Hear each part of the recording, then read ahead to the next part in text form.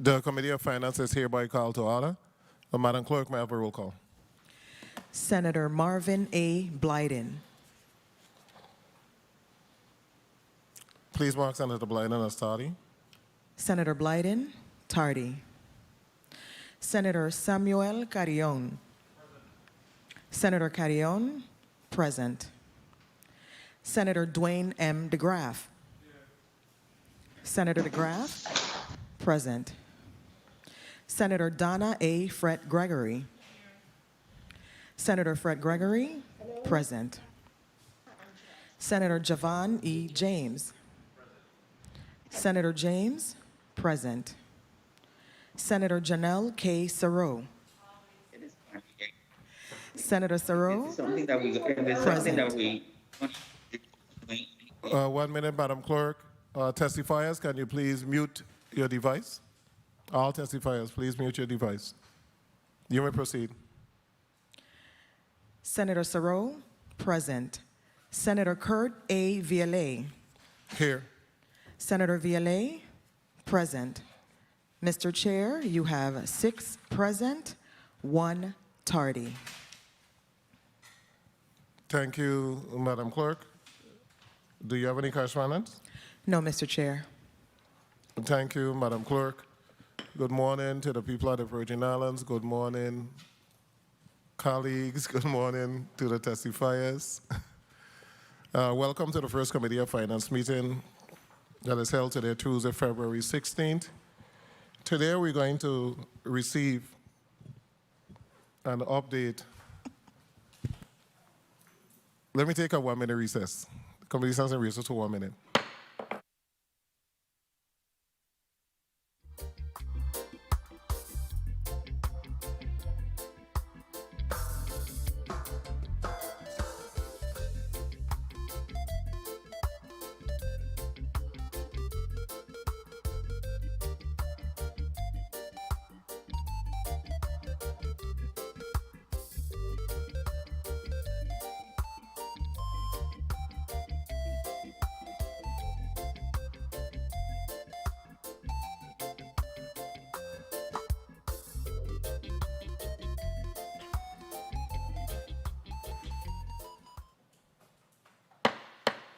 The Committee of Finance is back on the record. Because I was saying earlier, today we're going to have an opportunity to speak to the governor's financial team in reference to the finances of the government of the Virgin Islands, and also as to the COVID care expenditures for the various departments. Before I allow the testifiers to put the name on the record, I'm going to have the clerk read the agenda into the record. Madam Clerk, you're recognized. Committee on Finance for Tuesday, February 16th, 2021, 10 a.m. in the Fritz E. Lawetz Legislative Chambers, Christiansted, St. Croix, U.S. Virgin Islands. The Committee on Finance will receive a status update from the Governor's financial team on the territorial revenues and revised revenue projections for fiscal year 2021, as well as an update on the CARES Act expenditures from the Virgin Islands Department of Health, Department of Human Services, Department of Education, Department of Labor, and the Office of the Governor. Invited testifiers, the Honorable Jennifer O'Neill, Director, Office of Management and Budget. The Honorable Gary Malloy, Commissioner, Virgin Islands Department of Labor. The Honorable Justa Encarnacion, Commissioner, Virgin Islands Department of Health. The Honorable Raquel Berry Benjamin, Commissioner, Virgin Islands Department of Education. The Honorable Kimberly Causey Gomez, Commissioner, Virgin Islands Department of Human Services. And Carl Knight, Chief of Staff, Office of the Governor. Mr. Chair, this concludes the reading of today's agenda. Thank you, Madam Clerk. We're having a bit of some technical difficulties. We're going to take 1 minute to see if we can get it resolved. This committee stands in recess for 1 minute.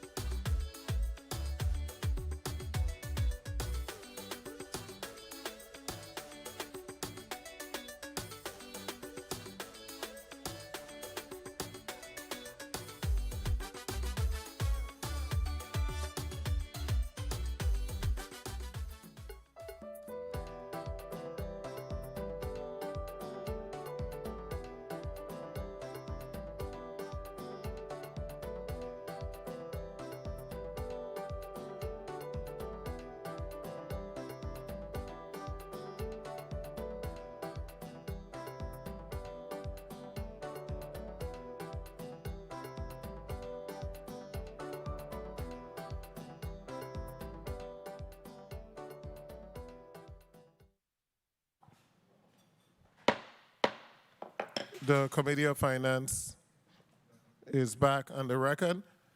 Before I ask the testifiers to put their name and position on the record, colleagues, I'm going to ask you to join me in a brief moment of silence for that tragic accident that took place yesterday on the island of St. Thomas. So can we please stand for a brief moment of silence?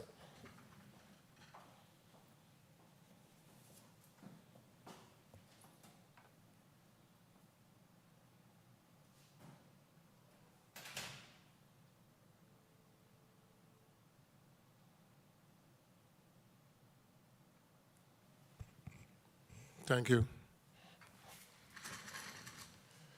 My heart and prayers go out to the families that were affected yesterday, a very tragic day for our sister island of St. Thomas.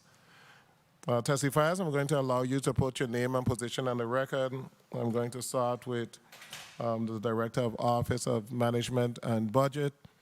Those other departments, if you have an assistant commissioner or someone that is there with you, as soon as you're finished, they can also put their name on the record. We'll begin with Ms. O'Neill. Good morning, Jennifer O'Neill, Director of Management and Budget. And the other members of the governor's financial team that are there with Ms. O'Neill. Good morning, Clarina Elliott, Acting Commissioner of Finance. Okay, so what we're going to do is I'm going to ask everyone to take the cameras off except the person who is speaking. So it's coming in a bit choppy.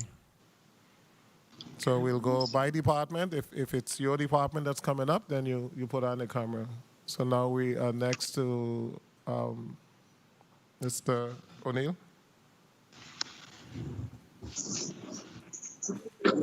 We had finance or IRB, internal revenue.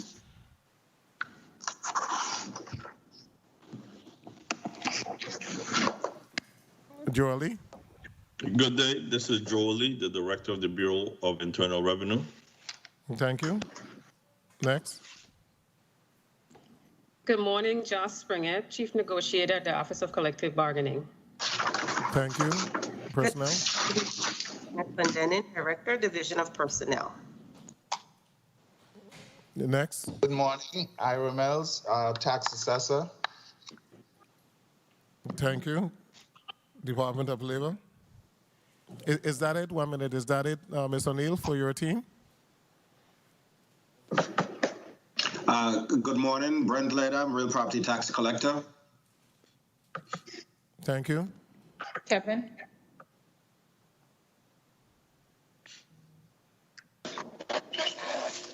Morning, Kevin McCurdy, Associate Director. Say your name again, sir. Repeat your name again. Kevin McCurdy. Okay. So McCurdy, you're gonna come closer to that mic when you're speaking, but we'll move on for now. Next.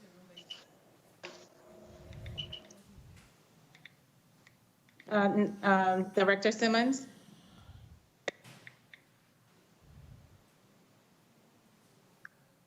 Good morning, Nathan Simmons. Thank you. I think that's it for the financial team. Ms. O'Neill? Yes, Senator Veely. Commissioner Malloy, and your department? Good morning, Gary Malloy, Commissioner, Department of Labor. Good morning, Cindy Richardson, Assistant Commissioner. Good morning, Nisha Christian Hendrickson, Assistant Commissioner, Legal Counsel. That's it, Mr. Malloy? Good morning, Maurice Wells, Director of Business Administration. Good morning, Kenneth Milligan, Director of Federal Grants. Director Halliard, you're on mute. Morning, Gary Halliard, BLS Director, Acting UI Director.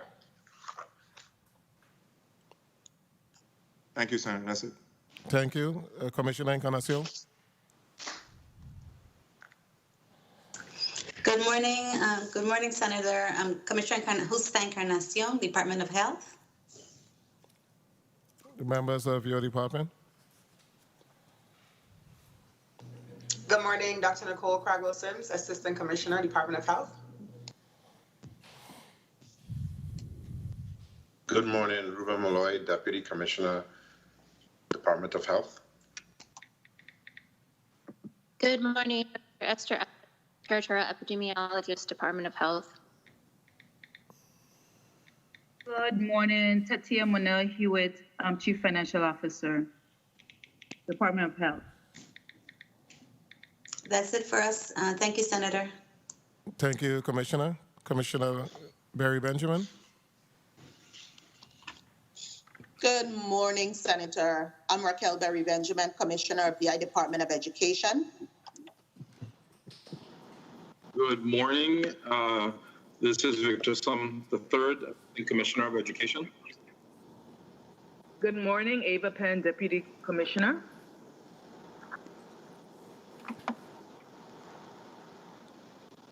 Good morning, Carlos McGregor, Insular Superintendent, St. Croix District. Good morning, Dr. Stefan Jurgen, Insular Superintendent, St. Thomas St. John School District. Good morning, Cynthia B. Moore, Legal Counsel. That's it, Senator VLA for the BID. Okay, thank you, Commissioner. Your grant person isn't here? I'm sorry, Mr. Smith. Okay. Good morning, everyone. Kimo Smith, Federal Grants Director. Okay, thank you so much. Commissioner Kazi Gomez. Good morning. I am Kimberly Kazi Gomez, Commissioner for the Virgin Islands Department of Human Services. Next. Good morning. This is Charmaine Modeste Antoine, the CFO for the Department of Human Services. Good morning, Carla Benjamin, Assistant Commissioner, Department of Human Services. Good morning, Mikhail Reimer Brown, Assistant Commissioner, Department of Human Services.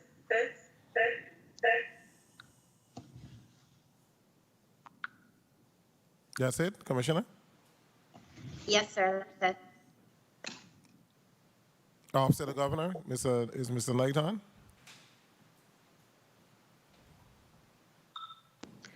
No, Senator VLA.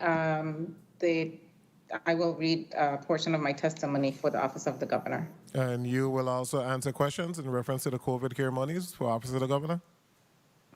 Yes, Senator. Okay, thank you so much. Colleagues, we do have a number of individuals who are on virtually. However, only the Commissioner will be giving testimony. The other individuals are there to provide support as we delve into questions in reference to the COVID care funds. There's quite a bit of testimony, but I think it's very important that we have complete and thorough knowledge as to how the monies are being spent, and also to get an update on the financial condition of the government of the Virgin Islands for this fiscal year. So we're going to begin with the Office of Management and Budget providing their testimony, and then we'll go to the other departments. It's going to be a long day, I'm telling you from now, because we have quite a bit of testimony, so buckle up for a long day. Director O'Neill, you may start.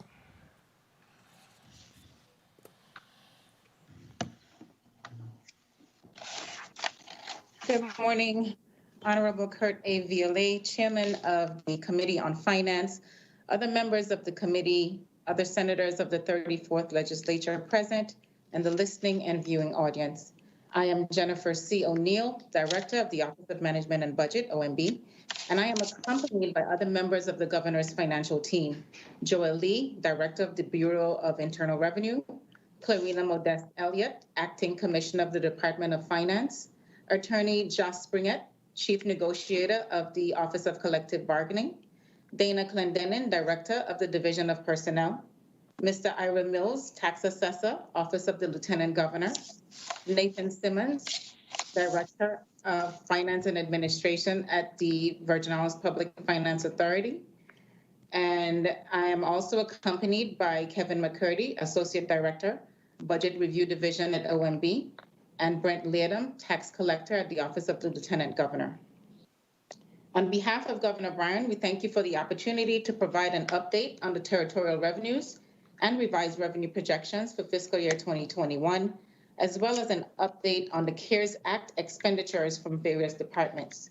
As the administration continues to address the COVID-19 pandemic, we are cautiously optimistic that with a number of ongoing capital and other disaster-related projects, as well as continued payment of stimulus funds, unemployment benefits, and other CARES Act-related funding benefiting the residents of the territory, GVI's financial condition will continue to remain relatively strong. You will remember that the fiscal year 2021 budget was conservative in numbers to account for the reduced revenues anticipated in this fiscal year due to the COVID-19 induced fluctuating financial climate being experienced globally. To date, cruise lines have not resumed service to the Virgin Islands, and major hotels continue to be delayed. Nonetheless, this revenue and budget update includes adjustments to our revenue projections utilizing 3 different scenarios. Since the second quarter of 2020, there have been contractions in tourist arrivals and employment, especially within the tourism industry, as fiscal year 2020 saw tourist arrivals fall by 33.4%. While there has been some rebound to the number of tourist arrivals in the territory since the pandemic began, there still remains a negative impact on the industry and the territory as a whole. The unemployment rate within the territory continues to be relatively high at an average rate of 9%, with the St. Thomas St. John district at 10% and the St. Croix district at 7.9%. The Department of Labor continues to pay out regular unemployment benefits, along with federal pandemic unemployment compensation, pandemic unemployment assistance, pandemic emergency unemployment compensation, lost wages assistance program, and extended benefit payments to residents within the territory. These combined payments total $126,132,225 for the period April 7, 2020 through February 2, 2021, with 98,089 checks issued. From those payments, total taxes withheld were $2,691,624. For fiscal year 2021 year-to-date through February 5th, 2021, the GVI has collected total operating revenues of $242.4 million. This is a 9.2% reduction from fiscal year 2020, where collections during the same period were $266.9 million. This is a result of declining revenues in every category except corporate income, with the largest reductions being seen in real property taxes at minus 48.5% and gross receipts down 14.2%. Corporate income, however, has increased $2.5 million or 16.7% year over year. You will note that this time of year is typically the lowest collection period. However, as of February 5th, we are still maintaining double-digit days of cash on hand, 37 days in this instance, while managing to pay ongoing and outstanding obligations to the best of our ability. While we are currently projecting to collect $16.9 million higher than the appropriation level, we are hopeful that the tax filing deadline will not be changed from April 15th this year, and we maintain that the remainder of fiscal year 2021 is likely to be marked with uncertain economic growth. We began fiscal year 2021 in October with projections totaling the appropriation level of $838.9 million. Since that time, we continue to review and revise the projections and have a current revenue projection of approximately $855.9 million, due mainly to an expected increase in individual income tax collections. This projection was calculated based on actual revenues plus the forecast of real property, individual income, and corporate income taxes, which are updated on a weekly basis from the short-term cash flow collections. However, please note that the revenue projections are just that, projections. They are continuously updated and are in no way guaranteed. To date, the GVI has not been experiencing any fiscal challenges, and consequently, we have not implemented any budgetary cuts. From the collections of $242.4 million in fiscal year 2021 to date, $15 million in tax refunds for tax years up to 2018 have been paid, with another $15 million scheduled to be paid in March as the Brian Roach administration continues with its mandate to become current on all outstanding refunds owed to taxpayers. The administration also continues to pay other outstanding obligations, inclusive of negotiated wage increases and other retroactive payments, and the chief negotiator continues to have discussions with union leaders in good faith. We would like to note here that there are 15 unions, 36 bargaining units, and 35 collective bargaining agreements. Of those, 15 are current, 3 need to be finalized, 1 is incomplete, and 17 are expired, with 2 of the 17 currently in negotiations.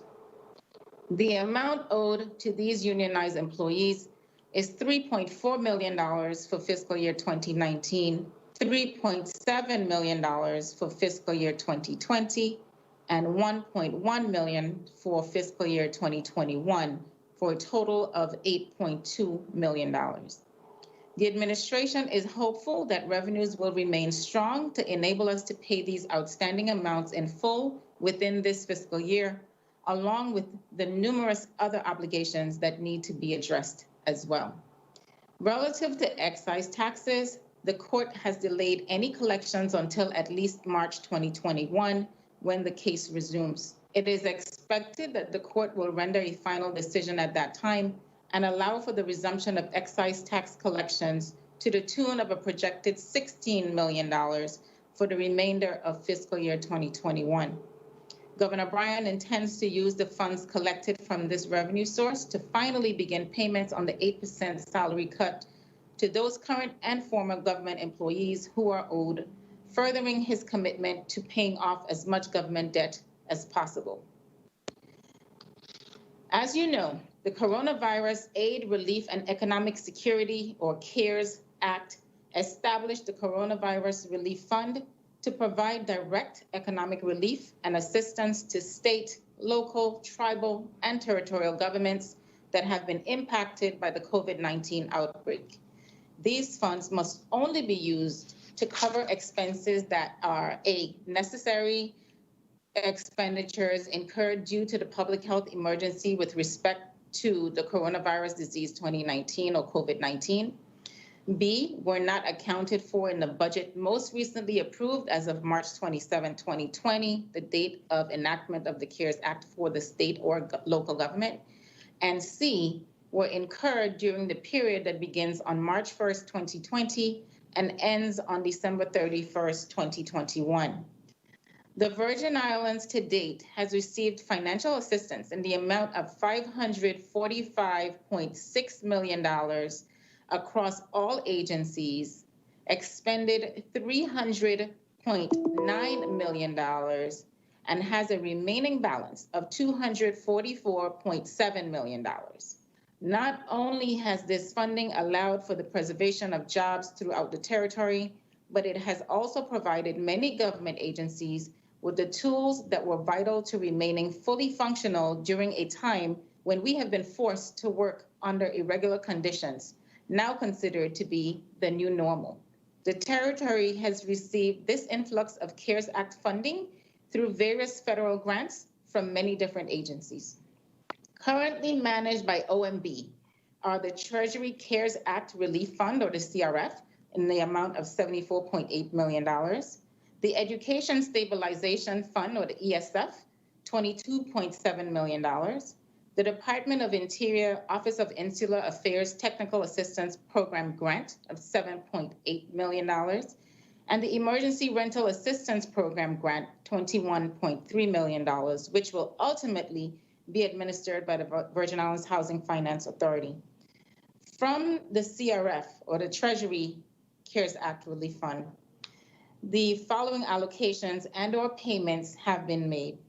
$15.49 million for the WAPA Your Energy Stimulus Program, $1 million for ferry subsidies, $6.2 million to JFL Hospital for payroll reimbursement and other COVID-related costs, $3.27 million to Schneider Regional Medical Center for payroll reimbursement, $11 million to reimburse GVI's COVID-related payroll, $1 million to the Legislature of the Virgin Islands, $1 million to the Judicial Branch, $21.5 million to the Department of Health to pay for the Pafford contract, providing nurses, transportation, and equipment needed to fight COVID, provide match funds, and hire contact tracers. $1.87 million to the PFA to pay the closing costs associated with the RAN between the GVI, First Bank, and Banco Popular. $495,000 to Vitima for mobile generators needed in emergency shelters. $35,000 to 10,000 helpers to assist at-risk individuals. $50,000 to Men's Coalition to assist at-risk individuals. $234,000 to the VIPD for per diem for community officers. $110,000 to the Taste of St. Croix for providing disposable units to restaurants. $399,000 to Widow Bryan to provide crisis communication support for the disabled community. $25,000 to Our Lady of Mount Carmel Catholic Church on St. John to provide services related to the homeless shelter. $23,500 to farmers on St. Croix, giving each a $500 stimulus. $75,000 to the Lieutenant Governor's Office to purchase equipment necessary for telework. $76,000 for cleaning and sanitizing of IRB and the Lieutenant Governor's offices in both districts. Through the ESF Governor's Fund, the Office of the Governor has directly received 2 grants totaling $22,711,463, of which $2,257,000 has been expended. The first grant was for a total of $6,200,635, which has been allocated as follows.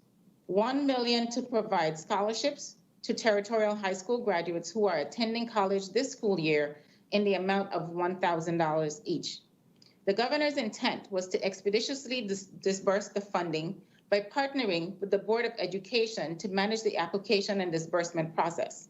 However, the board later determined they did not want to manage the release of payments, so OMB stepped in to complete the reporting and processing of scholarship payments. To date, 280 students have submitted applications to the board for ESF scholarship monies. Upon the return of the applicant's signed agreement to the board, funding is disbursed through OMB.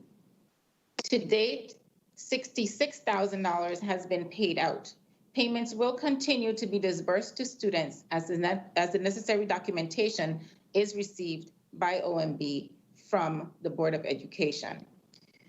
$3,391,635 to VIDE to provide equipment and supplies necessary for distance learning, as well as the virtual learning reimbursement paid to teachers. To date, $1,191,000 has been paid out. The governor's goal is to guarantee the provision of free high-speed access to all students in their homes or within a short distance of their home. Internet services will be available in downtown areas, neighborhoods, and other common areas throughout the territory. The effort is a partnership with VIDE, VINGN, and the Virgin Islands Housing Authority to extend Wi-Fi accessibility to 29 housing communities, 11 community centers and public spaces, as well as 6 libraries across both districts.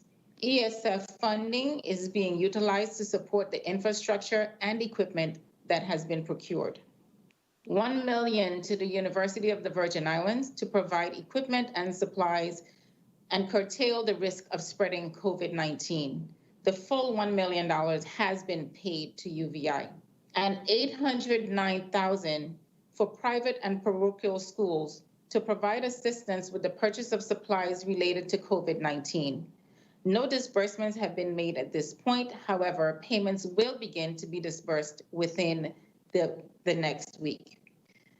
The second ESF grant awarded totals $16,510,828. While these funds cannot be expended until the first grant has been exhausted and no allocations have been made thus far, planning is ongoing for the most impactful utilization of the $16.5 million governor's funds. While not yet formalized, we are looking at expanding pre-K programs to additional schools across the territory in support of school readiness and early childhood education. The governor believes in educational spaces inside and outside the classroom setting, and as such, funding will also be utilized to introduce students to history, science, and other disciplines by partnering with private business entities to provide hands-on experience and teaching to coincide with instructional lesson plans. This experience will not only support our local businesses, such as tour operators and historians, but will also bring real-life exposure to the lessons being taught through textbooks. With the $7.86 million grant awarded by the Department of Interior, applications for funding were submitted to that agency, and 6 agencies were awarded as follows. $53,000 to the Bureau of Corrections for COVID-related equipment and PPEs, $3 million to the Department of Health for continued engagement of COVID-19 teams, $2.5 million to the Department of Property and Procurement for an e-procurement system, $719,000 to OMB for a complete replacement and upgrade of OMB's IT infrastructure to allow for remote working capabilities, $971,600 to BIT for an enhancement to the emergency response solutions with VIPD, and $582,000 to VINGN for modernization of internet access hardware.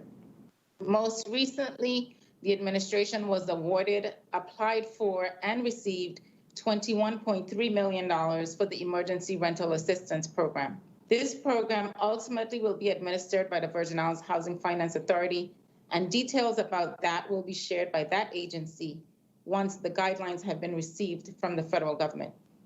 As of February 11, 2021, the Department of Health has directly received a total of $13.9 million in COVID-19 funding. Through the Department of Interior, additional funding was granted to the Department of Health in the amount of $3,035,281.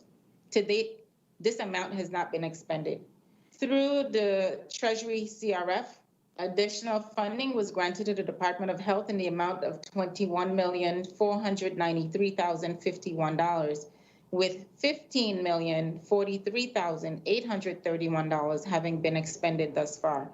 It is important to note that the territory does have some cost share obligations under the Federal Emergency Management Agency guidelines, and monies from the Treasury CRF were specifically designated to cover these costs. Inclusive of the $21.5 million mentioned above for the Department of Health, $1,565,887, although not yet expended, was allotted to the Department of Health to cover cost share obligations. It is worth mentioning, however, that as of February 3rd, 2021, a directive received from the President of the United States will allow FEMA to pay 100% of the federal funding for the costs of activities that have been previously determined as eligible from the beginning of the pandemic in January 2020 to September 30th, 2021. This means that all work eligible under FEMA's existing COVID-19 policies will be reimbursed or should be reimbursed at 100% federal share, thus eliminating the territory's 25% cost share obligations, making that $1.5 million available to use for another purpose once full verification has been received from FEMA. The Department of Human Services has directly received a total of $29,659,224 in COVID-19 funding, with $2,368,869 having been expended. The Department of Education has directly received a total of $21,447,610 in COVID-19 funding, with $12,512,483 having been expended. Through the ESF Governor's Fund, additional funding was granted to VIDE in the amount of $3,391,635, of which $1,191,000 has been expended thus far. The Department of Labor has directly received a total of $124,740,018 and has expended $107,128,860. Other departments and agencies in receipt of funds from the CARES Act are as follows. Bureau of Internal Revenue, $114.3 million with $88.9 million expended. This includes $15.3 million in stimulus payments paid out since October 1st, 2020, with another $10 million expected to be paid out this week. VITEMA, $39.9 million with $47,000 being expended. JFL Hospital, $5.66 million with all expended. Schneider Regional Medical Center, $10.2 million, all expended. Virgin Islands Housing Finance Authority, $5 million, none has been expended. DPNR, $1.2 million with $200,000 expended. Virgin Islands Port Authority, $41.1 million with $13.7 million expended. LEPC, $2.9 million with $2.2 million expended. Department of Public Works, $4.1 million with none being expended. And the Virgin Islands Housing Authority, $4.6 million with $1.6 million expended. Despite the federal government's overwhelming response to the COVID-19 impact on the territory, I must emphasize that there is still a long road ahead to achieve full economic recovery. While the social and economic disruption caused by the pandemic devastated this territory, today, almost a full year later, we stand firm in knowing that we are resilient, we are adaptive, and we will continue to work diligently to prevent any further escalation of the economic impacts of this pandemic. I, as well as the other members of Governor Bryan's financial team, recognize the importance of maintaining the financial security of this territory, and we are committed to utilizing our expertise and experience to address any challenges that may arise while trying to accomplish that goal. Looking to the balance of 2021 and beyond, we expect growth in economic activity to be slow but steady as the impact of recovery spending continues, as well as the potential for additional funding from the federal government to assist and/or offset COVID containment costs and replace lost revenues remains. We firmly believe that these things will happen and the government and people of this territory will reap the consequential benefits. We continue to be cautiously optimistic, remaining ever cognizant of the many potential downside risks remaining, including COVID-related slowdowns, the government's structural deficits, high public debt load, unfunded pensions, damaged healthcare facilities, and the struggling public utility. In conclusion, while we have made some adjustments to forecasted revenues, we will also remain conservative in our spending. We expect that as the fiscal year progresses, in particular after we have been able to collect taxes in April, we may be back before this body to request additional funding in the form of a supplemental budget for a few departments and agencies who are in need of additional resources in order to fulfill their mandates. I take the opportunity here, Mr. Chairman, to note that we have begun the budget process for the upcoming fiscal years, and will work with you and your committee to finalize the first ever biennial budget for fiscal year 2022-2023. I also take the opportunity to let the general public know that government offices will be resuming normal business hours effective Monday, February 22nd, 2021. Governor Bryan and Lieutenant Governor Roach are committed to providing safe working environments for our staff to provide top-level services to the community, and will do everything necessary to facilitate a return to as much normalcy as possible. The OMB team, as well as the members of the governor's financial team, remain available to the Committee on Finance to address any issues as necessary. This remains a very trying time, but collectively we can make the right decisions to provide the best service and support to the residents of the territory. Mr. Chairman, this concludes our prepared statement. The members of the financial team and I are available to answer any questions that the committee may have. Thank you. Thank you, Director O'Neill. Commissioner Malloy, you may proceed.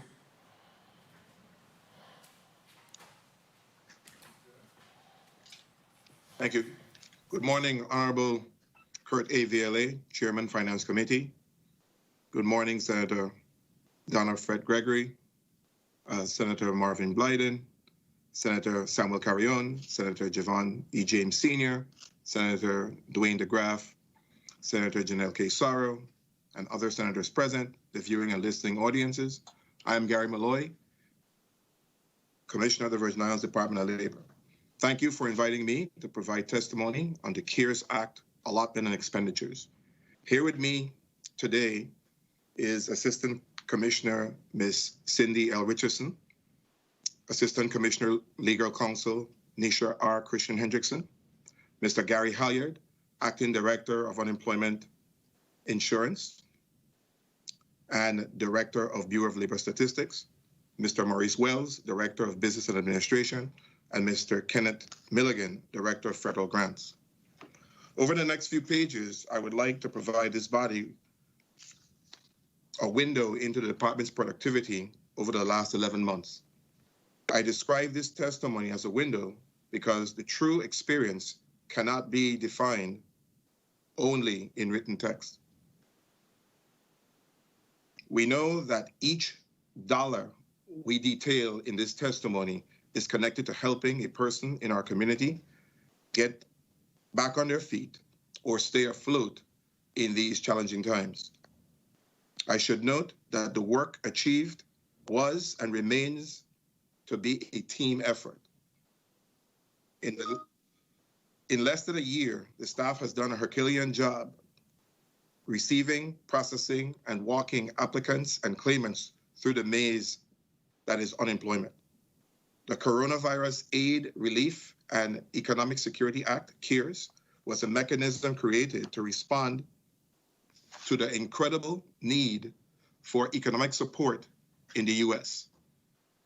The claim loads we are experiencing today far outweigh any other time in history of the unemployment insurance system.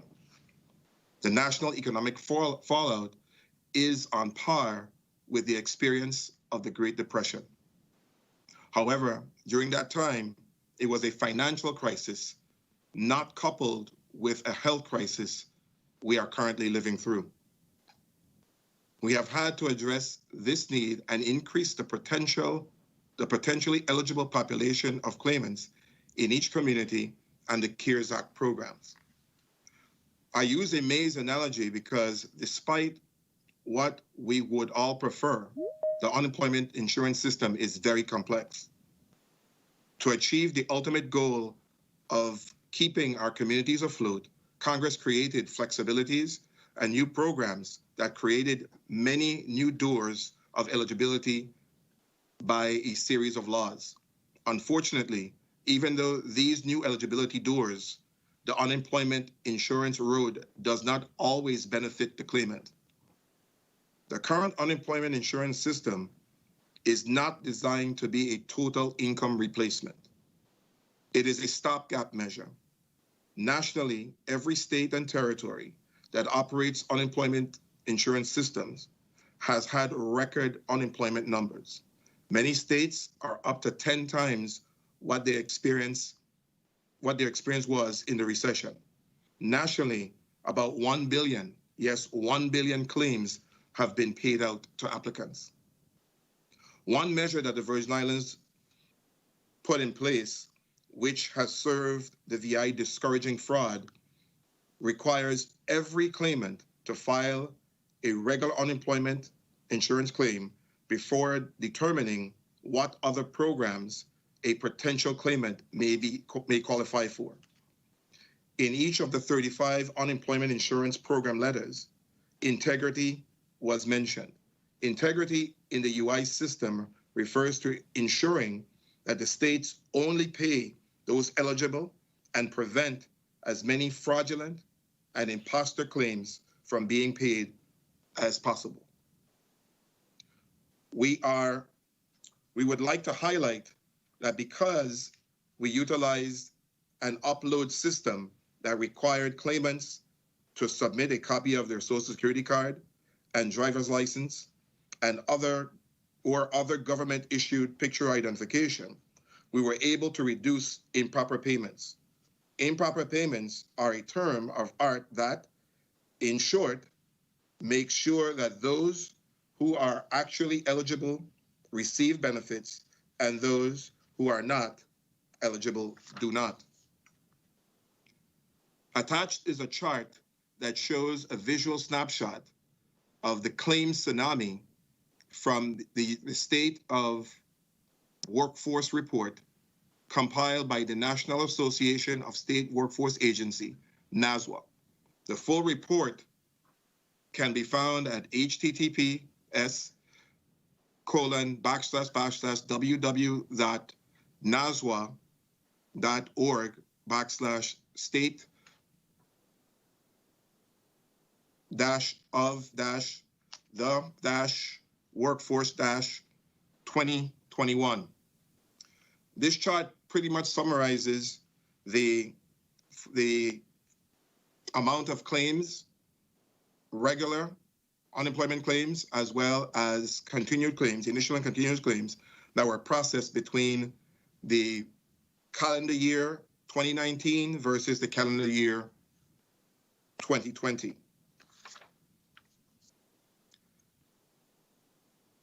The Virgin Islands by the numbers.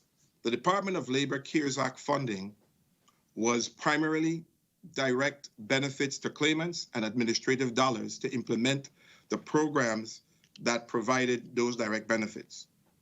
As of February 5th, 2021, our unemployment system had 18,518 active claims. Active signifies the number of persons who can file and seek benefits in a given year. On St. Croix, 5,191, St. Thomas, 10,477, St. John, 1,120, and Interstate, 1,730. To clarify, the original safety net program that we commonly refer to as regular unemployment insurance, or UI, is not a part of the CARES Act. The regular UI program makes up the vast majority of claims. The Claims Act and the 35 unemployment program letters, the guidance from the United States Department of Labor that explains how to implement the law, began to be issued on March 17, 2020.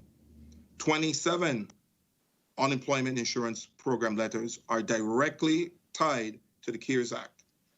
Unemployment insurance functioned like gears, many programs interlocking and releasing when claimants become eligible or ineligible based on many factors, including the date of last wages, how they became separated from their jobs, and whether or not they were self-employed. The Pandemic Emergency Unemployment Compensation, PEUC, program allows claimants to extend their weeks of benefits past what was previously legally permitted at 26 weeks. Eligible claimants receive an additional 13 weeks of benefits. The PAUC, under the CARES Act, account for 1,583 claims thus far in the territory. The pandemic has raged on longer than anyone anticipated.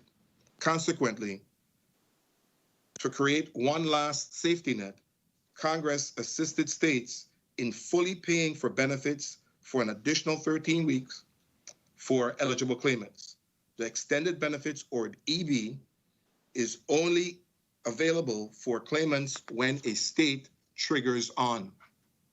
The trigger for the Virgin Islands is when the unemployment rate is 5% more than the previous year. To date, the Virgin Islands has paid 62 claimants. Congress, seeing the need and understanding in many states the minimum benefit amount is not adequate as a long-term replacement, created an additional subsidy program for eligible applicants. This was called the Federal Pandemic Unemployment Insurance, Federal Pandemic Unemployment Compensation. Those who qualify for at least $1 of unemployment benefits from April 4th, 2020 to July 31st, 2020, the legally prescribed period under the CARES Act, received an additional $600 per week.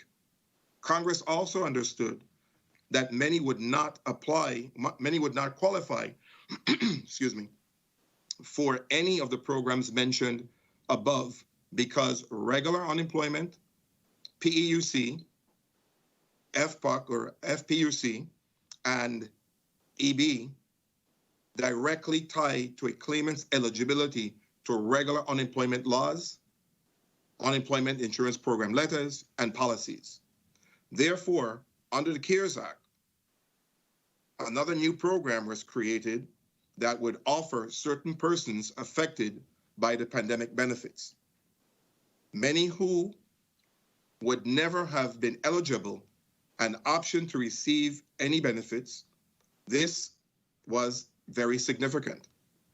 Two streams completely source the unemployment insurance system in the Virgin Islands. One, the payroll taxes of employers, and under the CARES Act, the federal government. No claimant pays into the system. This is different from other states that have employees contribute a portion of their take-home pay to fund the UI system. One of the most significant differences under the CARES Act is that many more individuals, especially those who are self-employed, were able to receive benefits. The eligibility umbrella under PUA or PUA is a departure from all other past programs. Even under the Disaster Unemployment Assistance, significant additional paperwork to verify self-employment is needed. This program, known as the Pandemic Unemployment Assistance, or PUA, allows for self-employed persons that do not have sufficient wages to overcome the monetarily eligible hurdles of regular unemployment to be potentially eligible.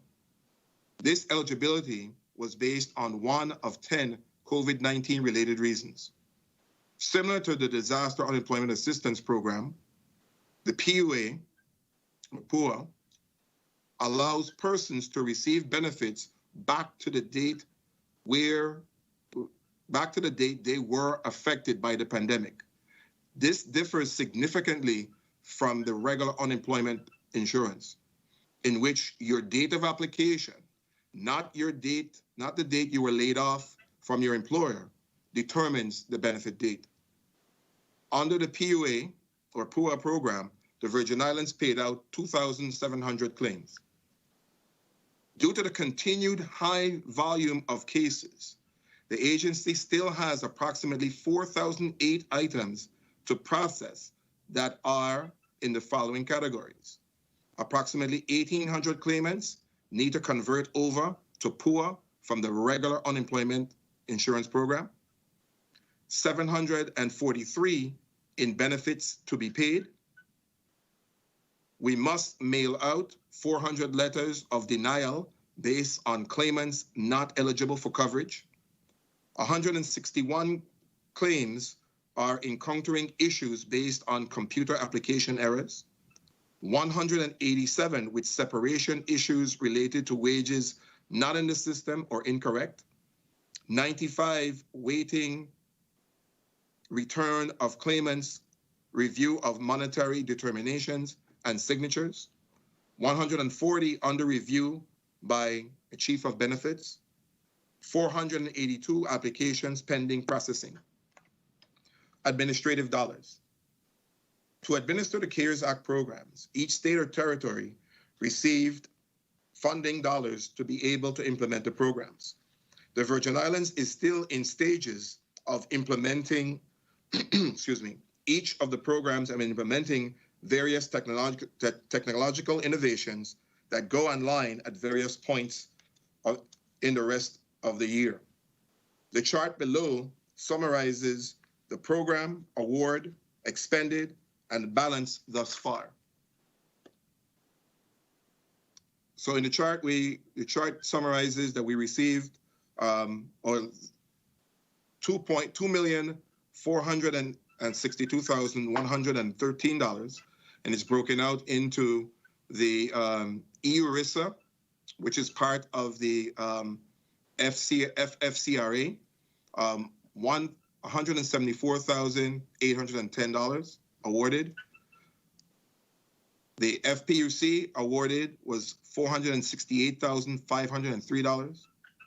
The PEUC awarded $76,800. The PUA awarded $527,000. The PUA fraud detection, $1,020,600. PEUC fraud detection,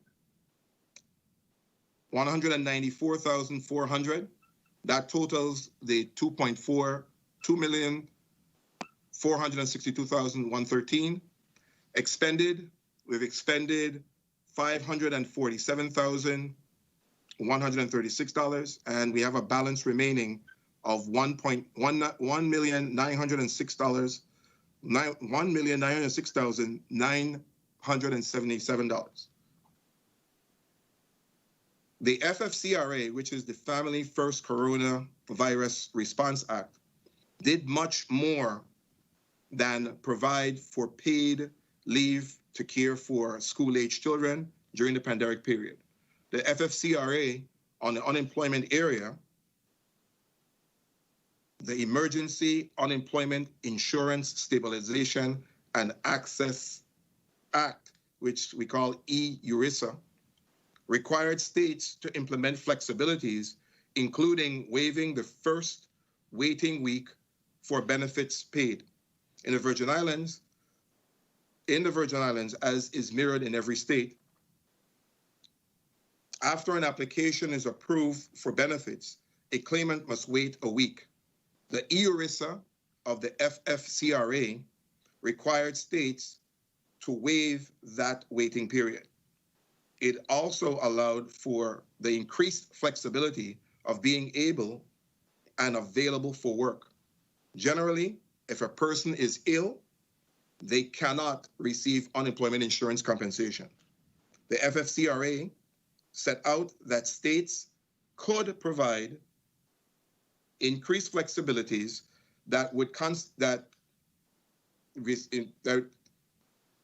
FFCRA set out that states could provide increased flexibilities around what constitutes being able and available under the law. The Virgin Islands Department of Labor made amendments to our policy to include a waiver. These policies changes were announced in a press release April 19, 2020. To program the changes in law required by the EURISA, administrative funding was given to the department. The vast majority of the expenditures thus far were in the following categories: professional services, personnel, fringe, and supplies. There is one additional distinction that is important to make to clarify in unemployment insurance system: the term initial and continued claims. Initial claims are the first request from a claimant to the UI system. The initial request before the pandemic would come in the form of a paper application. After the hurricanes of Irma and Maria, the Virgin Islands Department of Labor was able to get a grant to automate the paper application and allow claimants to file online. That first step has been completed. The Unemployment Insurance Division staff spent many months with software developers, testing, and training on our newly launched second generation UI claims portal. And it's at http://myuiclaim.vi.gov. Although implemented months after the initial onslaught of claims filed with the Virgin Islands Department of Labor, this system will carry us into the future and assist in processing claims and provides direct deposit services to the claimant's bank accounts. We have seen traffic of over 300 initial claims in the past month, and we have processed $152,217 in direct deposit payments to claimants' accounts. As the year progresses and more people register, these numbers will increase. This project was a significant accomplishment. We have begun plans to augment the system to provide more services and modules in the future that will cover disaster unemployment assistance and our extended benefits programs. As for the term continued claims, this term refers to the receipt of benefits after the initial request. Claimants are required every 2 weeks to let the Virgin Islands Department of Labor know if they still need benefits. This notification comes in the form of answering questions about whether they have gone back to work, how much they have earned, and various other questions to determine if they are still eligible. This is what we call a weekly certification. Before the MyUI claim portal been completed, before the MyUI claim portal was completed, claimants had to drop off this document every 2 weeks. This resulted in time expended for the claimant and a lot of manual data entry for the staff. Now that this portal is completed, claimants complete the weekly certification for regular unemployment insurance claims online. The department's next step is to program the system to have the DUA, the PUA, the PUA, the PEUC, the EB, and the MEUC added to the MyUI claim portal. I would note that based on the relaxed eligibility requirements, many fraudulent claims were filed, allowing imposters and fraudsters to receive millions of dollars nationally. I would like to note that there is no one-to-one relationship for active claims and payments. As previously mentioned, a weekly certification may notify the department that based on earnings 1 week, a claimant is eligible. This may change the next week based on the hours worked or if they earned more than their weekly benefit amount. The following is a synopsis of payments from all programs, not just the CARES Act, as of February 12th, 2021. The unemployment, we have on the chart, the regular unemployment, we have cut 53,600 64 checks for $44.4 million. In taxes that were withheld, $878,558. The FPUC, there is 29,451 checks cut for $50,599,440, and taxes withheld was $1,281,900. The PUA checks cut 8,182, net amount 13,585,699, taxes withheld $451,046. The PEUC 4,753 checks were cut, net amount $6,435,720, taxes withheld $73,332. The LWA, or Lost Wages Assistance Program, 3,548 checks were cut, $2,994,148, withheld $74,995.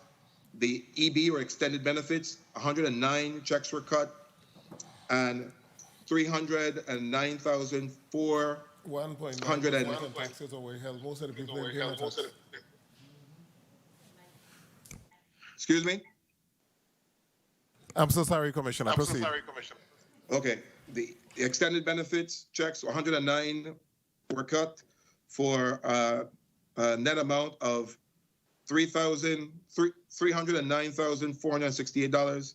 Withheld, taxes withheld, 2,111.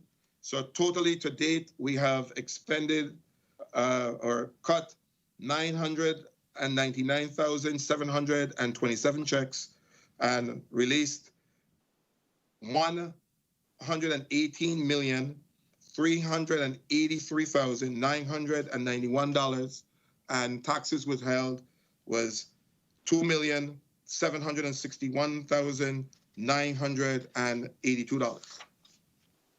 I would like to conclude our testimony with a quote from the chair-elect of NASWA.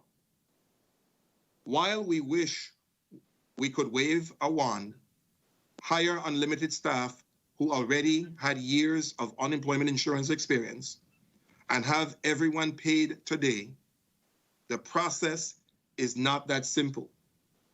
We must protect claimants' personal information, prevent fraud, and more importantly, adhere to U.S. Department of Labor rules, all while paying benefits in the most timely manner possible. That's Robert Osorio Angelo, Chair-elect of the National Association of State Workforce Agencies. On behalf of the Virgin Islands Department of Labor, I would like to thank the Committee on Finance members for allowing the Virgin Islands Department of Labor to provide testimony on the CARES Act. This concludes my testimony. My staff and I are available for any questions you may have. Thank you. Thank you, Commissioner Malloy. Commissioner Encarnacion, you may proceed.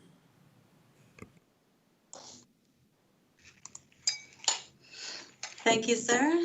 Good day, Honorable Senator Kurt A. Viale, Chair on the Committee of Finance, Honorable Senator Donna Fred Gregory, Vice Chair, committee members, and all other members of the 34th Legislature of the Virgin Islands of the United States and the listening and viewing audience. I am Justa E. Encarnacion, Commissioner of the Virgin Islands Department of Health. I have here with me today Dr. Nicole Cragwell-Sims, Assistant Commissioner, Tatia Manel-Hewitt, Chief Financial Officer, Ruben Malloy, Deputy Commissioner of Facilities and Operations, also Lead Emergency Services Coordinator, and Dr. Esther Ellis, Territorial Epidemiologist. Thank you for the opportunity to testify on the $4,668,794 CARES Act funding the department received and the $19,664,585 the department gained access to through the Office of Management and Budget that enabled us to support the efforts to treat and prevent the spread of SARS-CoV-2, the virus that causes the disease COVID-19, All funding was necessary and vital to the safety and health of the community. Epidemiology and Laboratory Capacity, or ELC, received $4,668,794 in CARES Act funding to support 7 laboratory positions, 1 epidemiologist, 1 administrative staff, and 1 financial analyst. Laboratory supplies, rapid antigen testing, rapid PCR testing, high throughput PCR or hologic testing. This is a 2-year budget, and the majority was forecasted to be spent in the 2nd year of this budget period. All of the personnel listed are currently contractors within the department and being moved over to the CARES Act fund starting in April at the end of their contract. Additionally, all the laboratory supplies for testing were provided for free by the federal government until the end of 2020. Starting in January of 2021, all testing supplies are being purchased using this funding. Testing supplies include Abbott Binax rapid antigen tests, Abbott ID Now PCR tests, reagents for high throughput hologic, Panther, and ancillary supplies. Additionally, staffing levels were assessed at the department's Emergency Medical Services Division, Snyder Regional Medical Center, the Governor Wong F. Louis Hospital Medical Center, Herbert Gray, and Queen Louis Senior Long-Term Care Facilities. With the increased number of positive COVID-19 patients cared for in our overburdened emergency rooms and intensive care units, we engaged Pafford Medical Services. Pafford had already been augmented EMS by providing personnel. Thus, expanding their services enhanced our ability to cover sites most affected, to include long-term care facilities. The Pafford staff included 45 registered nurses, 6 respiratory therapists, 5 paramedics, 6 EMT basics, 1 physician assistant that was ER critical care focused, 6 dialysis nurses, 4 licensed practical nurses, and 6 cardiac monitoring techs. In addition to personnel, they provided ambulances, equipment, and supplies to combat the COVID-19 pandemic within the territory from July 1st, 2020 to December 30th, 2020, with a total cost of $14,650,000. The support of an emergency medical clinic services contract allowed the Department of Health to ensure proper regulatory oversight and assistance. This was possible through applicable and adequate staffing levels and skill sets required to care for the acute and critically ill COVID-19 positive patients in and outside the hospital setting. The appropriate number of emergency clinical staff on site decreased wait times, improved health outcomes, and decreased patient transfers to outside healthcare facilities. With the assistance of the Office of Management and Budget, the department also utilized $345,791 of the CARES Act fund to secure the salary and fringe for 27 per diem health employees from pay period ending August 1st, 2020 through pay period ending January 30th, 2021. The per diem employees consist of site screeners, call center operators, and contact tracers. These employees work closely with our epidemiology team, mitigation branch lead, and team members. The additional staff was placed in our epidemiology division to increase our surveillance capacity. And without these individuals, the spread of SARS-CoV-2 would have been more extensive. Our hospitalization and our death toll could have been much higher. The CARES Act fund was beneficial in saving lives. As always, I would like to thank the VA Department of Health staff for their strong support of the COVID-19 mission.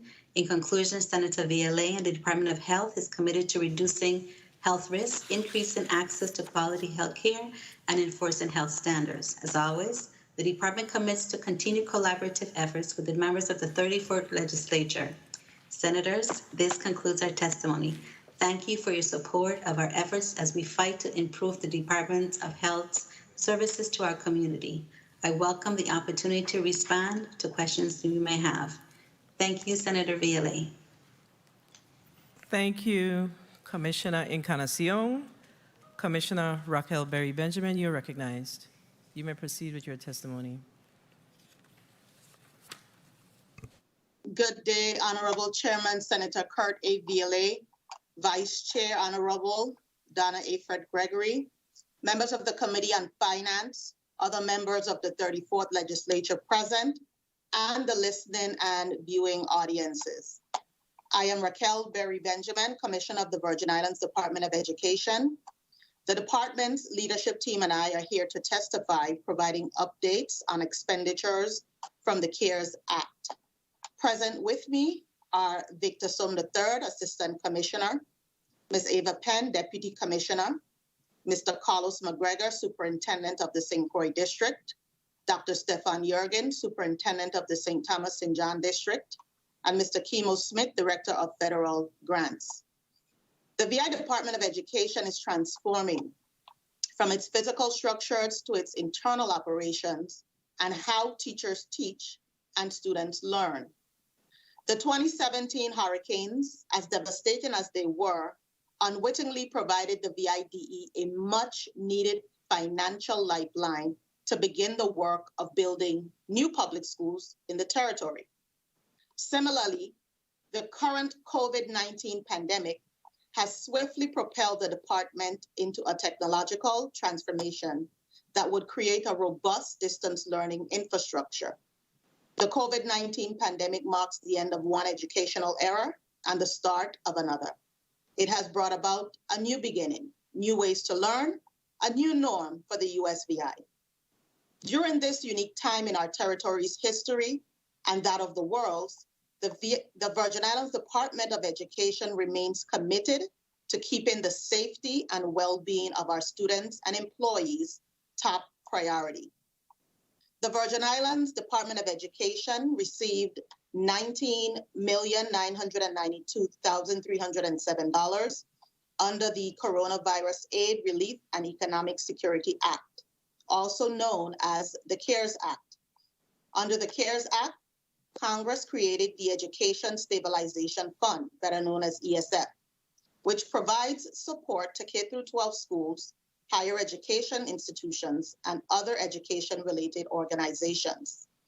The main purpose of the Education Stabilization Fund is to improve, coordinate responses among local educational agencies with state, local, tribal, and territorial public health departments to prepare for and respond to the COVID-19 pandemic. The Education Stabilization Fund Part 1 grant is a 2-year, 100% federally funded grant that was awarded in June of 2020 and is available until September 30th of 2022. Table 1 shows the expenditures to date for CARES 1 funds. The Education Stabilization Fund Part 2 grant is a 2-year, 100% federally funded grant that was awarded January 2021 and is available until September 2023. Table 2 shows the allocation amount for the state, districts, and non-public schools. The allocation of the State Education Agency is based on the formula used under the Elementary and Secondary School Emergency Relief Fund. And Table 3 shows the timeline to upload the budgets to expend CARES Act 2 funds. A highlight of Table 1 will show that for the state, $1,447,537 have been obligated, with 48% left to obligate. $5,352,534 have been obligated in the St. Croix District, with 24% left to obligate, with $60,021 being obligated in non-public schools in the District of St. Croix, with 96% left to obligate. $4,987,166 have been obligated in the St. Thomas St. John District, with 29% left to obligate.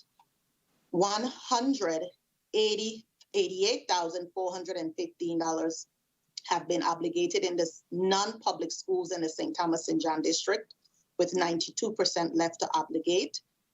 And for our CARES 2 Act allocation, we have 10% of those, of the 53 million going to the state, 37% going to the St. Croix District public schools, 6% going to the St. Croix District non-pubs, 37% going to the St. Thomas St. John District public schools and 10% going to the St. Thomas St. John District non-public schools.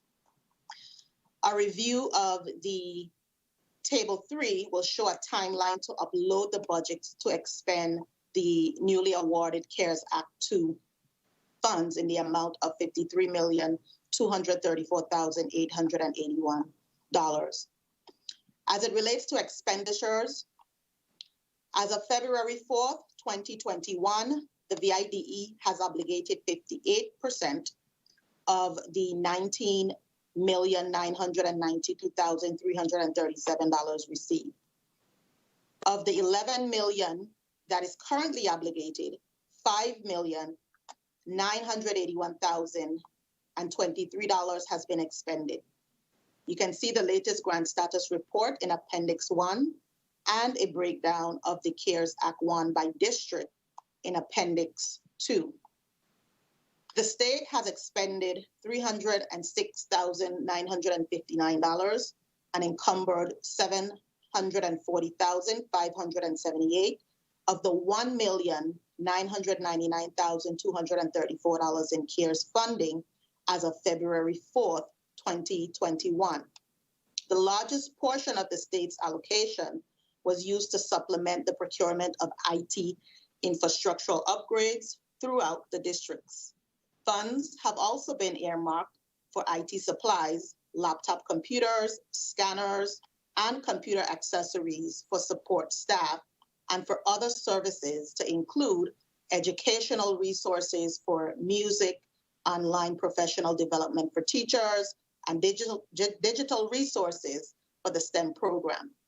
The balance to obligate totals $951,697, which comprises of $440,260 in personnel, $405,173 in operating, and $106,263 in indirect costs. The St. Croix district has expended $2,264,729 and encumbered $3,087,805 of the $7,013,378 Education Stabilization Fund as of February 4th, 2021. The majority of these funds, which total to $4,980,313, were utilized for the procurement of technology devices, Chromebooks, 6,000 Chromebooks, interactive boards, protective cases, etc.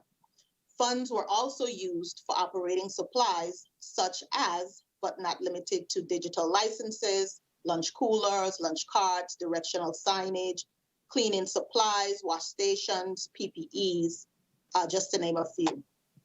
The balance to obligate totals to $1,660,844 and includes $330,605 in personnel, $1,021,412 in operating, and $308,827 in indirect costs. Equipment availability continues to be of utmost importance to us in this virtual learning environment. As of February 10th, 2021, the district has received 5,132 of the 6,000 Chromebooks ordered with CARES Act funding. Presently, all students that have indicated that they need an electronic device to complete assignments have received a department-issued device. Some families decided to use their own laptops. An additional 350 MiFi devices will be distributed in the upcoming week to provide internet service to students. The St. Croix district also administers an allocation of CARES funds for non-public schools in the St. Croix district, totaling $1,640,055. As of February 4th, 2021, non-pub expenditures total $655 with encumbrances totaling $59,366. The balance to obligate totals to $1,580,034 and is comprised of $1,477,093 in operating and $102,942 in indirect costs. The St. Thomas St. John District has expended $3,408,680 and encumbered $1,578,486 of the $6,992,258 in CARES funding allocated as of February 4th, 2021. The largest portion of this funding was used to procure technological devices and supplies totaling $4,960,149. Funds were also utilized to procure operating supplies such as interactive boards, gloves, masks, bottle filling stations, etc. The balance to obligate totals to $2,005,092 and includes $554,315 in personnel, $1,212,263 in operating, and $238,514 in indirect costs. The St. Thomas St. John District procured 5,400 Chromebooks, 3,975 of which have been received and distributed to students. The district also received 400 of the 500 laptops for faculty and staff. All teachers and paraprofessionals have received a device. The St. Thomas St. John District also administers an allocation of CARES funds for non-public schools in the district totaling $2,347,412. As of February 4th, 2021, there were no expenditures, yet encumbrances total to $188,415. The balance to obligate totals $2,158,977 and is comprised of $2,011,596 in operating and $147,401 in indirect costs. In closing, the VIDE continues to make every effort to allocate and use CARES Act funds responsibly and be prudent in our procurement. Like many school districts, the VI Department of Education has identified a growing trend of price gouging and a supply and demand shortage.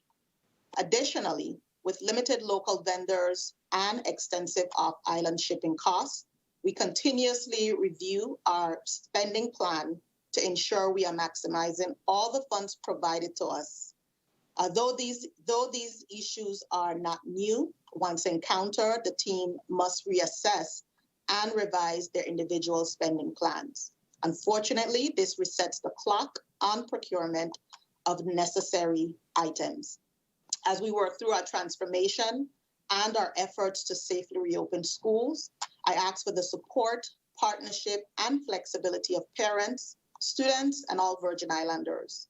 Special thanks to the hardworking employees of the VI Department of Education who work tirelessly to expend CARES Act funds to procure the goods and services necessary to keep our students and employees safe while continuing to educate in a COVID-19 era.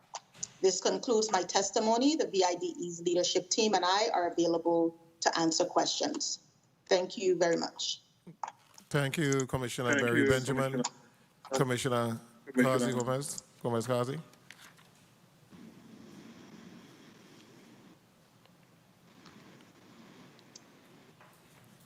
Good morning, Honorable Senator Kurt Viale, Chairman of the Committee on Finance, Honorable Senator Donna Gregory, Vice Chair, committee members, my colleagues, and listening and viewing audience.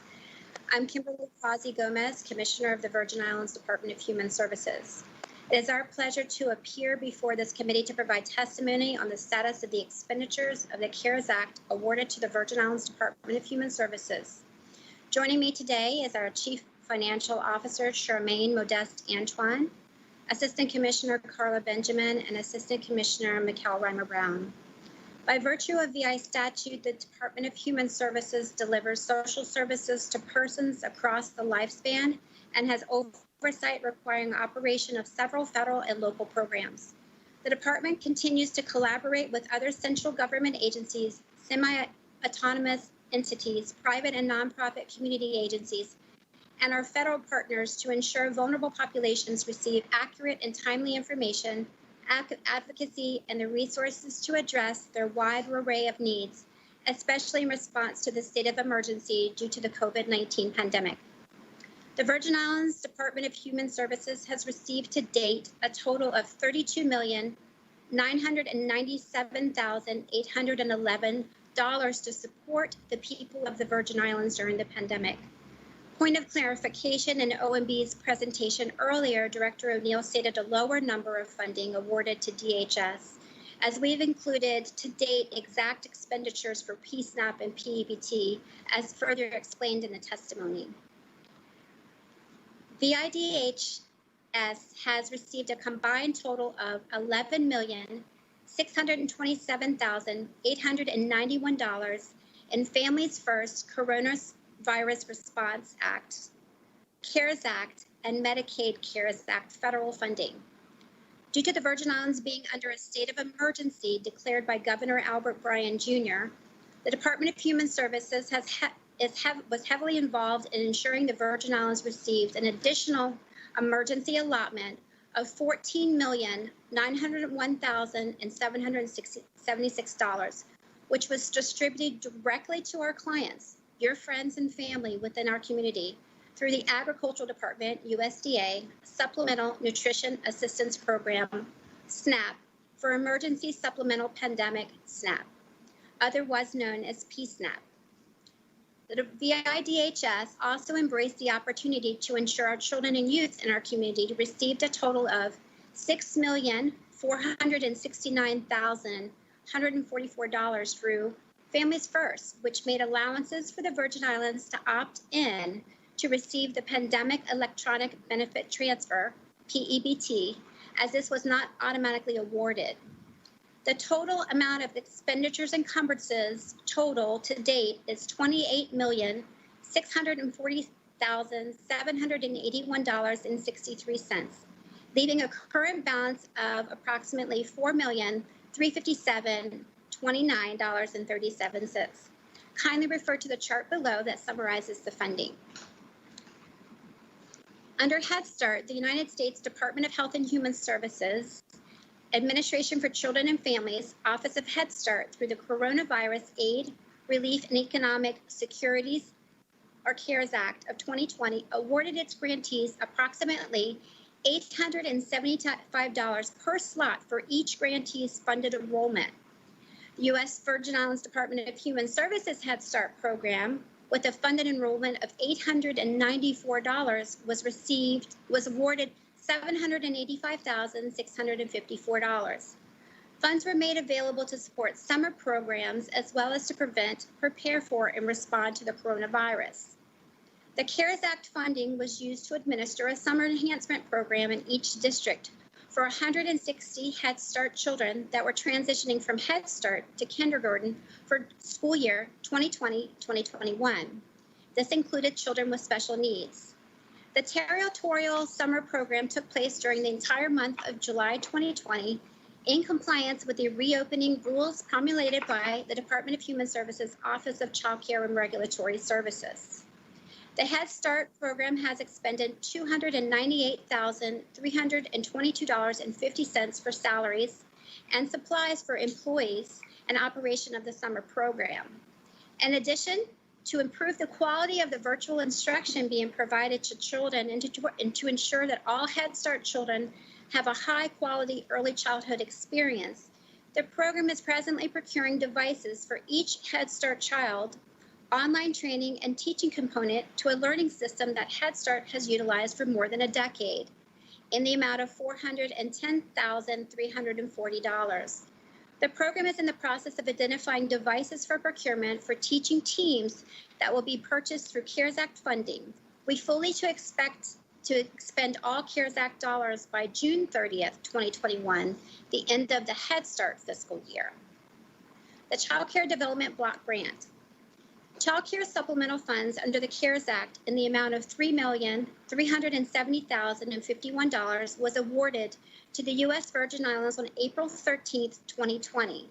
Noting, unlike the other funds received by Department of Human Services, we have until September 30th, 2022 to obligate these funds. The purpose of the funding is to provide continued payments and assistance to child care providers in the case of decreased enrollment or closures, and to ensure that providers can stay open or reopen their facilities. Allowable costs include cleaning and sanitation and other activities necessary to maintain or resume the operation of programs due to the coronavirus.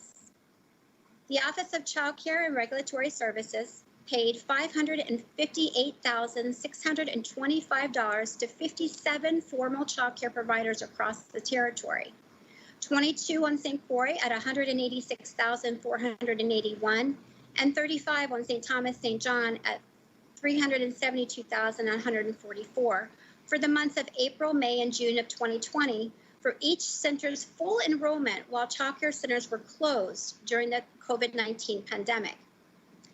The Office of Child Care and Regulatory Services paid $133,057 to 18 formal child care providers that received subsidies on St. Croix, and $79,783 to 31 informal, or what we call family, friend, and neighbors on St. Croix, $23,200 to 8 FFNs in the St. Thomas St. John district, and $85,512 to 24 formal child care providers that received subsidies in the St. Thomas St. John district, for a grand total of $321,552.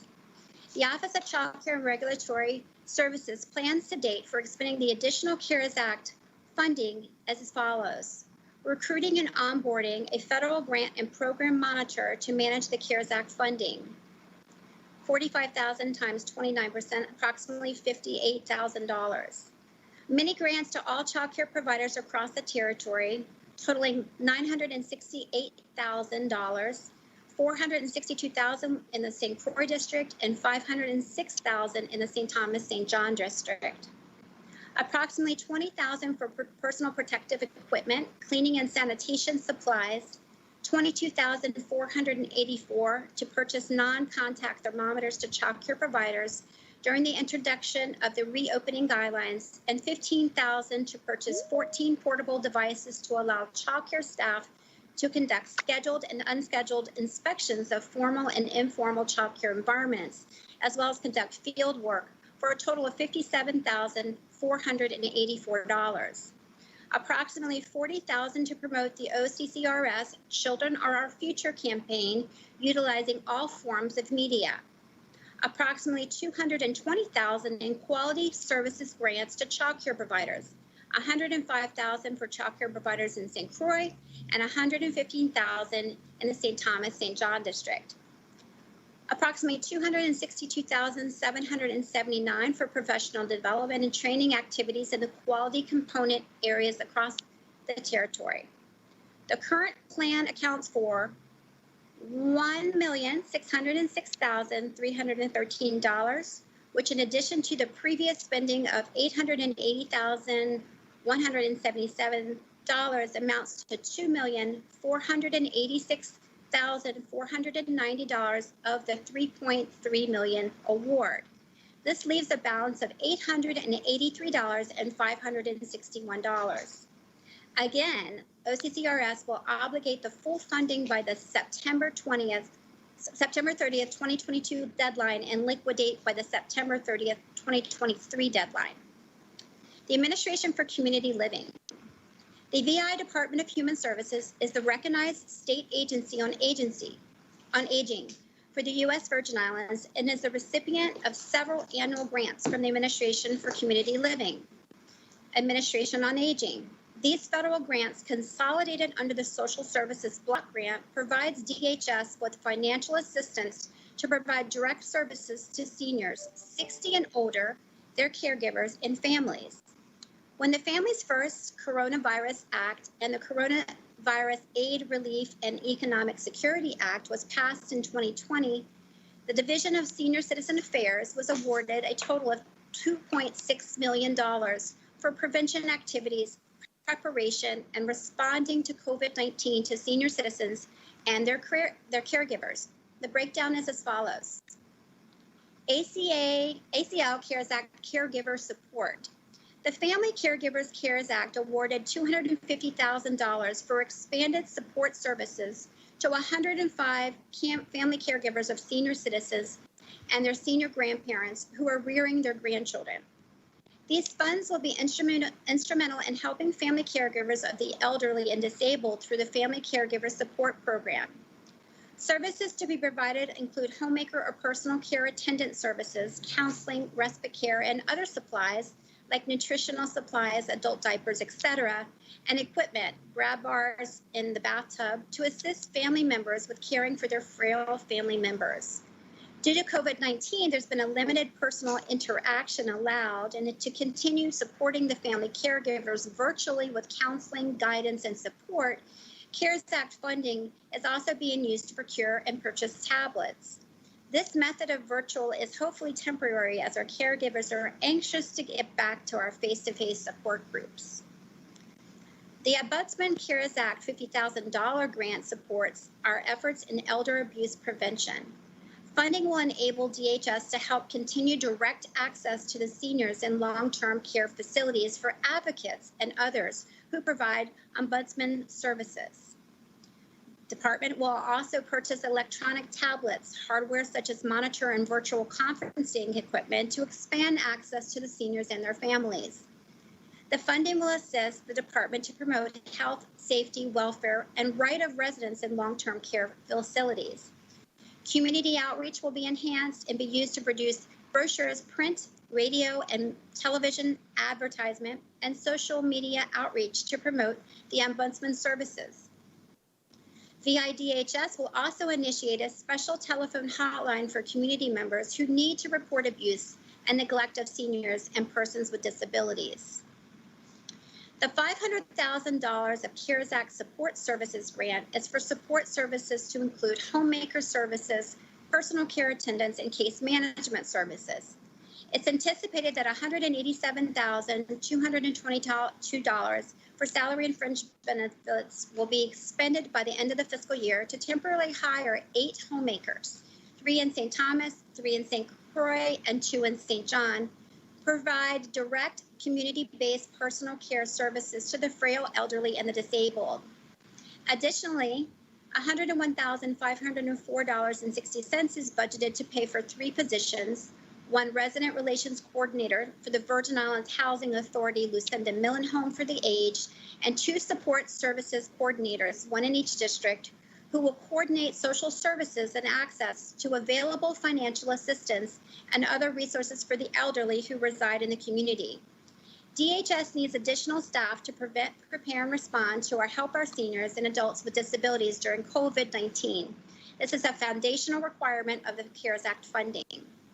The Supportive Services CARES Act will also enable the department to purchase a new 12-seater van to transport our St. Croix homemaker staff who provide direct services to the homes of our clients. A new vehicle will also be purchased for the St. Croix Adult Protective Services unit to enable their staff to respond to 24-hour emergency calls for assistance to senior citizens and adults with disabilities. The total cost for both vehicles is $69,754. To equip our staff to provide the critically needed services effectively and safely to our clients, the department will also purchase supplies to include PPEs, cleaning materials, outreach and educational materials, small tools and equipment to include tablets and smartphones for our homemakers, along with the necessary hotspots. It should be noted that the Virgin Islands Department of Human Services homemakers provide personal care services to eligible Medicaid members. They will be required to use an electronic visitation verification, or an EVV system, to be in line with our Medicaid reimbursement requirements. Gas for vehicles will also be purchased under this category, and the anticipated total expenditure for supplies will be $11,053.40.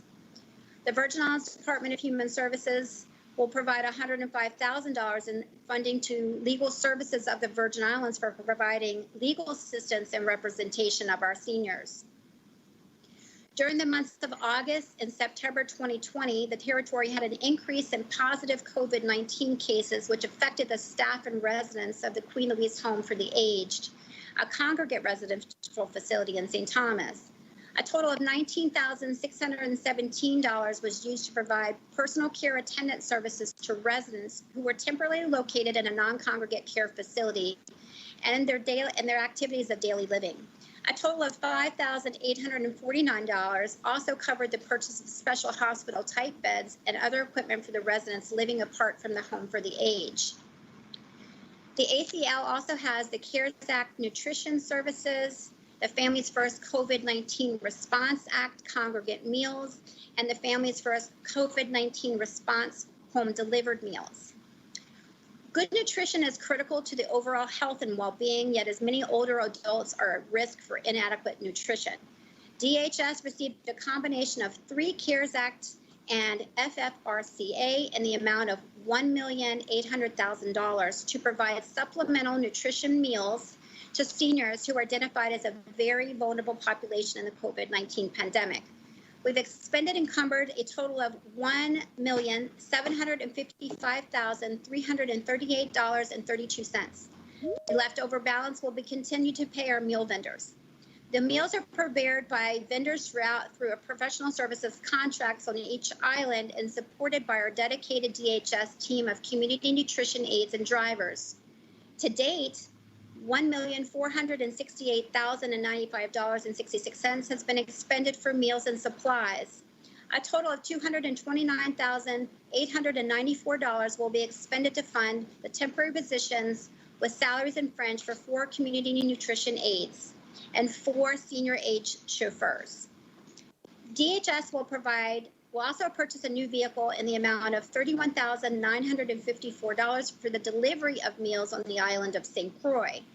Additionally, $25,394.60 is budgeted for supplies for the senior nutrition program to purchase caddies and coolers to safely deliver the food at the required hot and cold temperatures.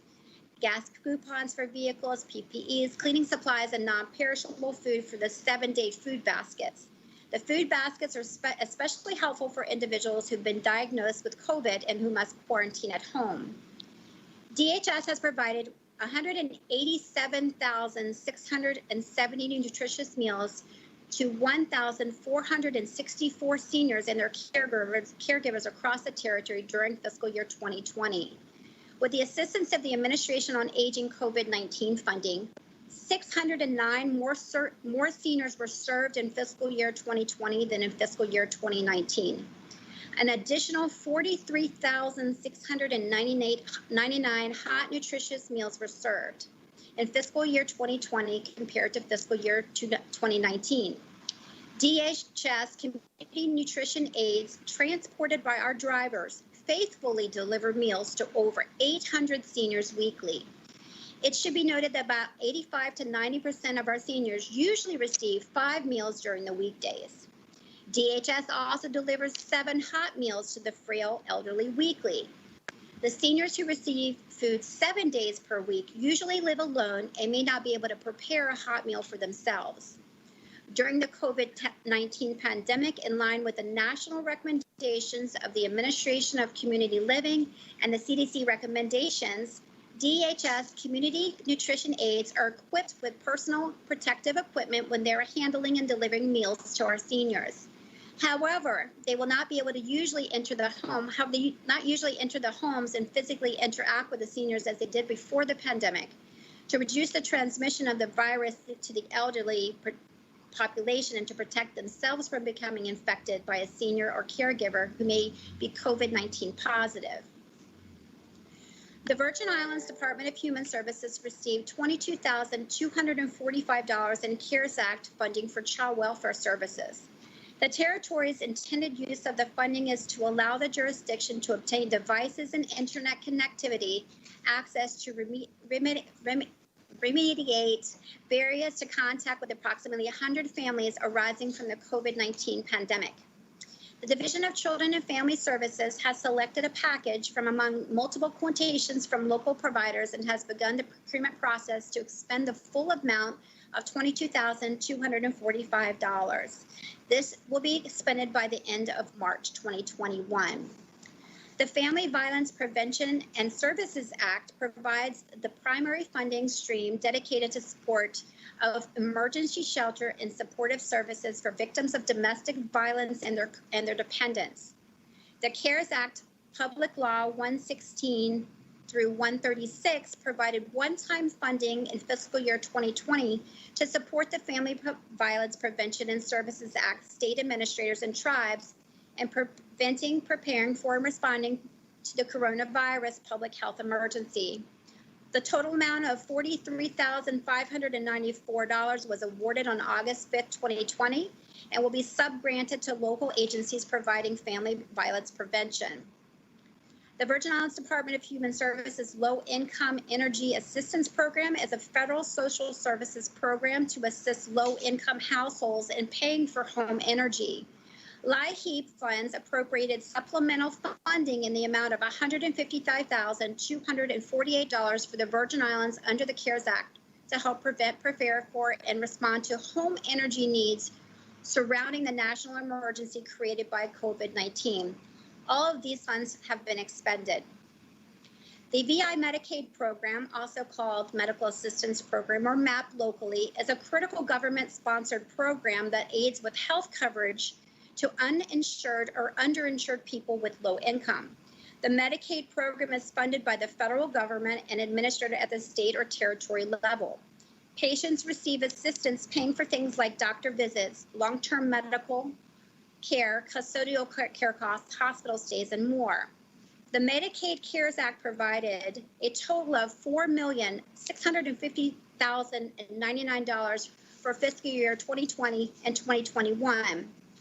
$2,712,500 and $1,937,599 respectively. All funding through the Medicaid CARES Act was additional funding that is not restricted and has been expended for Medicaid services approved under our state plan. During the pandemic, the Department of Human Services has continued to enroll new Medicaid members. As of February 3rd, 2021, VI Medicaid added over 3,500 new members to bring our grand total to 32,732 members. CMS granted COVID flexibilities and waivers, which have allowed our Medicaid members eligibility to be extended without additional verification, and we have been received authorization to add personal care services as covered under our state plan. The USDA Supplemental Nutrition Assistance Program, or SNAP. The Department of Human Services administers the territory's Supplemental Nutrition Assistance Program, or SNAP, through our Division of Family Assistance. Families First provided 2 ways for states to increase benefits for many SNAP participants and other households experience failing income and rising food needs. One was the Emergency Allotment, or Pandemic SNAP, and 2 was the Pandemic Electronic Benefits Transfer, or PEBT. All states, including the U.S. Virgin Islands, selected the Emergency Allotment, which is an opportunity for SNAP households to receive emergency supplementary benefits to bring the household up to the maximum benefit a household can receive. All states except for Guam selected the PEBT option and issued these benefits to replace meals lost during the 2019-2020 school year. Families First extended and allowed states through an improved plan to provide these benefits through fiscal year 2020, which ended on September 30th, 2020, and only 20 states chose to extend these benefits through August and September under this law. And I'm very proud to say that the U.S. Virgin Islands was one of the 20 to extend benefits to our SNAP and non-SNAP participants. The Department of Human Services Division of Family Assistance team successfully coordinated the issuance of supplemental pandemic SNAP, or PSNAP, to our current participants who are not receiving the maximum allotment for their family-sized household income prior to the declaration of the national public health emergency. Between April 2020 and January 2021, the Virgin Islands Department of Human Services issued a total of $13,404,860 to eligible households.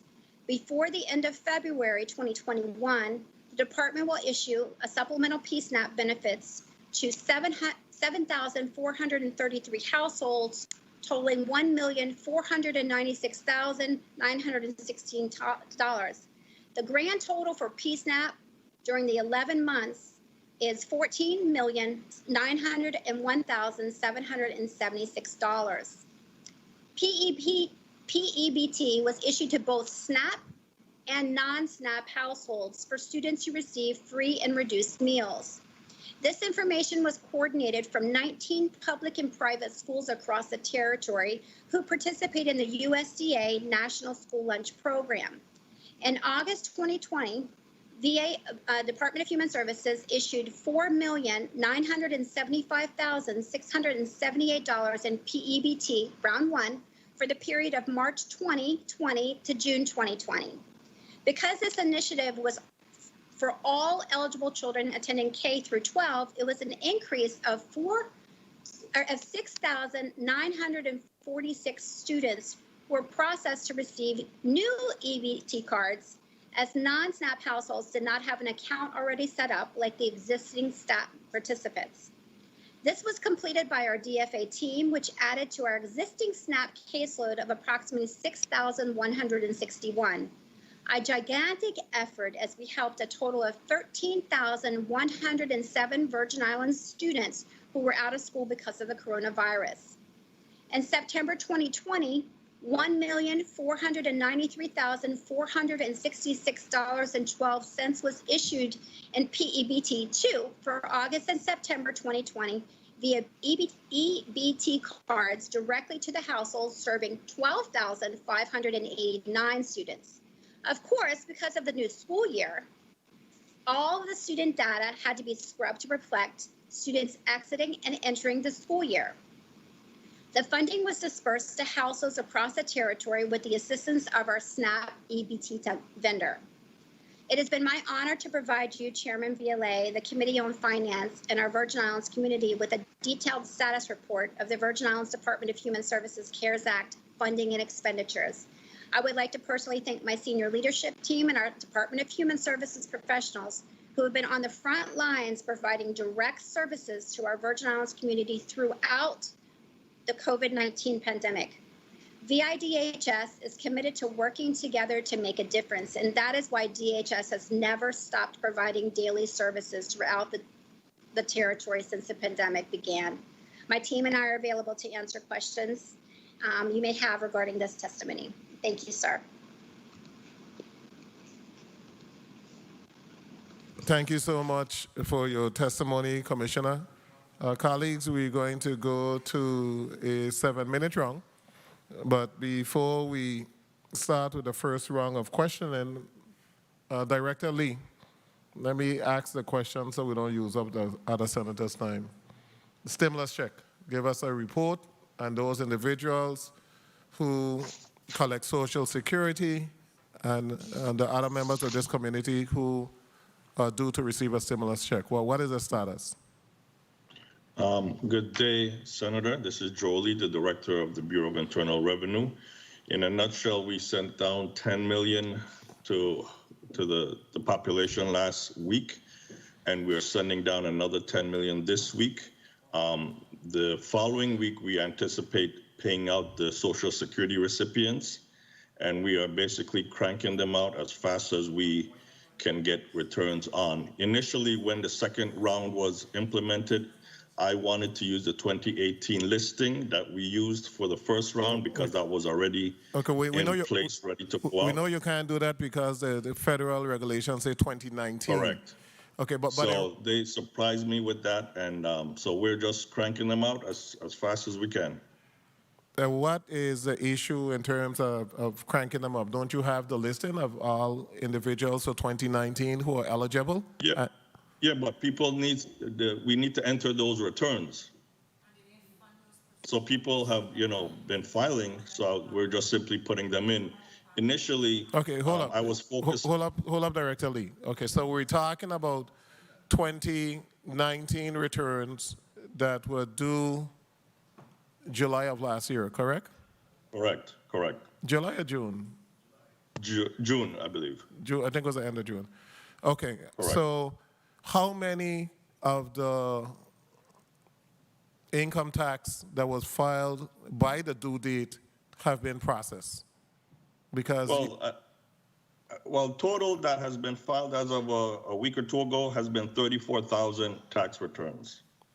Of those 34,000, we have entered 23,000 tax returns. Once again, that was about a week ago, so I surmise between then and now more have been filed and more have been entered. okay, so if you entered 23,000 tax returns from June to now, that would be 9 months that you entered 23,000, which is 4.5 months for 11,500, and you have 11,000 more to go. Is it going to take 4 months?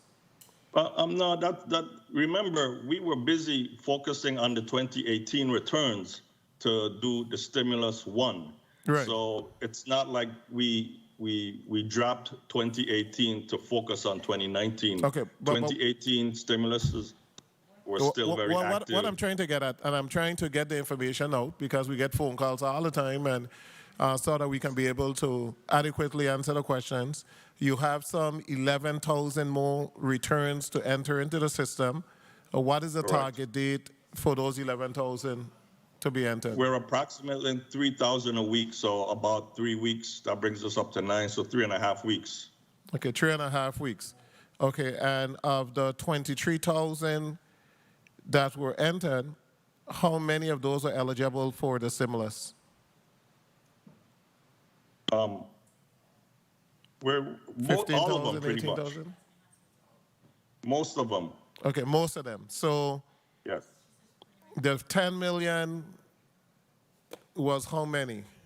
$10 million? Was about 10,000 actually. Okay. So you expect to have this process completed within, what, 5 weeks, 6 weeks?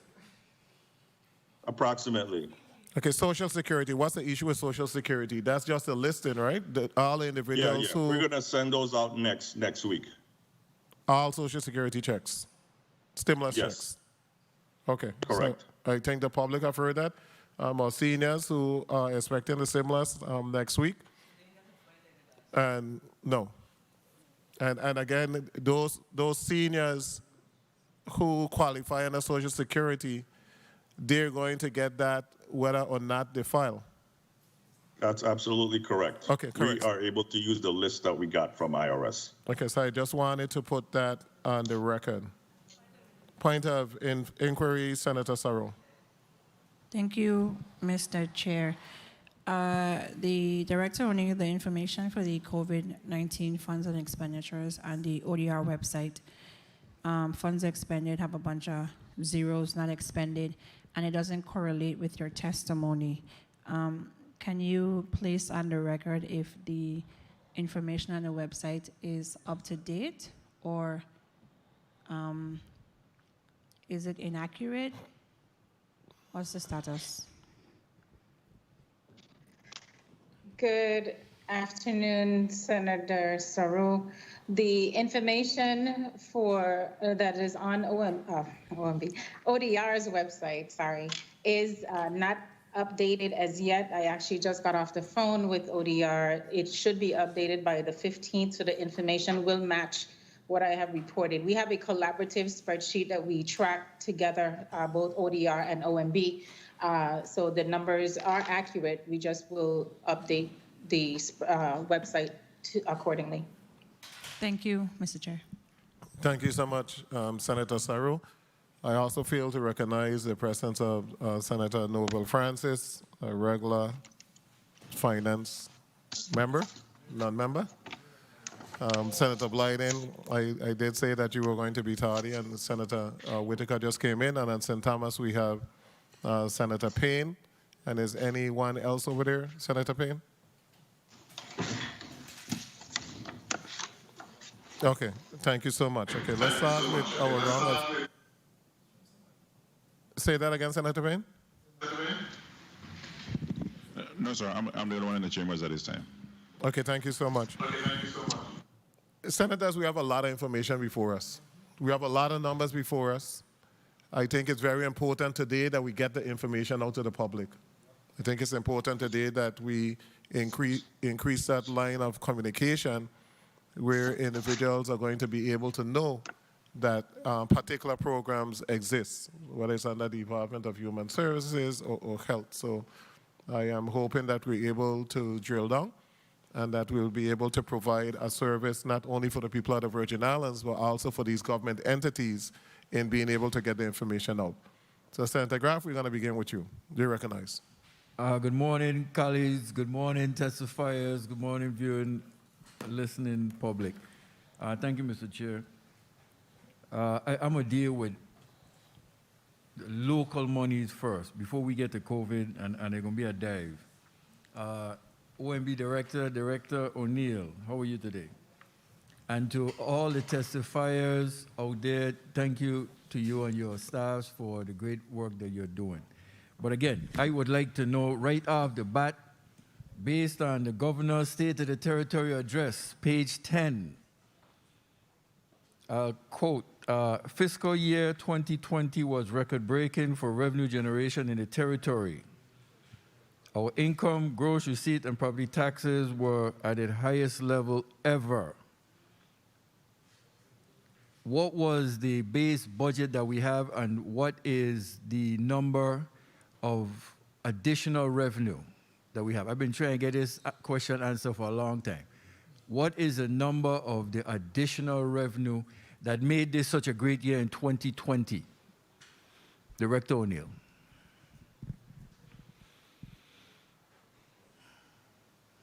I can hold my time, Mr. Chair. Yes, Good afternoon. Proceed. I'm sorry. Good afternoon. Good afternoon.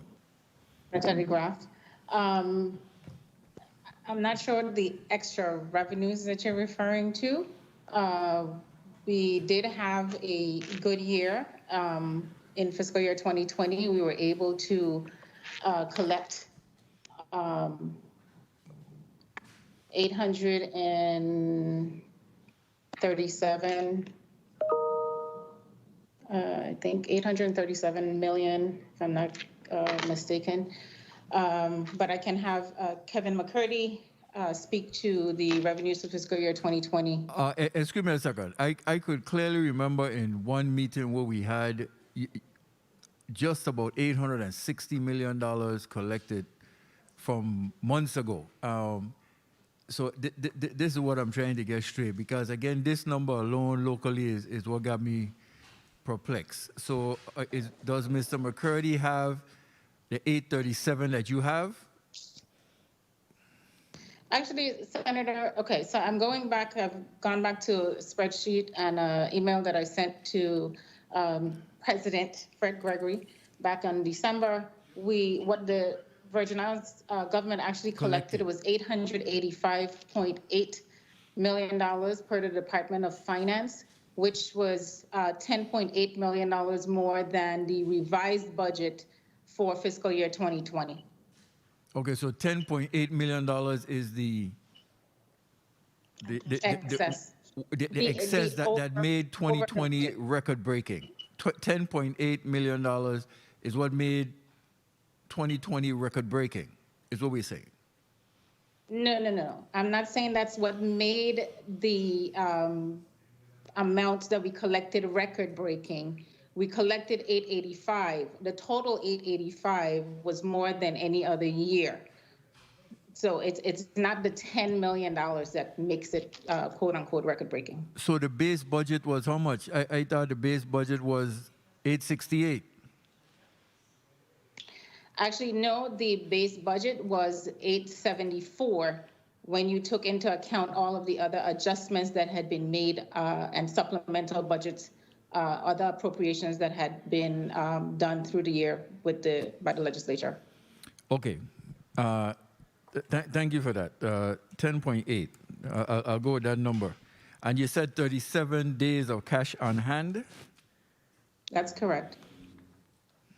Okay, now the 8% that the governor is speaking of paying back, what is the total number to be paid back for the 8%?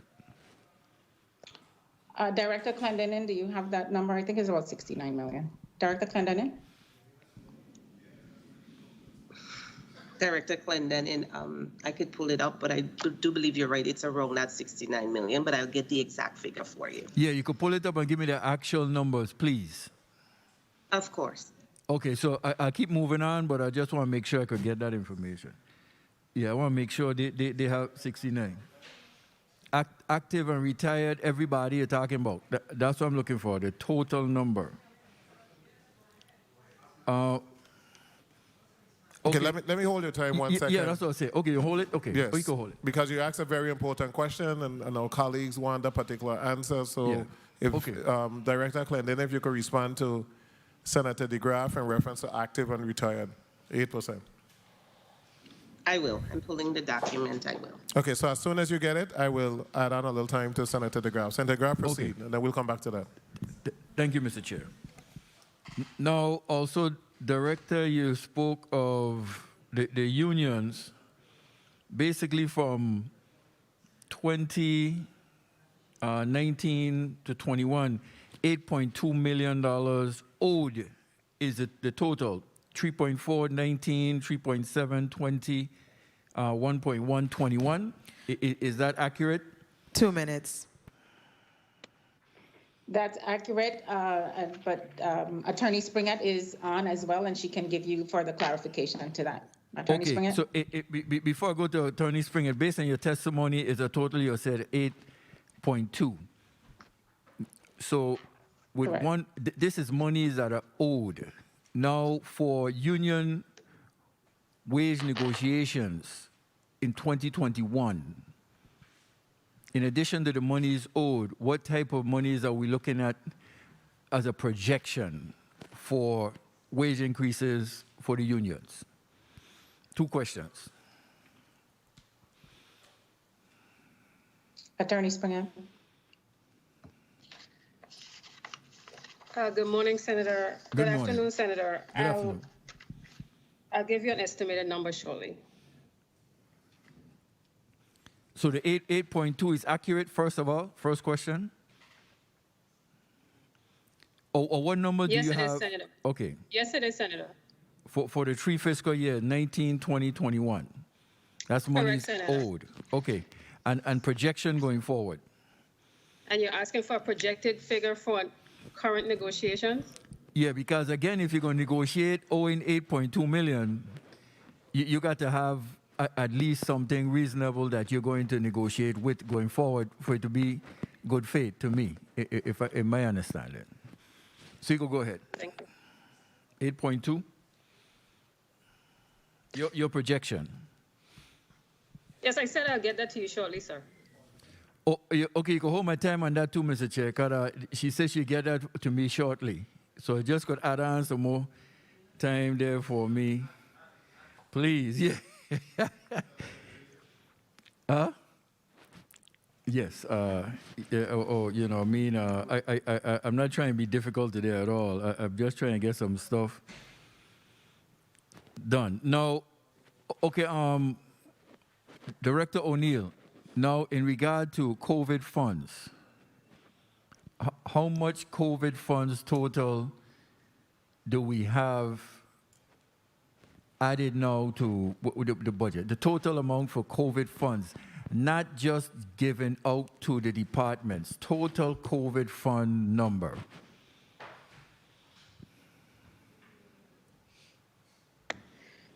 Senator DeGraff, the total funding received from CARES Act is $545.6 million. It's not added to the budget. It's completely separate. It cannot be added to the budget. No, I understand. I'm just talking about now on the federal end. What was your number again? 545.6. 54546. 0.6. 0.6. 545.6. No, I know I was waiting for 2 questions to be answered. My time was called, Mr. Chair, so I don't want to abuse. You could direct me going forward. We could get the questions when they get to them, so I don't abuse my time. Thank you so much, Senator DeGraff. Director Clendenin, as soon as you have those answers, you let me know and I'll allow you to put it. And the OMB Director, Chief Negotiator in regards to projections going Yes, forward. 2 questions, Okay? the one on raises and the one on the 8%. Correct. So we can Clendenin move forward. And thank you for the time, Mr. Chair. Point of inquiry, Senator Sarro. Thank you, Mr. Chair. Just a quick question on the 8% to follow up. My colleagues just distracted me. Focus. On November 13, 2017, when I asked about the 8% and how much is owed, at the time, Director of OMB Nelson Bowery indicated that the 8% was 19 million for 2 years, and the total was 38 million owed for the 8%. Today, you're saying some 69 million. How did you double up? Is that the interest rate? How did you get to that math? Senator, if I may, this is Clendenin. I have the answer. Again, Director O'Neill was making educated guess. But with the facts before us, we have about $37.6 million owed. Thank you. You're welcome. Is that active and retired? I don't want to abuse my Correct. All. 37.6. Correct. Okay.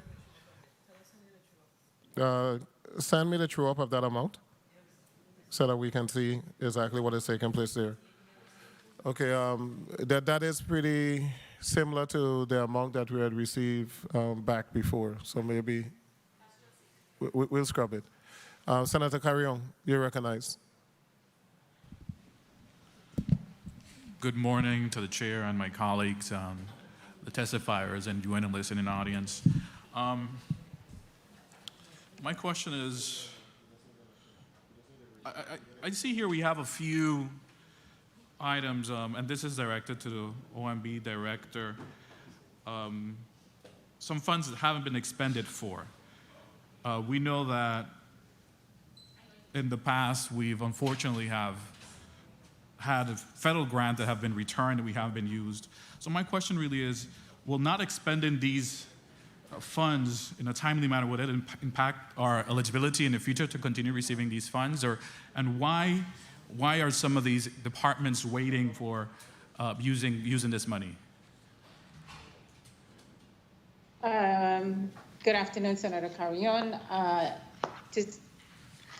The short answer is yes. If we do not expend the funds, it can hinder us from receiving additional funds from any other stimulus packages or package that is approved by Congress. We are, to my knowledge, actively working on getting these funds expended. Why some departments have not expended any as yet, I am not sure, but I definitely will be reaching out to those entities to find out what's going on there. For example, you have Virgin Islands Housing Finance Authority that received $5 million and none of it has been expended. You have DPNR that received $1.2 million and only, excuse me, and only 200,000 have been expended. You have VIPA that received 41.1 million, with only 13.7 million expended, and so on. So haven't you had conversations, communication with these departments and find out what's the status and why this money is not being used? Don't we need this money in the territory? Of course, we need the money in the territory. Again, though, the funds can only be used for specific things relative to COVID. So the departments do have to go through their own processes and determine what is actually needed based on the criteria that they have received from the awarding agency. And that may be the holdup. They may be just awaiting guidance or looking at some other things. I am not 100% certain at this point as to why most or if not all of the funds have been expended. Well, thank you. And I am aware that there are some guidelines and with these fundings. So thank you for that response. I look forward to hearing and making sure that we use all the revenue that we're receiving from the federal government because it's much needed in our territory. Also, with regards to now the Department of Education, I have a concern, Commissioner Barry, Raquel Barry. Can we use monies from the CARE Act to fund a in-person summer program? Given the fact that we know our students, the last year there was a gap with COVID, and some of them are not up to date with their education. So can we use some of that money from to be able to have an in-person summer program? Thank you for the question, Senator. And yes, as long as we're following the social distancing and safety guidelines, we can design a program as such. And let me follow up on that. So has your department designed a program for such? Are you working on that? What's the status with that? Yes, Senator, anything that's in person is dependent on the guidance we receive from the Department of Health based on the impact of the virus at the time in our community. And we have plans to operate both. Whatever is executed is based on the impact of the virus at the time and the advice from our health department. So if I understand correctly, once the Department of Health gives you the green light, you have a program in place that you're ready to execute for our children. Yes, virtually and social distancing in Great. person. That's good news. OMB Director, also I saw that in your testimony, in reference to funds to private schools, what was determined, what did you use to determine how much funds each private school received? That the governor has indicated a $25,000 award to each school at this point. Not sure what criteria was used, but it's $25,000 to each school. So it's that will be 25 awarded. across the board. Okay, that's what I wanted to find out with regards to that. Thank you. And Commissioner Malloy from Department of Labor. 2 minutes. Yes, good morning, good afternoon, sir. Good afternoon. I know you and your staff have been working very hard with the COVID pandemic, but we still have a lot of work to do, and there's a lot of concerns from our community with regards to the Department of Labor. I have received multiple complaints about getting through the department. People have been calling, no one answering, no one to be able to assist and help them with the process. What has been done to ensure that Virgin Islanders are able to get through to someone that can answer the questions? Thank you for that question, Senator. We've done a various things. One, it's very difficult to get us on the telephone. We receive a volume of calls. We are also making calls. We have in-person service on Tuesdays, Wednesdays, and Thursdays from 9 a.m. to 4 p.m. In addition to, again, we have you guys been I'm sorry, have you guys been, excuse me, Commissioner, have you guys been advertising that in-person service you're providing? Yes, we have. Okay. I myself, I just want to let you know, I called this morning about 3 times and had my staff also call about 5 times, and they haven't been able to get anyone to provide any type of information. And just for the record, our community is hurting trying to get on insurance benefits. And it's very frustrating for members in our community that are dealing with this crisis and not able to get any type of information from your office as the process.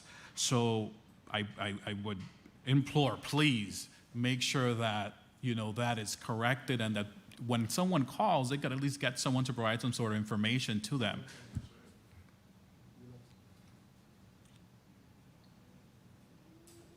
Are you there? Commissioner? Yeah, I didn't hear the last part. The most important part, so please make sure that you have a system in place that when someone calls your office, someone answers and provides the information, because a lot of people in our community are lost and don't know where and how, what's the process, how to get assistance, and our community is hurting. Time. We do, Senator. We have, again, the volume of calls is what is the issue. We've been dealing with the volume for an awful long time, which is why we push to make sure that the in-person service is there. In addition to that, there's only X amount of phone lines in each district, and the phones are being manned, they're being answered. And like I mentioned, we are in fact engaging with claimants online. We do have online meetings, interviews, depending on the situation. So we're using all sorts of media and doing the best that we can to communicate with each and every claimant that's been trying to reach us. Mr. Chair, may I? You may follow up. Go ahead. With regards to that, is it a capacity issue? Do you have extra funds provided within the CARE Act, the money you've received to be able to expand the capacity, hire more staff? What's the issue? Well, the issue is the as I ended the quote, it's the fact that the volume that we've had. This is 18,000, over 18,000 individuals that can file a claim. The process is one that requires checks and balances. That depending on the program, there is information that is being put out to claimants when they receive their check, and they have to submit information back. Some individuals are dropping off a program, so there's a myriad of reasons why they would be concerns. And like I said, we are set up to answer them. The CARES Act funding that we've gotten, we've utilized. It comes with specific restrictions on how much staff we can put on each program. And so we have a maximum of, we have about 60-something individuals working on that. With the fact that we have our workforce development division, it's been a team effort to make sure that we can do the best that we can. Thank you, Commissioner.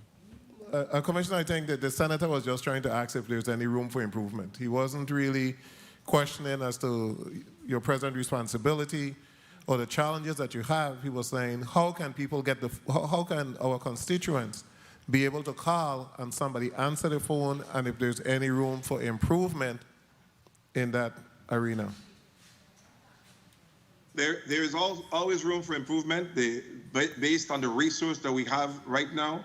Like I said, the best way that we have been recommending is the in-person service on Tuesdays, Wednesdays, Thursdays. We get to see, we've seen over 4,000 individuals since we've been with that process. And we're open today. And like I said, it's difficult to get us on the telephone because we're using the lines as well. Okay. And from February 22nd, according to the testimony of OMB Director, all government employees are back to work on a regular basis. That's correct, Director O'Neill? That is correct, Senator Violet. Okay, so we'll be moving from 3 days a week service to 5 days a week service. Private and parochial school amounts. I heard a flat rate of 25,000. Who gave that answer? You, Ms. O'Neill? I did, Senator Violet. Why isn't that? Yes. Why isn't that based on number of students attending a particular school? Are you going to give a school that have 20 students the same as a school that has 120? Why are we not doing a student count? Well, let me don't answer the question. Hold up, Director. Again, I'm not sure. No, hold up.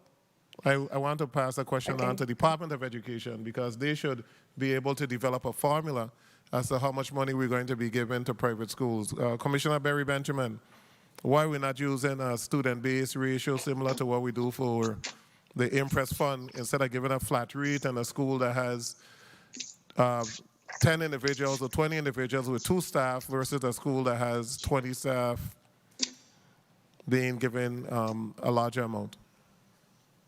Thank you for the question, Senator. The funds awarded to the BI Department of Education that is under our control, we follow that formula, Senator. The governor has the authority to utilize and expend his funds as he sees fit. I cannot respond to the formula that he came up with. But with the funds awarded to the BIDE, that's exactly what we do.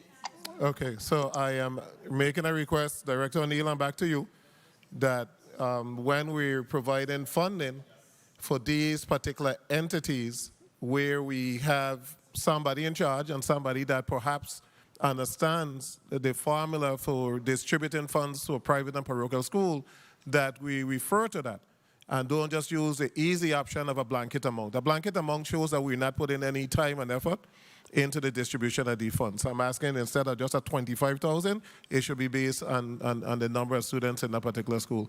Point of inquiry, Senator James. Thank you, Senator Viale, for the point of inquiry. On the same line of questioning regarding the private schools and the parochial schools, it was made mention that there is $809,000 that will go towards these schools.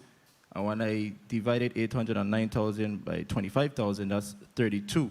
So approximately 32 schools. So my question to the Department of Education is, how many private and parochial schools do we have in the territory?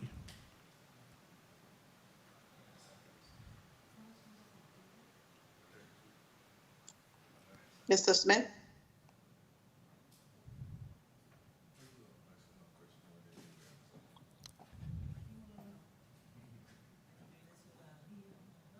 Anyone? Mr. Smith? 1 second, our Director of Federal Grants is going to respond.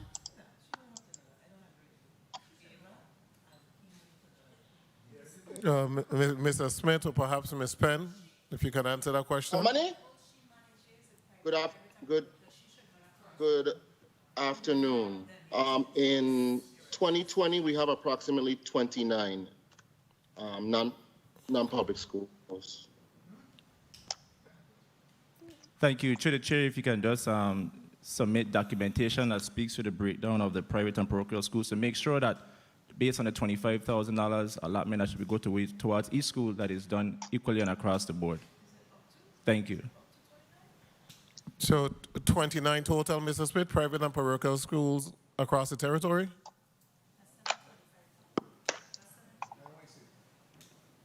Senator, to be clear, those are non-public schools that are participating in our consolidated funding. Okay, so these are schools that are registered under the Department of Education. Correct, Senator. And only those schools are going to be receiving the monies through the Office of the Governor? Or you don't know that? Yeah, we cannot respond to that. Okay, I'm sure some of my colleagues will drill down a bit more. Senator, perfect. Education Commissioner, Senator Fred Gregory. Sorry, Senator Viale, did you want me to respond to the Office of the Governor's? Yes, Ms. O'Neill. We're trying. There's a process under the Department of Education for private and parochial and non-public schools to register that they're an existing school. I think that the question is as to whether or not the monies that are going to be allocated from Office of the Governor is going to be for those that are registered and also for those that are not. Well, we're trying to find out the formula. We have a list of the 29 schools that we are processing the $25,000 payments for. And again, this is in addition to anything they get from the Department of Education. This is just from the Governor's Fund. And this is from the first tranche or the first grant. The Governor still has a $16 million grant to expend, where I am positive that more funding will be provided to those schools from that. Okay, thank you so much for that information. The chart that you provided to us, Director, I'll go to the next senator after I think we'll have a point and then I'll go. Does it include the updated amounts that we received under the last CARES Act that was passed in December? Yes, Senator Viale, it does. Like if you look at the OMB tab, for instance, you will see the additional $16 million for the Governor, the Office of the Governor, and you should see the $21.3 million as well for the emergency rental assistance. So it should be inclusive. It is inclusive, to my knowledge, of all of the funding that was just awarded in December. Okay, thank you so much. Senator, we'll take you at a point quickly. You may proceed. Thank you, Chairman, and good afternoon to all listeners. Good afternoon to everyone, to my colleagues. A point of inquiry to Commissioner Barry Benjamin. A constituent brought to my attention, a teacher, and more than one teacher actually, The question surrounding the governor during the State of the Territory address indicated that he would provide checks as part of just a goodwill gesture. And there was a group of teachers who did not receive funds. Who is the person right now in charge of issuing those checks? And did all teachers receive that, including paraprofessionals, teachers also at the Career and Technical Education Center? Thank you for the question. The first round of checks were distributed. Notification went out to all employees indicating that the second round of checks will be distributed, so staff members are aware. The Office of Management and Budget has taken the lead on this, and our Human Resources Office at the VI Department of Education. As soon as we receive those second rounds of checks, they will be distributed to those who were supposed to get in the first and did not. Okay, so there's a few who did not get it, who may not have been included in that, so I'll coordinate with your office to get to the bottom of that, but there were some who did not receive the check and they had questions regarding that. Okay, thank you. Commissioner, just to be clear and make it simple, everybody wasn't given a check in the first round, correct? Correct. There were some individuals that once we pulled the report were not included in the report. Okay. And they are getting in the second round. When is the second round? I don't have the exact date, but very soon. I'm not sure if Ms. O'Neill can assist. Ms. O'Neill, get a date for me. When is the second round? So we could just put that to an end right now. Everybody will know. When is the second round? The second, actually, the list was sent to Government House. I expect to have that back by tomorrow. And as soon as we get that back, the checks will be processed. So I would say by next week, the second set of payments will be made. Okay, thank you so much. Senator Gregory. Thank you, Mr. Chair, and good afternoon to everyone. Good afternoon to my colleagues and to the testifiers. Director O'Neill, so we have $500.5 million worth of COVID dollars that came into the territory. That's about a little under 67% of our total budget. And in FY 2021, we see that there is a $10.8 million, I'm not going to call it a surplus, I just say monies that we did not expend, because I think we need to be mindful of having those surplus type discussions. But I'm noting also that in your testimony, you didn't number your testimony, so you have $11 million that was reimbursed to the GVA for COVID-related payroll. What fiscal year was that in? Senator, that was in, actually that reimbursement occurred in fiscal year 2020. Okay, so fiscal year 2020. So it means that, is that $11 million directly correlated to this 10.8? No, Senator, it actually is not. So then your surplus was higher. Then your surplus was higher because you got a reimbursement and you had revenues that came in at 10.8 in excess. So if this was this $11 million tied to related payroll that was for positions that were appropriated for FY 2020? That's correct. Okay, Senator. so you have $22 million, almost $23 million more in excess. Am I onto something here? No. Well, help me to understand what I'm not onto. Tell me if you reimburse, stay with me. If the federal government reimburse you $11 million against your appropriated expenses, and how did you count it then? Isn't it not tied to the excess funding that's available? No, Senator. This funding was specific to COVID. There's a number of, and was not included as part of your regular appropriations. This was in addition to that. We had a lot of overtime that was paid out. Absolutely. So it's not inclusive of Absolutely, You can't Director. Absolutely. But that's why I specifically asked you, and I really didn't want to belabor this, but it's important that I do. I asked you specifically, the payroll that was reimbursed, was it tied to payroll that was appropriated by this legislature in 2020? Accurate? Yes? It was, yes. Okay. Accurate. So if I'm reimbursed, it means that those monies went back into the government coffers, correct?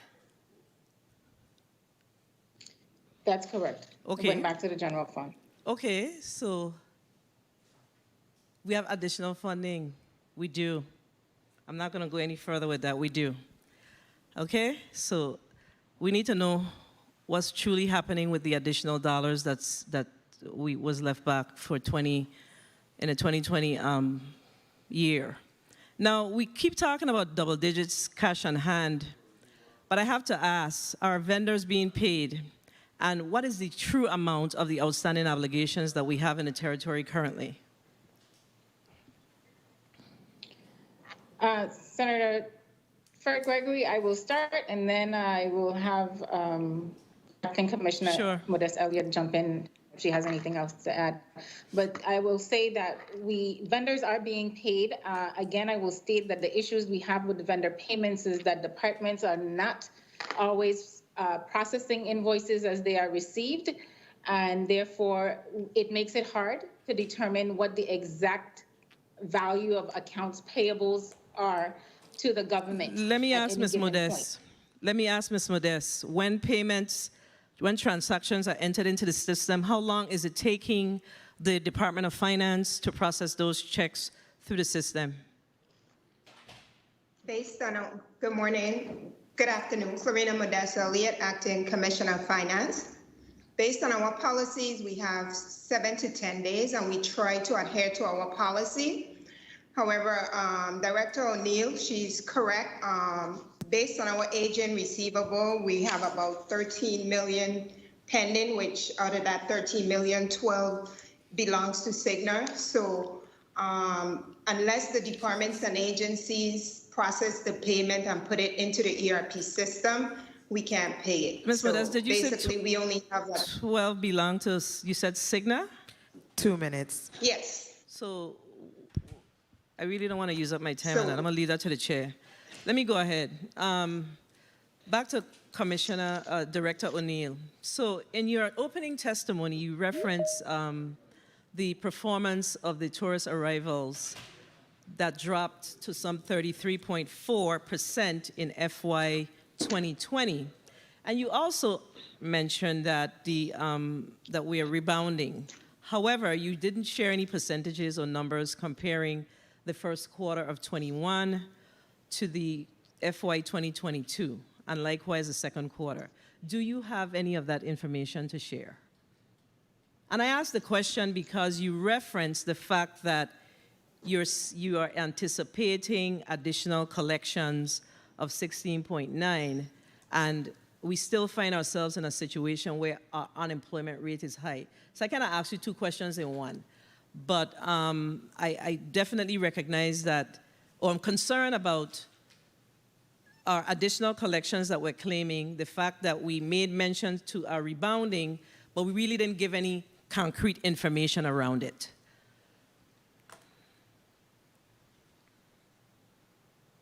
Thank you for that question, or those questions, I should say, Senator Fred Gregory.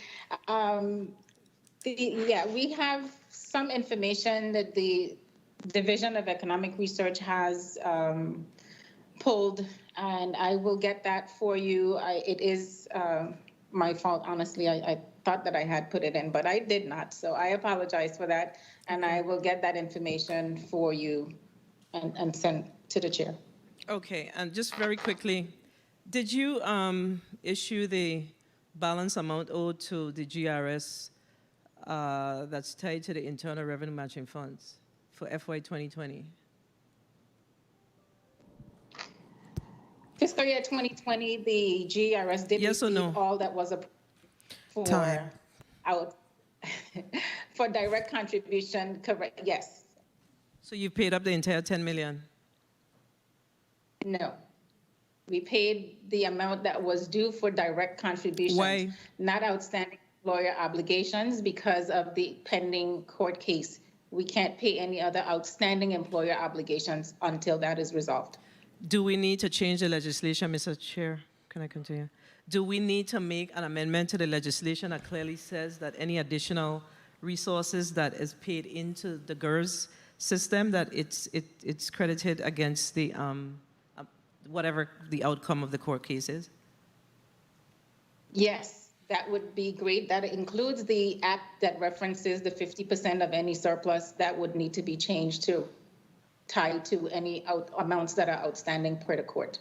All right, thank you. I have more questions, but I'm certain that we're going to have another round. Thank you for the time, Mr. Chair. Thank you, Senator Fred Gregory. I had a question, and the last one just threw me off. Director O'Neill, the next burning question, retirees, the $10 million that was just passed for retirees retroactivity, are we able to process and get those retirees paid?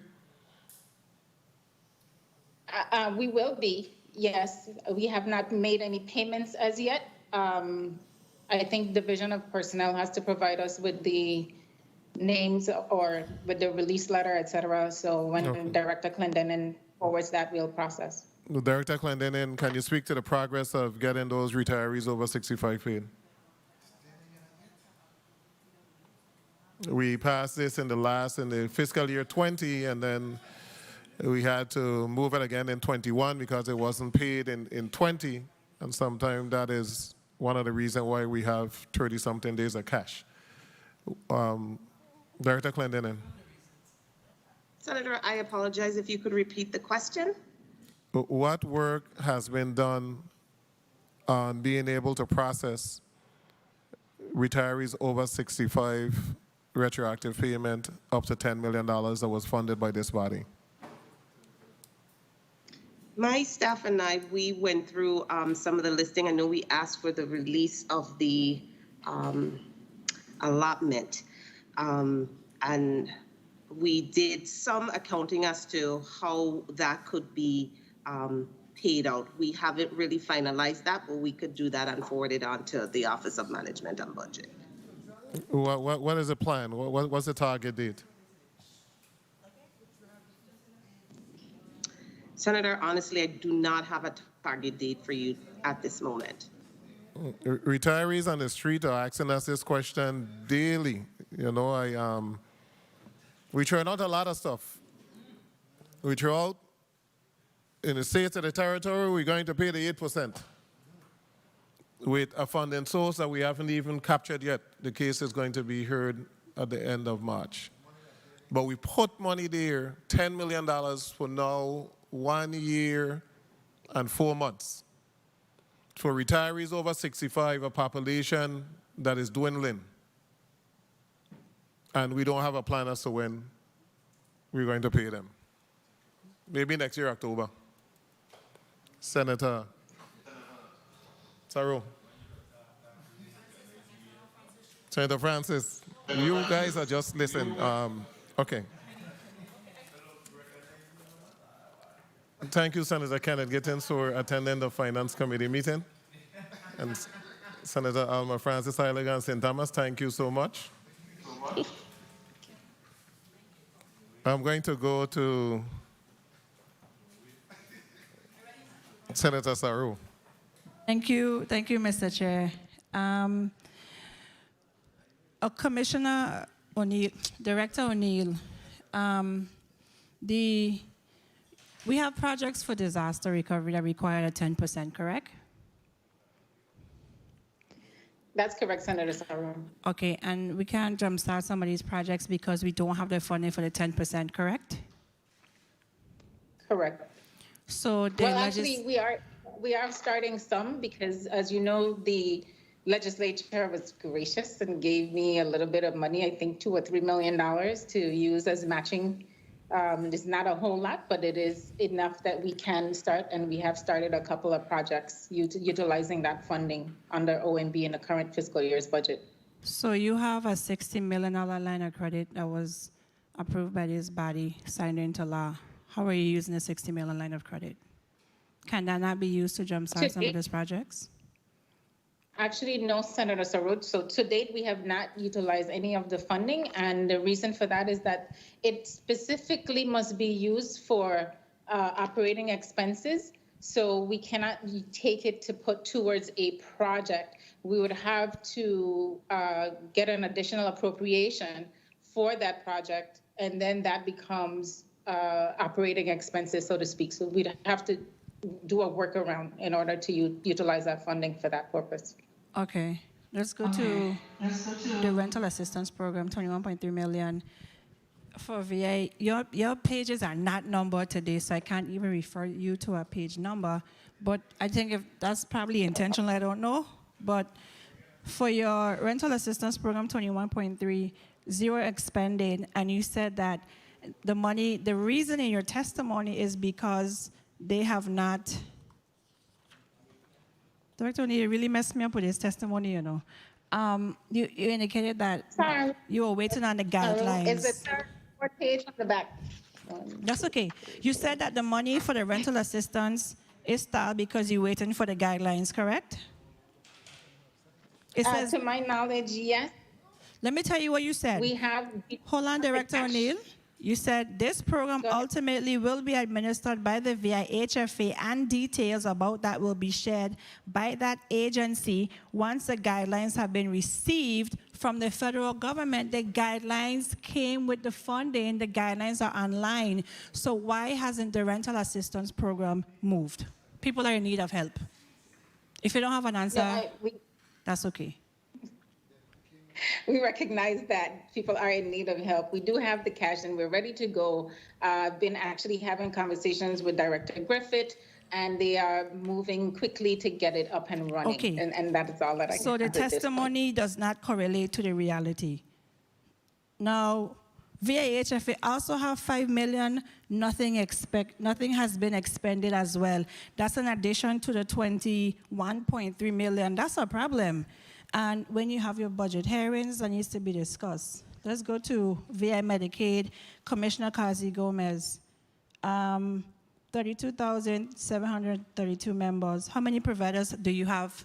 I'm sure you've enrolled some more in the pandemic, right? How many providers do you have currently in MAP? Over 600, Senator Saru. I can get the exact number. I can pull that How many contracts report, from yesterday. How many contracts pending? Contracts pending for Medicaid specifically? Contracts pending. Or in general? I can get that for you. Commissioner Kazi, you know I come in to talk about MAP. Why you don't have that information? How many contracts are pending at property and procurement? Provider agreements? Huh?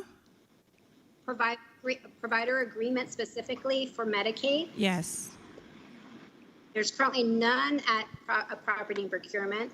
All the ones we sent, they've been executed. We actually executed, I believe, 6 or 7 over the last 2 weeks. So the 33 that were pending. So the 33 providers that were pending, you had the provider agreements pending. All 33 have been approved.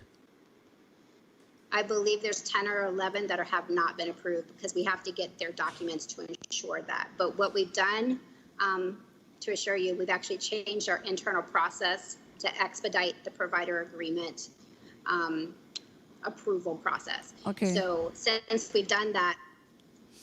So since this is a finance hearing, and I know we have a CARES Act component, and this is the government. What's your outstanding amount of MAP funds due to providers? I'll have to check. In the millions, right? And get back to you.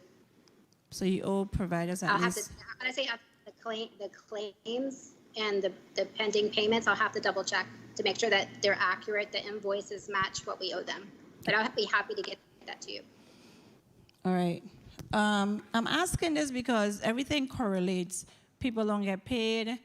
You have a reduction, or you don't have as much income tax, gross receipt tax. Everything is correlated to the overall fiscal health of the territory. 2 minutes. Hence my line of questioning. So before the day is out, I need the information on what is outstanding due to MAP, and as a result of us not paying MAP, providers continue to pull out of your program. You're aware of that as well. And when providers continue to pull out of the program, access to healthcare becomes a problem within the territory. So we have, this looks good, 600 providers, but you really don't have 600 providers sitting waiting for people to come within the geographical boundaries of the territory. Director Lee, stimulus checks, are you there? No. Director Lee?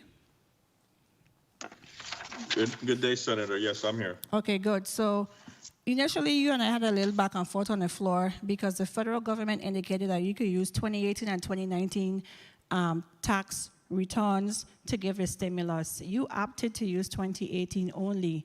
My disagreement with you at the time was a person's position could have changed, their status could have changed in the 2019, so they could have been employed in 2018.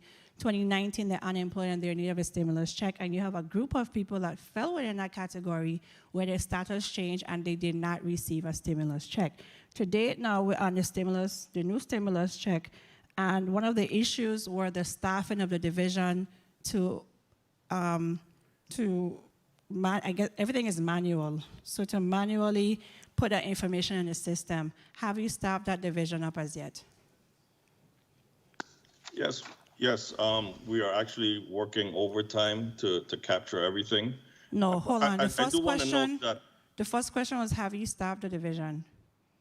How many people have you hired? Well, we really haven't hired. Other departments have pitched in.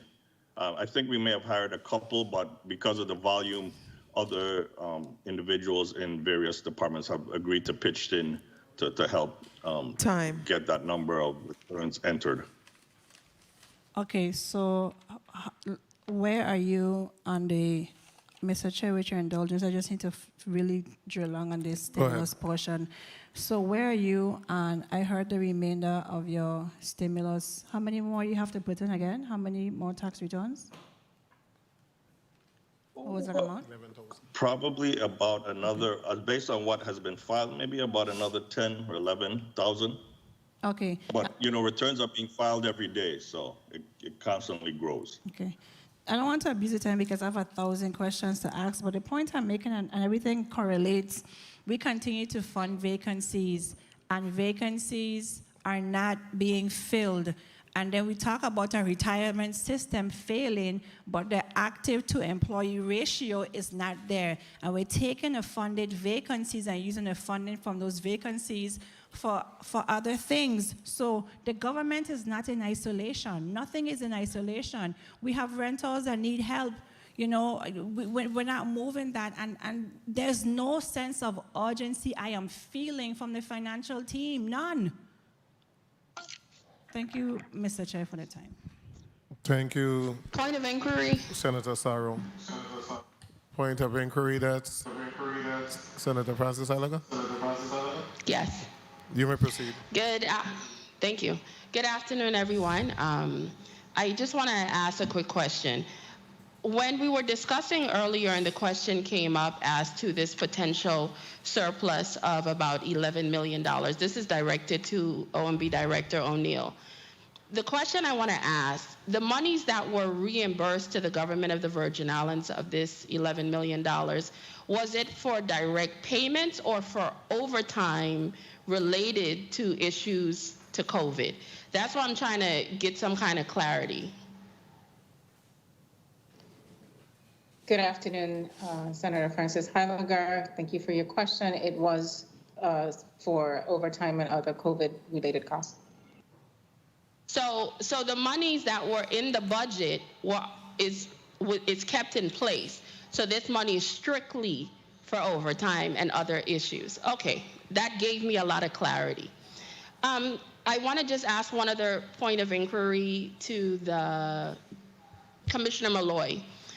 You spoke a little bit about issues about a lot of... 1 minute, yes? Senator. 1 minute. A point of inquiry can only be to one particular senator. You're going on your wrong of questioning, so I'll come back to you. Thank you. Okay. Senator James, you recognize. You got a point, Senator? Okay. Senator James. Thank you. Good afternoon to the people of the U.S. Virgin Islands, and thank you, testifiers, for being here today. To OMB, regarding our farmers in the territory, it was made mention in your testimony that they should be receiving $23,500 total for the farmers on St. Croix for the 500 stimulus. My question regarding that is, how much was expended? Have we exhausted all the funds and given it to the farmers? Good afternoon. To my knowledge, I don't think all of it has not been expended. We are awaiting some information from the Department of Agriculture relative to some of the farmers not having their vendor numbers, et cetera, but I will get the exact number for what has been paid out in a few minutes for you. So, as of today, have any other farmers benefited from this $23,500, or is still on a standstill total for everything? No, Senator. Some have been paid. I will get the exact figure for you shortly. All right, and briefly, if you could just explain to me, what is the process for individuals to be able to tap into this benefit, and how are we going about spreading the word so individuals can utilize this funding that is available? The farmers are to apply through the Department of Agriculture, and the Department of Agriculture then forwards us the names of the individuals, and we process the payment here at OMB. Thank you so much for that. And it was mentioned that the Department of Education, VI, NGN, and the Virgin Islands Housing Authority are working to extend the Wi-Fi in our housing communities, community centers, public spaces, and libraries. Do you know if they're utilizing those funding as yet? And if so, how many have they expended? How much have they expended? To date, Senator, they have not. The NGN has an RFP that they put out to secure the equipment. The contracts have not been awarded as yet, so they do have the funding available. They are, however, working on that initiative quickly. And when do you think that we can see some actual movement to make sure that we put these things in place to make sure that our young men and women, specifically our children who are in school, can be able to tap into this Wi-Fi extension that you guys are installing? I can't speak for VINGN, but I will say that I do know I had conversations with them up to last week, and they are prepared to move. They are moving on it, I should say, in the award for that contract for the equipment. So I would assume within the next couple months, it should be up and running. Thank you for that answer. And I know that you guys are doing your very best. I don't even know how some of you guys sleep at night, but I do salute you guys in the COVID-19 efforts. But I really want to make sure that we are utilizing the funding that is available to help our young men and women who are in school when it comes to getting access to Wi-Fi so they can be able to further their education. We love to say that education is the key to success, so let us make sure that we continue to give them the keys so they can be successful. The first ESF grant is a total of $6,200,635. And the second ESF grant is a total of $16,510,828. But it was made mention that the first grant must be exhausted before we can tap into the second grant. So can you speak to me, OMB, about the strategy to utilize the remaining of the funds so we can tap into the second ESF grant? Yes, Senator, the remaining funds, the governor and the chief of staff is meeting and determining where the excess or the balance of the first grant, where those funds will be spent. I'm not sure exactly what or who will be paid from it, but the governor is looking to get those expended within the next month to two, so that he can start tapping into the $16 million second grant. Okay, and thank you for that answer. But knowing the testimony made mention of how much is remaining from the first grant, Can you speak to what is available? 2 minutes. I will give you that figure as soon as I open the spreadsheet. Give me 1 second. All right, please. Or you can go to your next one. So moving right along, I know we stressed on the whole conversation with the private and the parochial schools, but as far as the person to contact, for individuals who are listening out there, who do they contact regarding this fund?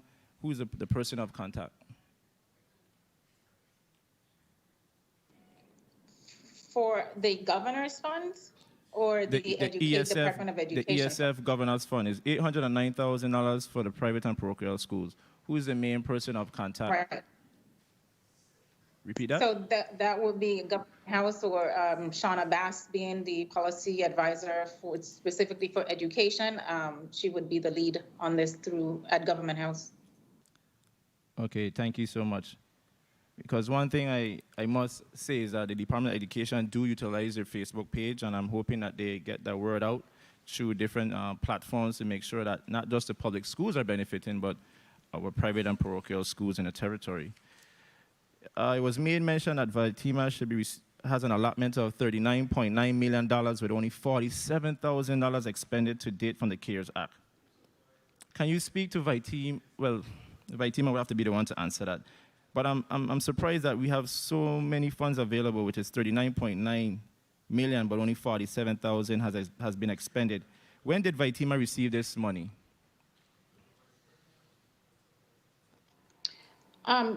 Senator, I'm not certain of the exact date that Vitima received the funding, and I want to say most of this was probably through FEMA, and they are going through a process of having the project worksheets approved, et cetera. But I don't have any other information about the Vitima funding at this point. To answer your question on the Office of the Governor's ESF, $4.9 million has not been expended, but in terms of what is appropriated or allotted, all of it is allotted. We just have not paid out everything as yet. Mostly because a lot of the scholarships, et cetera, have yet to be applied for and paid.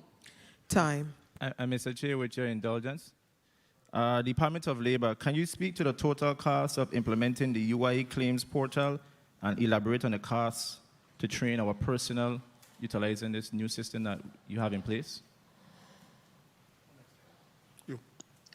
Good afternoon, Senator. Thank you for that question. The UI claims portal we received a grant. It was approximately $729,000 from the U.S. Department of Labor, and that was the funding used to be able to do the conversion of the MyUI portal.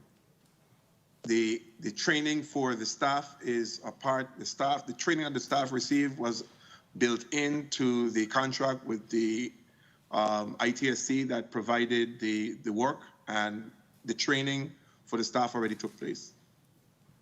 Thank you so much regarding that question. I don't want to abuse my time, but it's very important that you spread the good news regarding the UI claims portal. It's about time that we get up to time with technology. I know the governor continues to brag and boast about digitizing government, and this is one step further to that. So congratulations to the UI division and the Department of Labor for updating that software. And thank you, Mr. Chair, for the time. Thank you, Senator James. Starting with IRB, we funded a number of vacant positions in the 21 budget. Let me know by department as to whether or not you've been able to fill any of those positions. I'll start with Internal Revenue. Hi, sir. I will have to get that specifically from you. Well, we have hired, I think, about 3 or 4 people. 1 minute, Mr. Lee. Don't think. Just call your individual who's responsible for that and get me a number, and I'll come back to you. I'll make that. Going on the line, internal OMB. We also funded a number of vacant positions, OMB. Have you been able to fill any of those positions? Yes, Senator Violi, I have hired a compliance manager and 2 performance manager, 2 performance analysts. So yes, I have hired. Okay. Internal, sorry. Department of Health.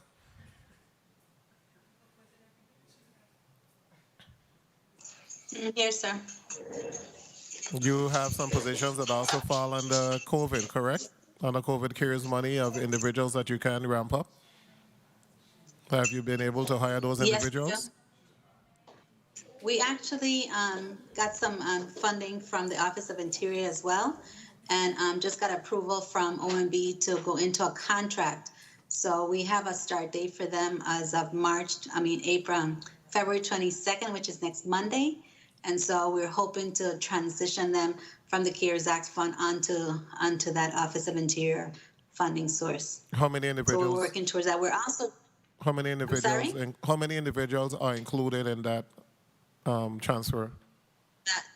That's actually 27 individuals. We actually have another set of individuals we're trying to bring on board also, but that funding is actually going to be utilized through the 2.5 million and more from the FEMA funding. Okay. And so that's going through a assistance project. Okay. You have those 27 individuals. Those are the individuals that came on last year, right? Correct. Okay.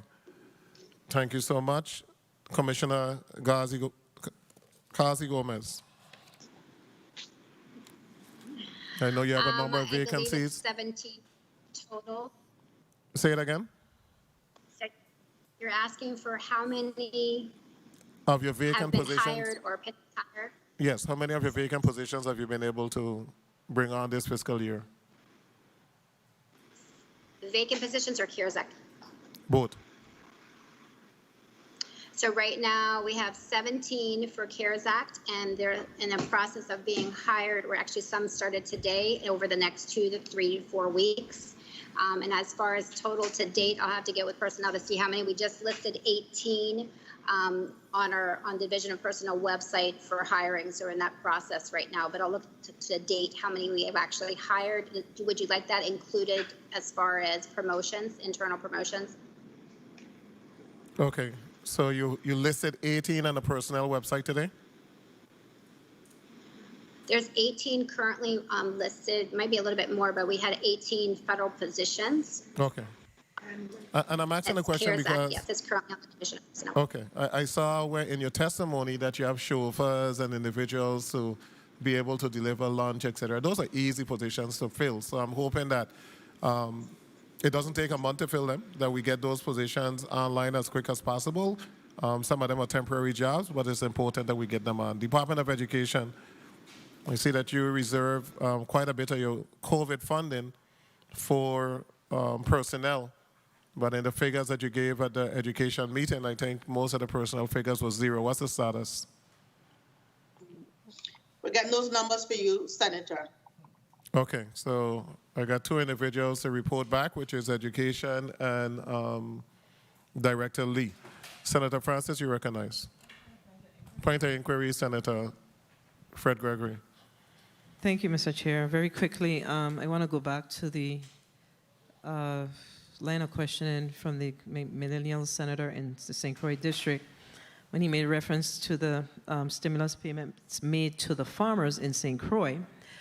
Director O'Neill, is there stimulus payments for the farmers in the St. Thomas, St. John district? I see that's $23.5 thousand available for St. Croix district farmers, but I don't see any stimulus for St. Thomas, St. John's district farmers. Senator Fred Gregory, at this point, I am not aware of any payments for the farmers in the St. Thomas district. I will endeavor to find out from Department of Agriculture what that is and when that's coming. Well, thank you. I guess the St. Thomas, St. John district don't have any farmers. Let's get that right, okay? Thank you. Thank you, Senator Fred Gregory, for looking out for your island district. Senator Francis. Thank you very much, Mr. Chairman. Good afternoon to you, my colleagues, and good afternoon to the people of the Virgin Islands. I, too, want to join in saying that my heart is heavy, and I continue to wish the family members and those individuals that was impacted by the helicopter crash yesterday and continue to keep them in my prayer. I also want to extend commendation to those brave first responders that cleared their way through that rough and rugged terrain to get to do what they usually do, and get to the victims. We certainly appreciate your work and commitment. First responders continue to put their lives on the line every single day, and I want to really commend them for that. So I'm hearing a lot about the monies that we have. We had $870 million in revenue collections, $545 million in COVID-19. We're talking about almost $1.4 billion in cash that we have seen circulated throughout this Virgin Islands in FY 2020 going into FY 2021. So we got to continue to really manage that money and make sure that we get to those people that need it the most. I also want to caution that, in fact, we're coming up on our looming Medicare cliff once again. And we got to be mindful that despite this COVID funds coming in, that really wouldn't address the Medicare cliff that we're coming up against. OMB Director, in regards to the $1,000 that was promised to the students, high school students, can you give me a status report on where we're at with that? How many students have received that money, or what's the status with them receiving the money?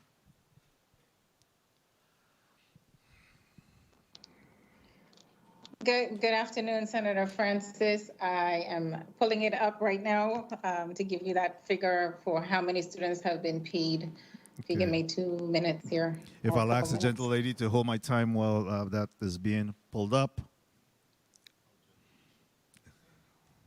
Hear that voice? Very gentle. You can move on, and I'll give you more time. And so we'll go quickly while we await that information. And also, while you're looking for that information, Madam Director, if you could find out exactly how much money we're giving to our NGOs and nonprofit organizations as well from the CARE Fund, I'll appreciate it. Commissioner I have. Kazi Gomez. I have. You ready? Go ahead. Okay, so we've had 148 applications submitted, 126 applications processed. We had 80 checks issued, 81 issued. One was returned because it was duplicate. So we have 80 that have been paid out so far. 22 were returned for a number of issues to the Board of Education. So we're waiting on them to send those back to us at this point. Very well. We still have a number of students that's reaching out and say they have not received the money yet. So we need to create a portal or by some means where they could grieve this particular issue and be able to receive their monies as promised. What about the... Yeah, they can apply to the Board of Education, and once they submit to the Board of Education, the Board of Education sends OMB the list of all of the students, and we process the checks immediately upon receipt. Very well. The NGOs and nonprofits that receive CARE funds.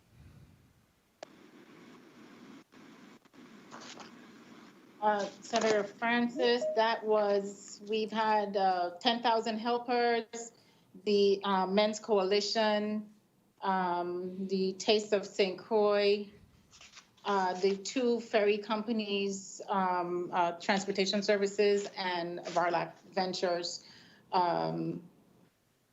Those are what I have. Very well. Any others slated to receive money?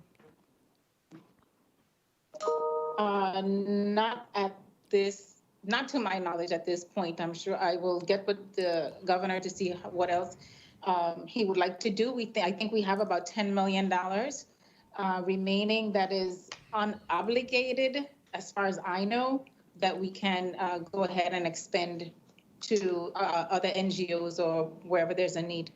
From the first, this is from the Treasury CARES Act money. Correct. Very well. Thank you for that. Commissioner Kazi Gomez, in regards to your chart and page 3 of your testimony, I see where there's CARE Act, caregiver support in the amount of $250,000 and only $18,946.47 have been expended or encumbered from that funding. What's the status and how individuals could access? Because I know we have a lot of caregivers in our community that could really make use of this funding. I have a little bit of an update. I actually, that was incorrect. It's $70,848.83. have actually been expended. We have 119 clients, so we're all well on our way of spending it. Very well. So And we're as far as the access to the program specifically, Arlene Evans O'Reilly is our point of contact for our family caregivers program. okay. So we need to do a little bit more on public education because I know that that money could be fully expended.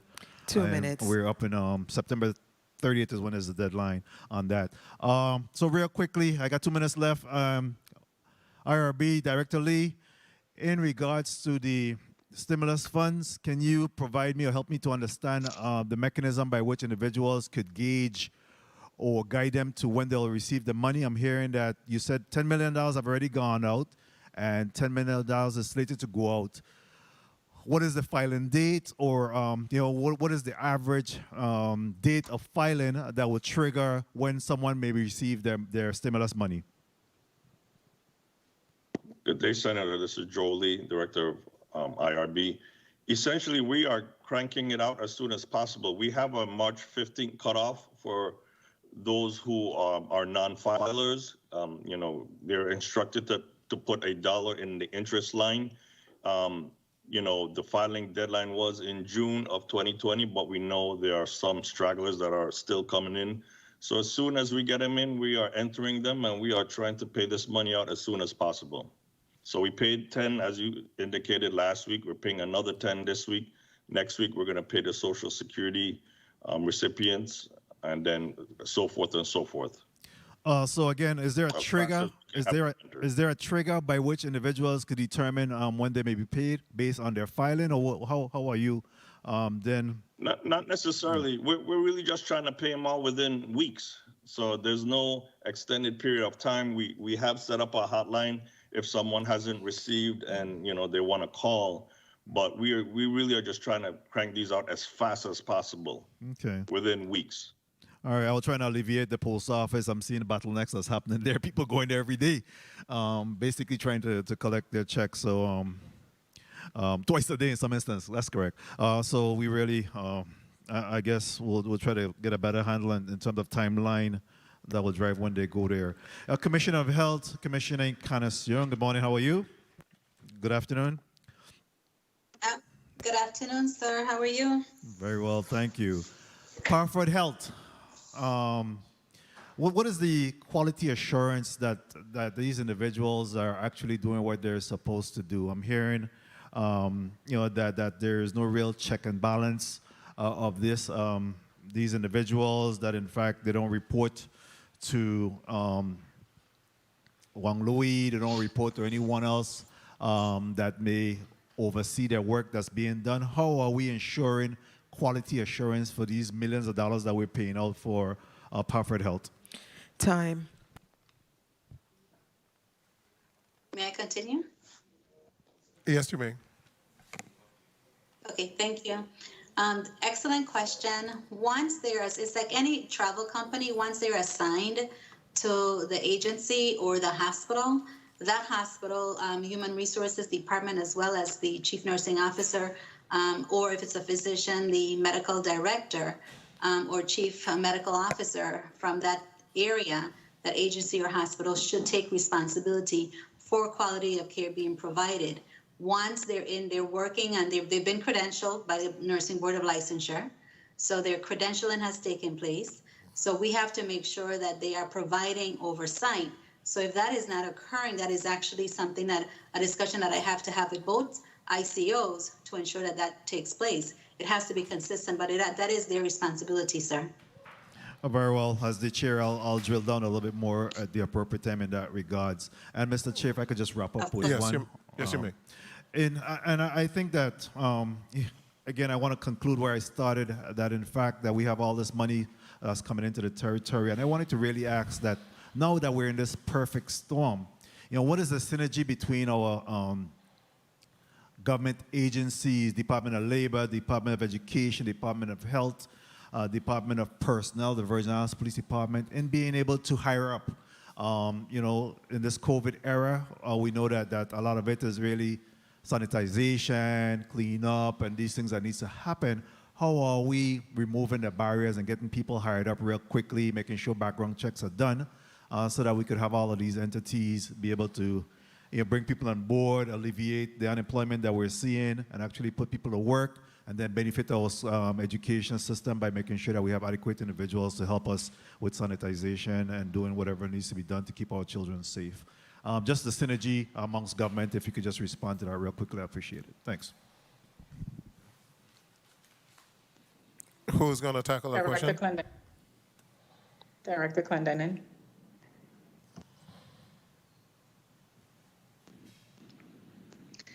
Good afternoon, Senator. Director Clendenin, Division of Personnel. We work closely with Commissioner of Health as well, and of course other entities. But we're still bound, although it's COVID, we're still bound by CBAs and rules and regs to bring people on board. We're trying to find ways every day to mitigate that. We've asked agencies, offices to, when it comes to cleaning, ensure that their facilities are cleaned, employees don't gather in common areas, wear your mask, wash your hands, sanitize. That message is being communicated all the time. We're also asking them where they have the ability to telework, to go ahead and allow employees to do that. One minute, Director. It wasn't, the question wasn't speaking to what you're presently doing with the staff of the government of the Virgin Islands. The question is, how are we going to ramp up? How are we going to fill vacant positions in an expeditious manner? How are we going to be able to channel individuals to Internal Revenue and Education and Department of Health? They all have numerous vacancies. How are we going to be able to get them in those positions? Thank you for clarifying that, Senator Viale. Again, we work with the departments. We're still bound by some of those collective bargaining agreements in terms of the amount of time we have to advertise some of those positions. But we are staying on top of the agencies to say, hey, we sent you a list. You don't have to perhaps interview all 50 people, choose the best 5. We've done a lot of advertising and, that's not a good picture, a lot of advertising locally and abroad to try to get people in. It's a bit difficult to do it faster when we look at some of the policies, the CBAs in place. In a recent study, we looked at the federal government. It takes about 106 days to get somebody from that PRF on board. Division of Personnel, we have managed to bring our numbers down to some 76 days and still trying to cut that down even further. So we are working on that. Thank you so much, but I just want to caution that we're on a state of emergency.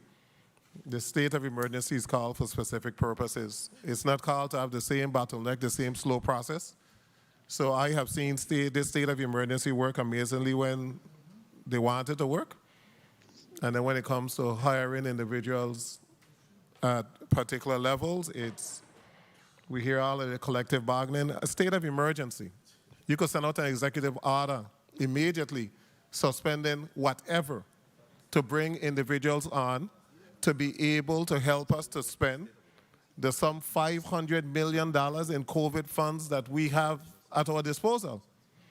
I'm getting texts about the the Black grant? Commissioner Kazi Gomez, what is the status of that? A number of individuals are saying they have applied, they still haven't received the Black grant? To providers, Black grant payment to providers. A number have not received payment. Actually, we should be up to date. I have Assistant Commissioner Carla Benjamin on that oversees the Office of Child Care and Regulatory Services. May I ask that she respond accordingly? Sure, and I'm getting some report that individuals haven't been paid since last year. Good afternoon, Senator. There was an issue with providers being paid, but as of January 2021, we received approval to pay all providers who submitted invoices for calendar year 2020. So all of the providers have been paid. But for a few who had invoices that needed to be corrected, that had issues like duplicated invoice numbers, but everyone should be up to date through December 2020. Okay, so those providers, the bulk of the providers have been paid for 2020 and have already Yes, received sir. the check. There was an issue, but that has been resolved. Okay. Commissioner Kazi Gomez, who qualifies for the caregiver money? Can you give some more information so individuals could know whether or not they can apply? What's the parameters to qualify for caregiver money? Is it caregiver for the elderly? It is caregivers for young children? Exactly what is it? Assistant Commissioner Michael Reimer-Brown. She's going to clarify specifically who is eligible for the family caregivers position. Yes, good afternoon. Mikhail Reimer-Brown, Assistant Commissioner with oversight of the Senior Citizens and Family Caregiver Programs. Our Family Caregivers Program is a formal program that individuals who take care of the elderly or anyone who is a person who a grandparent also can qualify for taking care of their grandchildren. So they have to be registered, Senator, with the Family Caregiver Program. Individuals who are applying would have to apply to become a part of the Family Caregiver Program. In St. Croix, it's Arlene Evans, and St. Thomas, Sandra Bradley. Are there any income levels, or is it once you have an elderly person that you're taking care of or a grandparent taking care of children, they will qualify? Yes. Okay. It's no income eligibility that would restrict them. And what are the benefits being under the program? What are the monies being used for? If you become a registered caregiver, then what is the assistance that you receive? Yes, there are support services such as equipment, supplies, if you're in need of any supplies that to help you during this COVID. It could be PPEs, it could be other personal care items. We're also going to be helping with things such as grab bars, or if there are any adaptations that need to be made in the home to help the family take care of the person more effectively. There's a variety of services. Because of the COVID, we have not been meeting for the last several months in person. So we have been providing also tablets, and we'll continue to do that, where individuals can virtually come in to the caregiver program, as well as they can call in. So there's a variety of services. This program is continually have been around for several years, but the COVID has given us some additional monies to help support the caregivers. And I'm trying to get the word out there so that we can spend all of the monies. So you're saying the elderly population that are having issues buying medical supplies or Pampers, and all of that qualify? Yes. Okay, it does, and Senator. how is the application online? No, there's not an application online. They would have to contact our family caregiver program in both districts. Can you give the number, your family caregiver program, give it out so that individuals can call and see how they can schedule an appointment to receive some assistance? Give the number out, please. Yes, I would give our 774-0930, and our extensions there, 4326.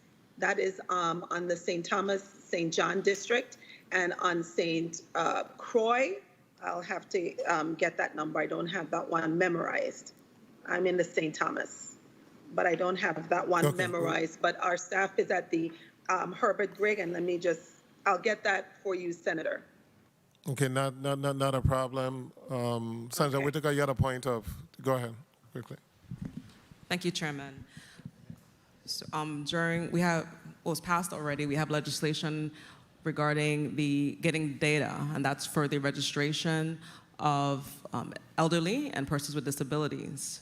And so, to the Commissioner Kazi Gomez, has that data been broken down? So those forms that the 3 areas you can obtain the form, which is at directly your agency, the Election Systems Office, as well as the Bureau of Motor Vehicles, has, in reference to outreach to this segment of the population, has that information been broken down? Because most people, when they fill out the form, they indicated that they were the caregiver, in most instances filling out the form for that person.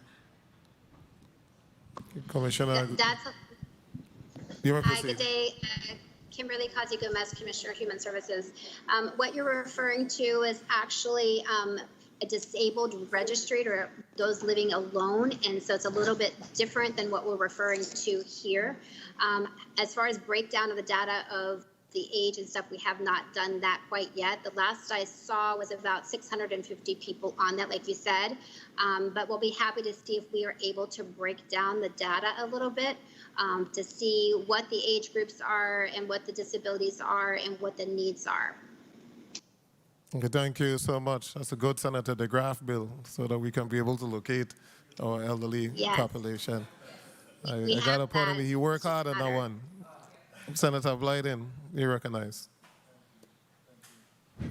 Thank you, Mr. Chair. Good afternoon to my colleagues, listening viewing audience, testifiers, and thank you so much for your testimonies. This is a lot of information, good information, but it is clear that the information is not getting to the folks that need the services. And in the last hearing with the Department of Education, I mentioned, again, communication is the key. Because we are not going to get anywhere if we don't communicate properly. I am somewhat troubled, though, when I heard the testimony of Ms. O'Neill, Director O'Neill. You stated that basically the department was waiting on guidelines to spend that $21 million.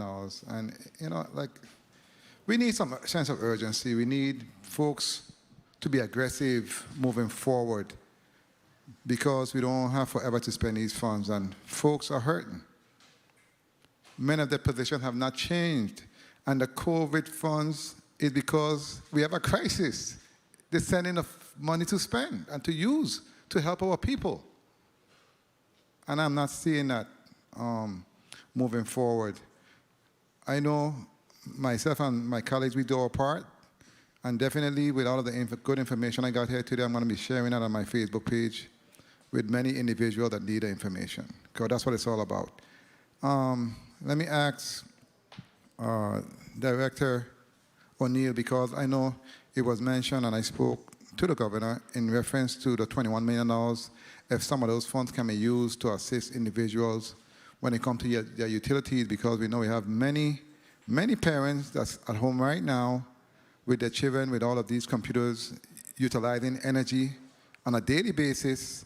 Their utility bills have increased, but they don't have the extra income coming in. Is there any way we can take some of those funds and assist in some type of package for those individuals?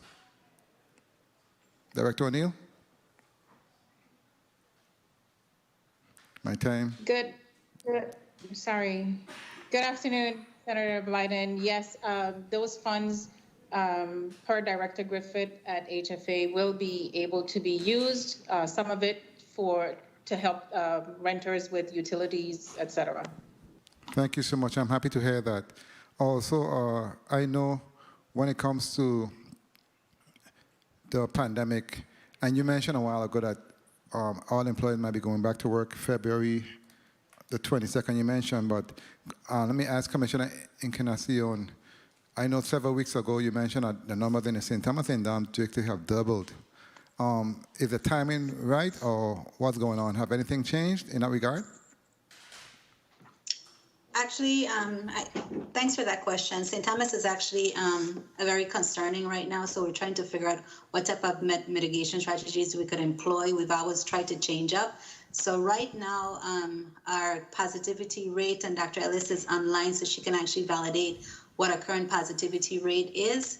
And so we want to be below 5% in order to increase our activities throughout the territory. Dr. Ellis, could you indicate what our current positivity rate is, please? Hi, good afternoon. Dr. Esther Ellis, Territorial Epidemiologist for the U.S. Virgin Islands Department of Health. As on our last report, our current 7-day % positivity is 4.5%. Thank So you. that's, with that being said, it's still below the 5%. So of course we're opening, but with caution, and we also have the ability through the governor's office to pull back and be more secure if need be, if that positivity rate continues to decline. Okay, thank you for that. And while I have you, I know Director O'Neill mentioned economic development over the next year remains uncertain. And let me ask you, what would it take in terms of vaccination and our economy, in terms of everything going back to normal, and the impact to the community? What would you say that needs to be? What does that space look like, in your opinion? So we're looking at development or trying to reach herd immunity. So our goal right now is to try to get at least 50,000 individuals vaccinated by July 1st, and those at least the first-time dose, and that would lead us again. If by July 1st we have 50,000 individuals vaccinated, then by the end of July, then all of those would have received their second doses, and 2 weeks after that, full immunity occurs. So really and truly, that's what we're trying to do, 70% of our population. Now, you know that right now the vaccine is not applicable to those under 16 years old. So what we're doing right now, today we're opening phase 1C. Next week, we will begin taking appointments for phase 2 and the general public, and we're looking towards having mass vaccination starting March 1st. So those all geared up to about 70% of our population being vaccinated. Okay, thank you for that. Commissioner Berry, good afternoon to you again.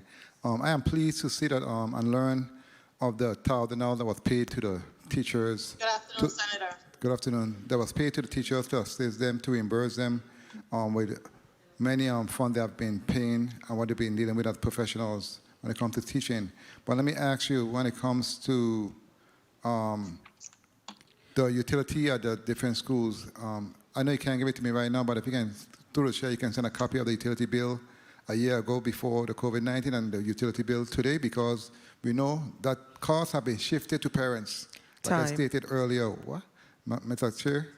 Like I stated earlier, that I would like to look at those numbers and see where we're at. And I know I asked 7 months ago when you guys came and testified in front of us if you have spoken to the Housing Authority in terms of HUD funds to assist with MiFi devices, etc., because I know they received $3.7 million to assist their residents when it comes to COVID-19. Have that been done? Have you met with them? And what are the plans moving forward? Thank you, Senator. The governor's initiative, we did had an appointment to meet with housing. Both were canceled due to circumstances beyond our control. But the plan that we had in place, we executed. We immediately purchased MiFis with our grant funds and immediately began working on the governor's initiative to have Wi-Fi throughout the Virgin Islands community. So through those two mechanisms, our initial plan to meet was superseded by the actions that we're now taking. Very well. I want to thank the chair for having this meeting. I think it's important, and the information is critical to us moving forward. And thank you guys so much for your testimonies. Thank you, Mr. Chair, for the time. Thank you so much, Senator Blyden. Director O'Neill, the rental assistance program RFP has been sent out to hire a company or to contract out the services for the rental assistance. Thank you, Senator Viale. We were initially going to do an RFP, but HFA has indicated that they can do the administering of that program. So they will be having a meeting shortly. I actually just got off the phone with Director Griffith. They will be meeting with two, I think, nonprofit entities to have persons go into those entities and submit their applications for their assistance, and HFA will then make the payments to them. Okay. So that should be happening this week for that meeting. Is Department of Labor going to be involved in those discussions? And I ask that because I'm looking at the eligibility qualifications for this rental assistance on the federal website. And the first one is qualifies for unemployment or has experienced a reduction in household income, incurs significant costs, or experience a financial hardship due to COVID-19. So definitely Department of Labor have the data that could be provided to Housing Finance Authority so that we can get these monies spent, because I'm seeing here that it says the money must be spent by December 31st, 2021. So we're only going to have a couple months to get the money spent. That's correct. Director Griffith has indicated that he will be including Department of Labor. Mr. Molloy, you ready to provide that data and get it running as quick as possible? That's a short answer. As soon as we're called on, yes, Senator. We agree on something. That's a very good answer. Thank you so much. Senator Payne, you recognize. Okay, let's take, we've had them grilling a while and they're waiting for us. So let's take a 2-minute recess so that everybody can get a bit recharged and get ready to answer some more questions. This committee stands in recess for 2 minutes.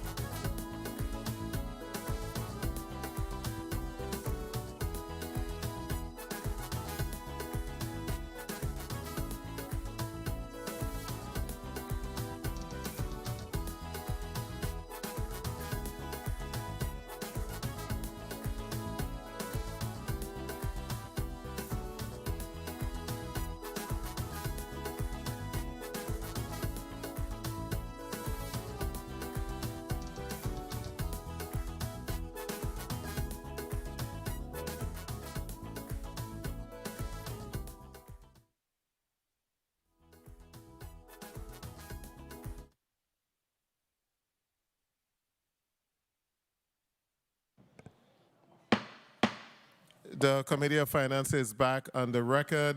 Senator Payne, you're going to be recognized for your 7 minutes.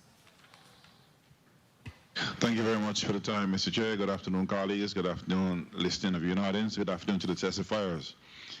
I'm going to dive right into it. Commissioner Kazi Gomez, are you in line still?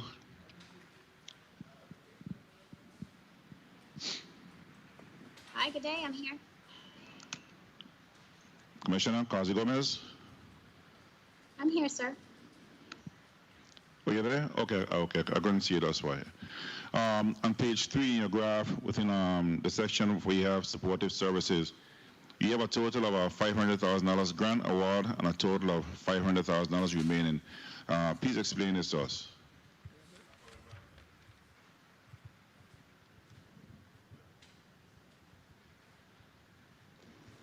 The $500,000 in CARES Act supportive services.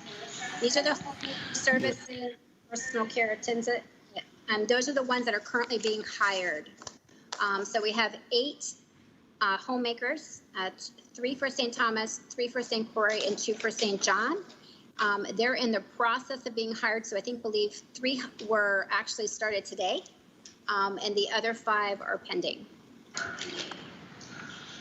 Okay, And also then on page 7. And then also paying a nonprofit, the Legal Services of the Virgin Islands, $105,000, and we'll do a grant award for them. So we're working on. Okay, But thank you for your answer. On doesn't expenditure quite yet. Okay, on page 7, line 118, what's your timeline to hire a much-needed personnel care attendants for us in the territory, and where are you in that process?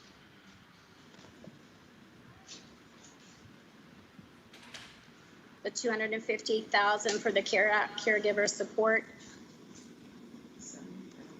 We've expended $70,000. AC Reimer Brown, you want to clarify for me? I have Assistant Commissioner Reimer Brown with me. I'm going to have her just clarify that for you.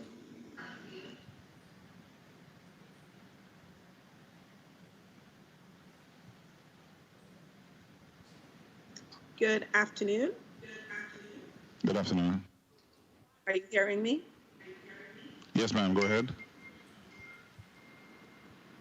Good afternoon. Are you hearing me?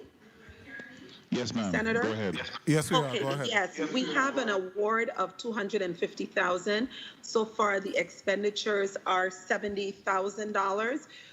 As you know, this was a very fluid document, and what we are doing currently, we're processing and giving assistance to families who are part of our family caregiver program.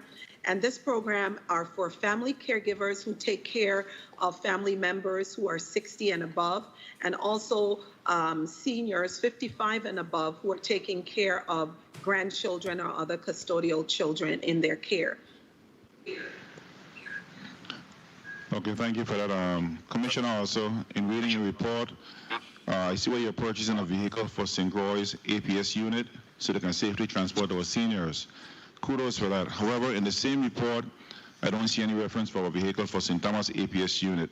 Help us understand the disparity, and does an APS and St. Thomas serve the same type of client, and the hills make it even more challenging to get access to and from those who are homebound? There's actually not a disparity, Senator. We actually have an adequate number of vehicles. We also have some on order from a different funding source. But specifically, our vehicles on St. Croix were needed to be replaced, and that's why we chose St. Croix. So it's not necessarily disparity between the islands. Our vehicle fleet is a little bit different on St. Thomas, St. John than it is on St. Croix. So there is a vehicle for APS on St. Thomas? Correct. Yes, sir.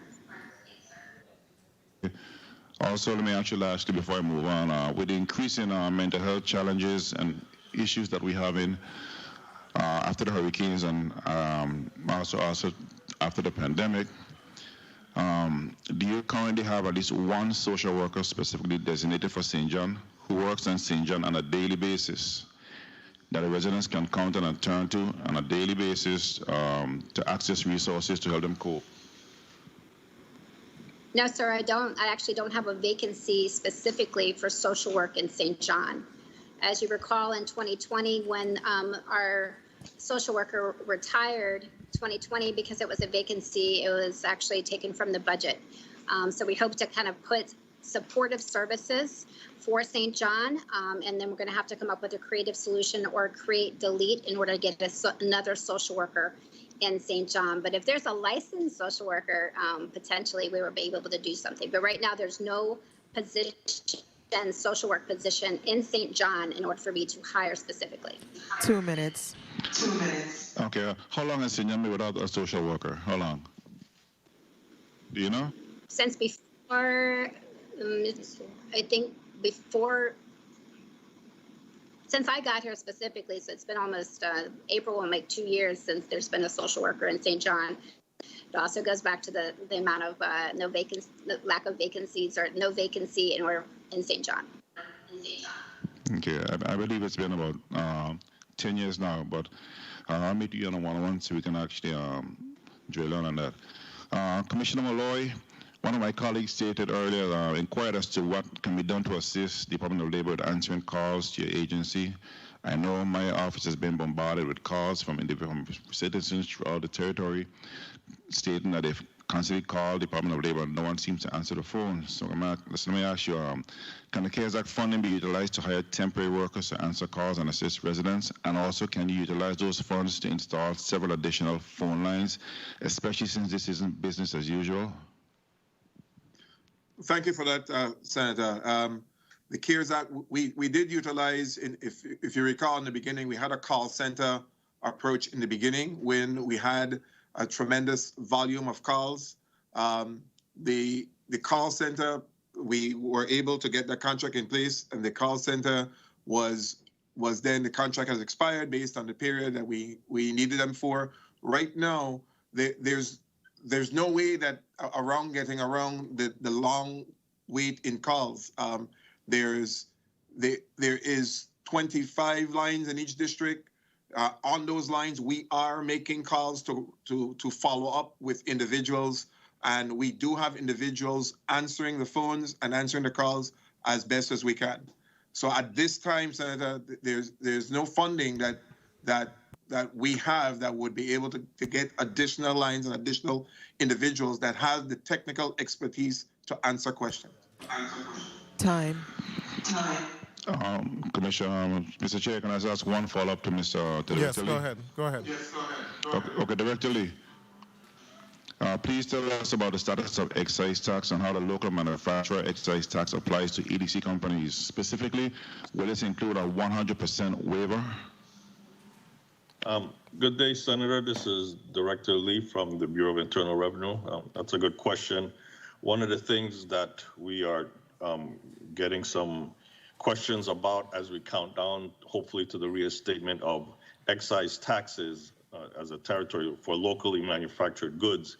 For EDC companies, they tend to usually get a waiver of excise taxes. However, what we have been finding, or what we found, was what makes up an excise tax. It's a tax based on the cost to manufacture a good. That cost includes raw materials, overhead, and labor. What we found in the code is not specific to a waiver for labor for those EDC companies. So there is most likely a responsibility to pay taxes on the labor part. So, that's an unexpected thing for the EDC companies, and we're just trying to figure out how we're going to address that concern that they are having. So that's a big issue that we're right in the midst of as we count down to hopefully the reinstatement of the excise tax on a local level. Thank you very much for your answers. Thank you for the time, Mr. Chair. Thank you, Senator Payne. So, Mr. Lee, the government of the Virgin Islands tax experts are looking at that particular situation? Yes, sir. Pending legislation? Most likely. Okay. Thank you so much. Senator Potter? Is Senator Potter over there? Senator Payne? Yes, he is. He's actually answering his mic. Ask him to recognize his mic, please. Good afternoon. Thank you very much. Thank you very much. Good afternoon, everyone. My question is, I think, to the Department of Human Services, to the Commissioner. Is there funding available through the CARES Act to assist families with virtual learning support? Specifically, I know a Hispanic taxi driver friend of mine with a 7-year-old and a 9-year-old. He's out on the road hustling every day. We know that these are challenging times for taxi drivers in light of COVID.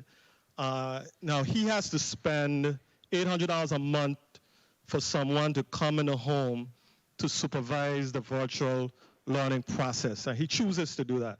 My question is there funding through the CARES Act to assist families who are similarly situated in a situation like that? That I would say off the cuff, no. We don't have CARES Act money specifically for that particular cause. If somebody was birth to 5 or friends, family, and neighbor could assist with that if they, but we don't have a program that would assist particularly with that. And I know that there's a lot of families that are out there like that gentleman that you just explained. Okay. Second question to OMB Director O'Neill. The vast majority of the $1 million appropriated for the COVID-19 scholarship initiative has gone unexpended. And I wanted to know, I know the governor's in his executive order, there was a deadline of December 31st as the deadline to use those funds. I wanted to know if that was a hard and fast deadline, and whether or not students, if they had not applied for the scholarship program thus far, if there is still time for them to do so. Yes, thank you very much, Senator Potter, for that question. Yes, the deadline is not a hard and fast deadline, and students are encouraged to apply. We expected to have a lot more than 100 and something kids applying. So we do encourage them, any student who is eligible, to go ahead and submit your applications quickly to the Board of Education. It will still be recognized and processed. Okay, so there's really no real deadline in that regard. Right. Remember that the deadline was established because the funding initially had an expiration date of December 31st. Now that that has been extended, we have extended the deadline for the scholarships as well, so they can go ahead and continue to submit those applications. Thank you very much, Director O'Neill. I have one more question for you. Regarding the Center for Independent Living, it was brought to my attention that they have not received their full allotment for this fiscal year, for FY 2020, as well as for FY 2018. Is that so? Are you aware of that? If it is so, why is that the case? I know that this entity really plays a critical role in terms of helping to assist citizens in our community who are blind or have visual challenges or physically disabled, help them to be more independent in their day-to-day functioning. Are you aware of this? And is what I am saying accurate? Senator Potter, I am not aware. I will say that that entity, I believe the host agency for that entity would be the Department of Human Services. So they would need to respond to whether or not they had encumbered those funds or requested those funds to be encumbered for the Center for Independent Living. Outside of that, I'm not sure. I would have to go back and check to see what actually was paid and what is still owed, if any. Hi, Commissioner Gomez here. That actually is not listed under Human Services. We have VI Coalition Citizen with Disabilities, but not the Center for. Well, we have it's for $100,000. Is that the one that we're referring to? We do have that. I believe so. I believe so. Okay. So we'll make sure that we've, anything that we've gotten as far as the information, we just had a meeting with OMB last week. And so all of those requests are coming down the pike. But they also have to provide their invoices, and they also have to make sure that all of their documents that are required by OMB are set forth. So we'll make sure that those are getting done. Ms. Tutine, our director, is working on that with them. Okay. Thank you, Commissioner. One final question, Commissioner. 2 minutes. And it's regarding the status of the VIBE Eligibility Integration System Initiative. I know this has been a long-standing project. Has the Department of Human Services received sufficient funding to move forward with this project? Where are we with that? Good day. I'm going to have Assistant Commissioner Mikkel Reimer-Brown. We were just having a conversation. We're going to fall short as far as the GBI match, but I'll have her tell you exactly how much. Yes, good afternoon. Mikkel Reimer-Brown, Assistant Commissioner. Yes, the VIBES, or the VI Benefit Integrated Eligibility Program. We do have our programs SNAP, MAP, and Child Care and TANF under that. We just got awarded the federal portion of the grant, but the local match will be for MAP of $3.5 million. And also for SNAP will be a total of about $5,800,000. So that is something that we will be working on with our Office of Management and Budget, because as you know and may know, SNAP is a 50-50 program, and so is Medicaid Administrative. Okay, thank you very much. Thank you very much, testifiers. Thank you very much for your time, Mr. Chair.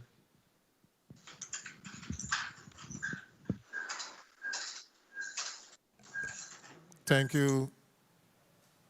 Thank you so much, Senator Potter. Senator Alma Francis Heiliger, you're recognized. Good afternoon. Good afternoon, colleagues, testifiers, the people of the Virgin Islands. First off, I would like to extend my condolences to the family and friends of those unfortunate who have lost their lives in the helicopter crash. And I really do hope that there's some peace to their family. I want to dive into some things right now, because as I sat here and listened to this testimony, I literally feel as an individual that I fell down a rabbit hole and people are at the bottom playing government. And that's literally how I feel at this moment. I sit here and see all these departments bounce back and forth. I need this guideline. I don't know this. Who did this? At this point, why are we in a state of emergency if we're not acting like we're in one? The other day, the governor sent down documentation to go in yet another 30 days of state of emergency. But why are all these agencies not acting like the people are in need? I am sitting here frightened. I am sitting here scared for the people of this territory, because we have to start acting like this is an emergency. This is not a joke. I am very frightened when I have to sit in my office and inundated with calls from constituents calling. They're afraid. They don't know how they're going to sleep at night. They don't know where they're going to lay their head. They don't know where they're going to deal or even help their children deal with their college tuition.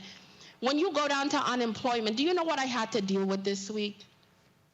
My staff went down to unemployment. That woman came back to my office, sat in front of me and began to cry. Do you know why? She wasn't crying for herself. She was crying because a young lady at unemployment had been going there day in, day out, trying to get help. She has no money. She has children to feed. She was down there bawling, to the point that my staff took her last $20 and handed it to her. That's an emergency. All of us in here and all of us on these cameras, we get paid. There's a lot of people hurting. And until we get to the mentality that we have to do everything in our power to make sure these people are okay, we're going to be in this situation. How do we be in a situation that we have over $500 million and we're still sitting here trying to figure out how to spend it? Why am I hearing people telling me I'm waiting for guidelines? This is, I don't know what I got elected to. I am literally frightened. We have to fix this situation. Now, Commissioner Malloy, one of the things I want to ask you quickly, 18,000 applicants from what you shared. You said you have about 60 plus people working on that. If you divide 60 to the 18K, that's about 300 cases one individual is working on. My question to you, how long does it usually take to process an unemployment application? And do you do any follow-ups to make sure how these things are being processed, as well as how many of the 18,000 have been completed and how many are still waiting? Thank you for that question, Senator. And as I mentioned in the testimony, one of the things that's clear is that unemployment insurance is a very complicated process. And it's not as easy as we would like it to be. It would all depend on the information that's been submitted, the programs that they qualify for, as well as what happens with moving from one program to the other. So I read the testimony. Out of the complexity, hold on, Commissioner, I am limited in time. Out of the complex of how long it takes, could you give me an average, just a timeline of how long it takes to, say, process one applicant? In non-pandemic times, it should be 21 days.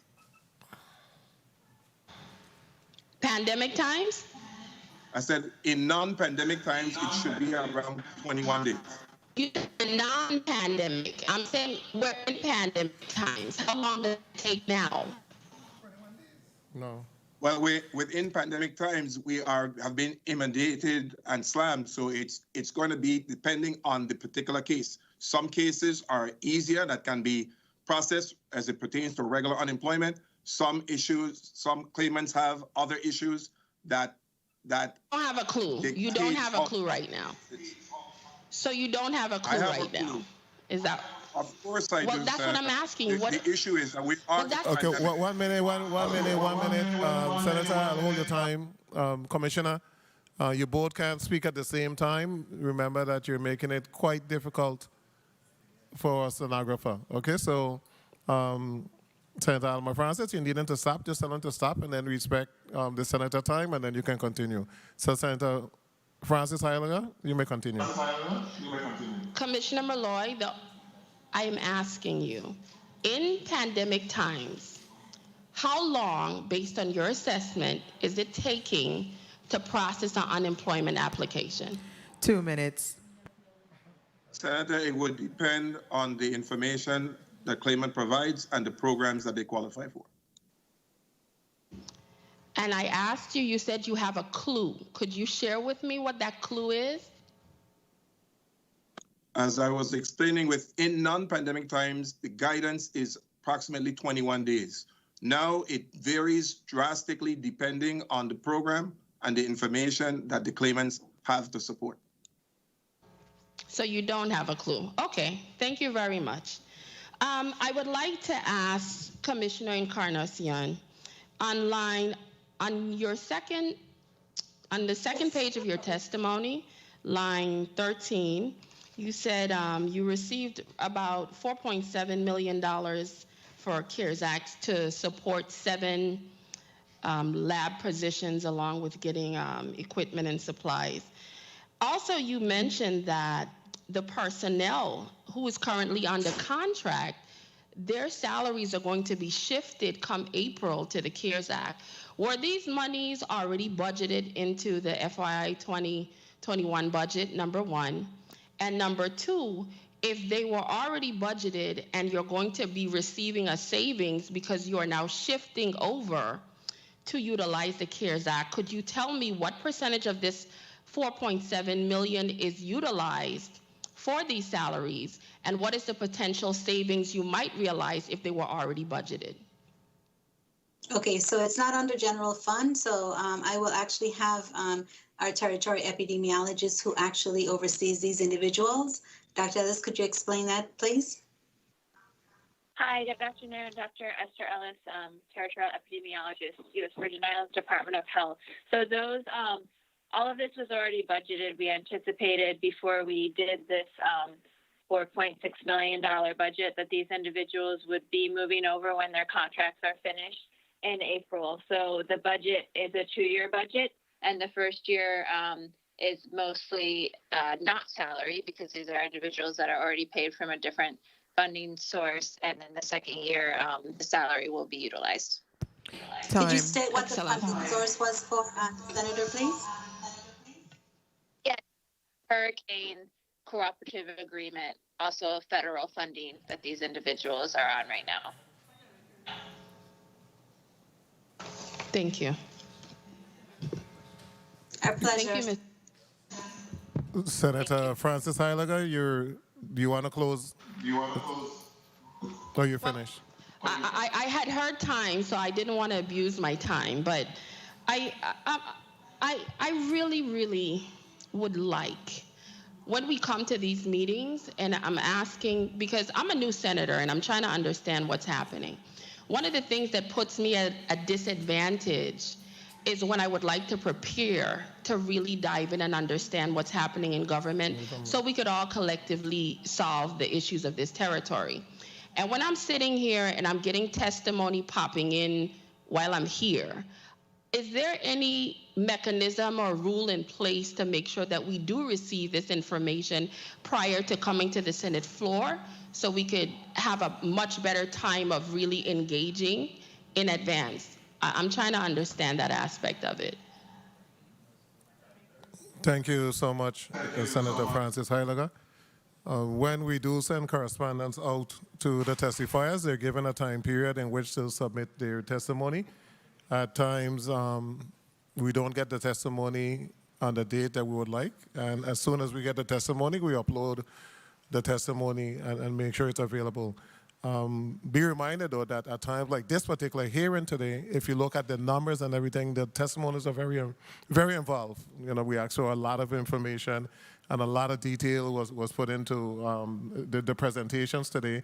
So I would rather a very detailed presentation than one that lacks information. But we do try to get it on a timely basis. In reference to the question for Commissioner Encarnacion, those monies were not included in the budget. We did not include monies to hire those 27 individuals.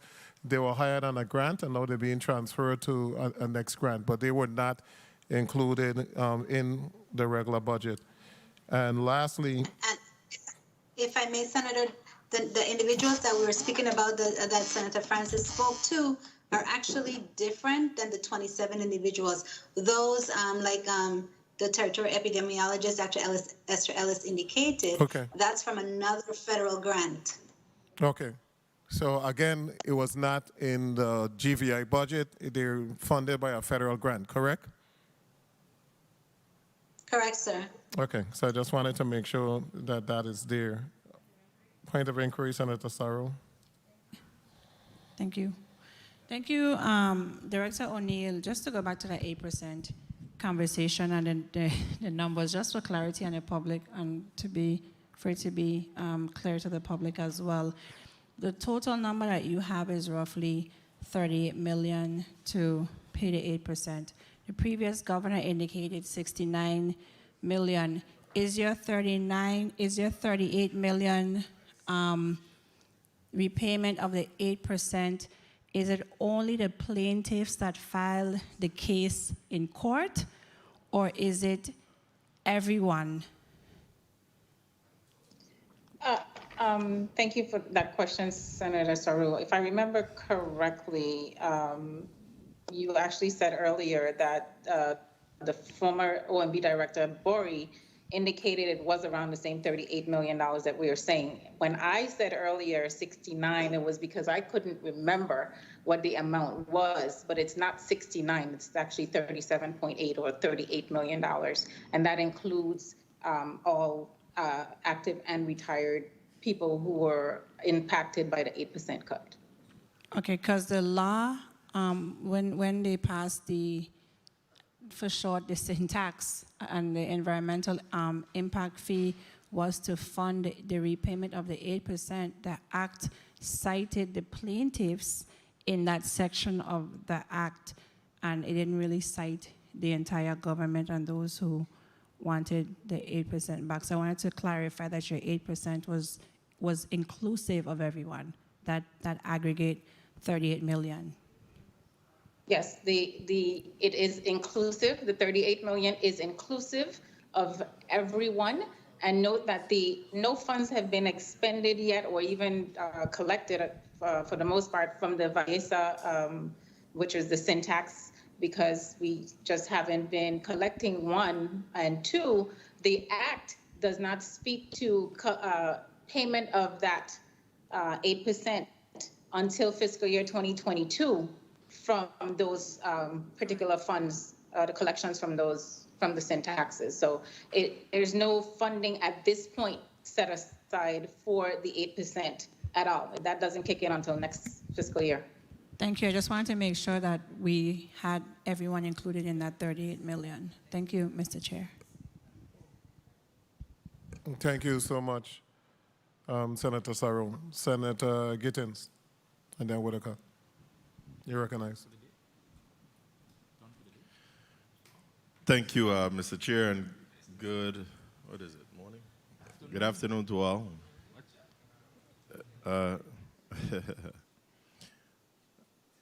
You know, we know that governments across the globe are all on the front lines of this global pandemic.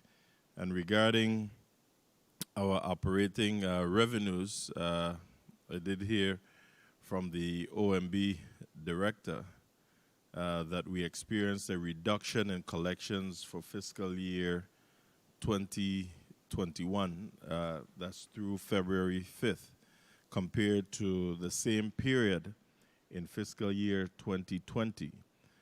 As you eloquently stated, OMB Director, in her testimony, the CARES Act funding provided government agencies with the tools that were vital to remaining fully functional during a time when we have been forced to work under irregular conditions. That said, what are the agencies, to your knowledge, doing differently for collections as we speak today? Have we made any real adjustments thus far? Thank you so much, Senator Gittins. Honestly, I'm not sure all of the steps that have been taken by the departments in order to expedite collections. The Bureau of Internal Revenue as well as Lieutenant Governor's Office are both on, and they can speak to what they are doing directly. Hopefully they won't take up all the time, but yes, I'd like to hear. Good day, Senator. I mean, we follow a specific program that is designed from the IRS to pursue collection efforts. So, you know, we've pretty much been doing what we are allowed to do during this pandemic. One of the things that we did have was some amnesty periods, which we are currently under, which has brought some people in. But for the most part, in our shop, we've been kind of following the protocols that we've always followed. We can't really deviate. You know, there are rules to our collection process, so we stay legal. But you know, that's pretty much where we are doing all that we can. Thank you. Someone else is online. You stated OMB Director, I believe is someone from the Lieutenant Governor's Office. Yes, Mr. Mills or Mr. Latham?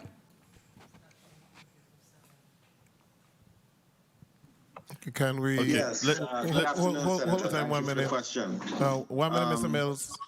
I think we're having an issue with the song. Is it? Are you guys hearing us? Can you hear me? Take a few minutes. I'll move away. Can you hear me, Senator? Yes, okay. I can. Yes, I can. Okay. Go ahead, resume. Okay, great. Thank you. Okay, I'm here with Mr. Mills, so I was masked up. Okay, so thank you for the question, Senator. The Office of Lieutenant Governor, the Division of Real Property for the Office of the Tax Collector. What we've done to enhance collections is we've stayed open during the pandemic. We've also established an amnesty period.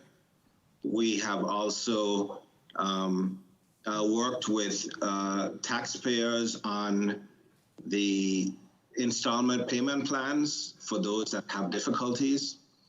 And so the collections process that's established for this office, it continues, and we're working to get more of those delinquent years in and get those resolved. So we have an active program that is going to culminate in eventually property auctions. We've done everything first before we arrive at that, but you can expect in the very near future to be hearing information about those initiatives. All right, thank you. I was also hoping to hear that we're sending out these bills ahead of time. We're giving incentives for people to pay early, that you're accepting online payments, etc. I'm not hearing these things, but I'm hearing that we're staying open and whatnot. But I mean, a lot of the agencies, you're staying open, but you go there at 8:30 and you can't get to the cashier because the cashier window isn't going to open until 9 o'clock.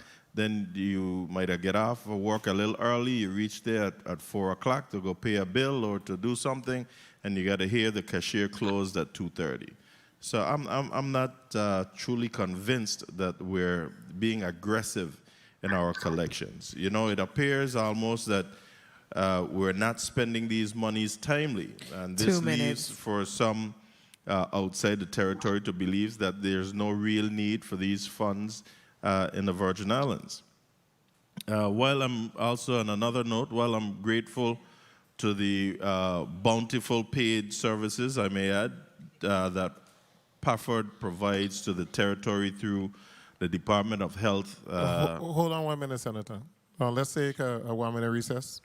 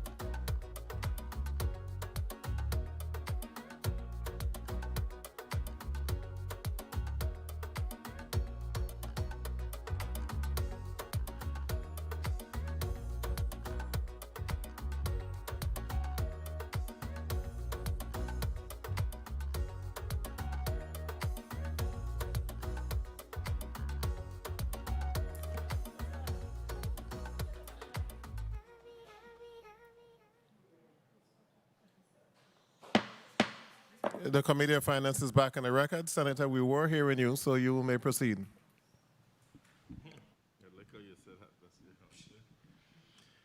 Thank you, Mr. Chair. Again, as I was saying before, that while I am grateful to the bountiful paid services, I may add, to that PAFFORD is providing to the community through the Department of Health and EMS, it is very costly to this territory. And that brings me to remind the Department of Education Commissioner and Health Commissioner that we need to further our discussions on BR 21-0220 as it pertains to the aggressive recruitment and training for basic EMTs. I'm going to skip what I was going to ask about the CARES Act funding to some respective agencies because I want a little clearer explanation. I did understand, I should say I did not understand the determination made by the Board of Education that they did not want to manage the release of scholarship payments to high school graduates. I'm going to forget about who made that such decision. To date, you stated that 280 students submitted applications. However, 148 was processed. Am I correct in that, OMB Director? That's correct, Senator. Depends based on information I have, yes. So, two things. Tell me what happened to the other 132 applications, and Commissioner of Education, can you tell us how many high school graduates we had per district?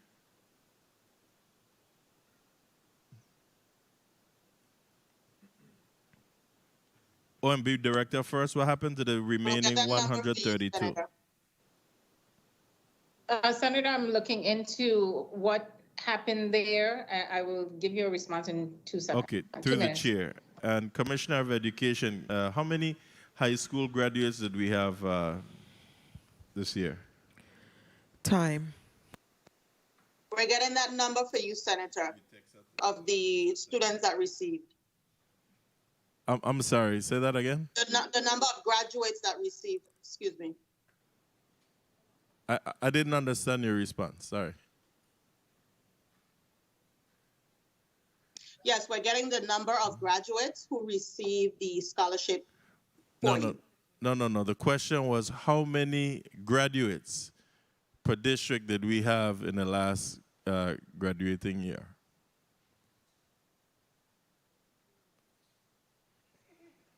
And I can pull that up right now for you as well, Senator. I'll get that to you now. Yeah, because I'm wondering why, if this is and you're talking our 2020 virtual graduation year, correct? Yes. I mean, we already did them bad already. We could find a way to get the $1,000 to each of these high school graduates that's attending college. I think we should have done a little more to ensure that these monies are placed in their hands by now. Do we have a deadline that these funding will have to be returned if not used?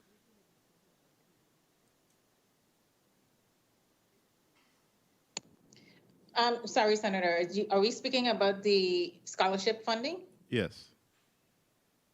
The deadline is December 31st, 2021. If whatever is not expended at that point, we will have to return to the federal government. At the rate we're going, the money is going to go back. Because we're not aggressively spending these monies. Again, we're going to make people outside this territory believe that there's no real need for these funding. So we have to get people on the ball. I'm looking at $495,000 for mobile generators to Vitima for emergency shelters.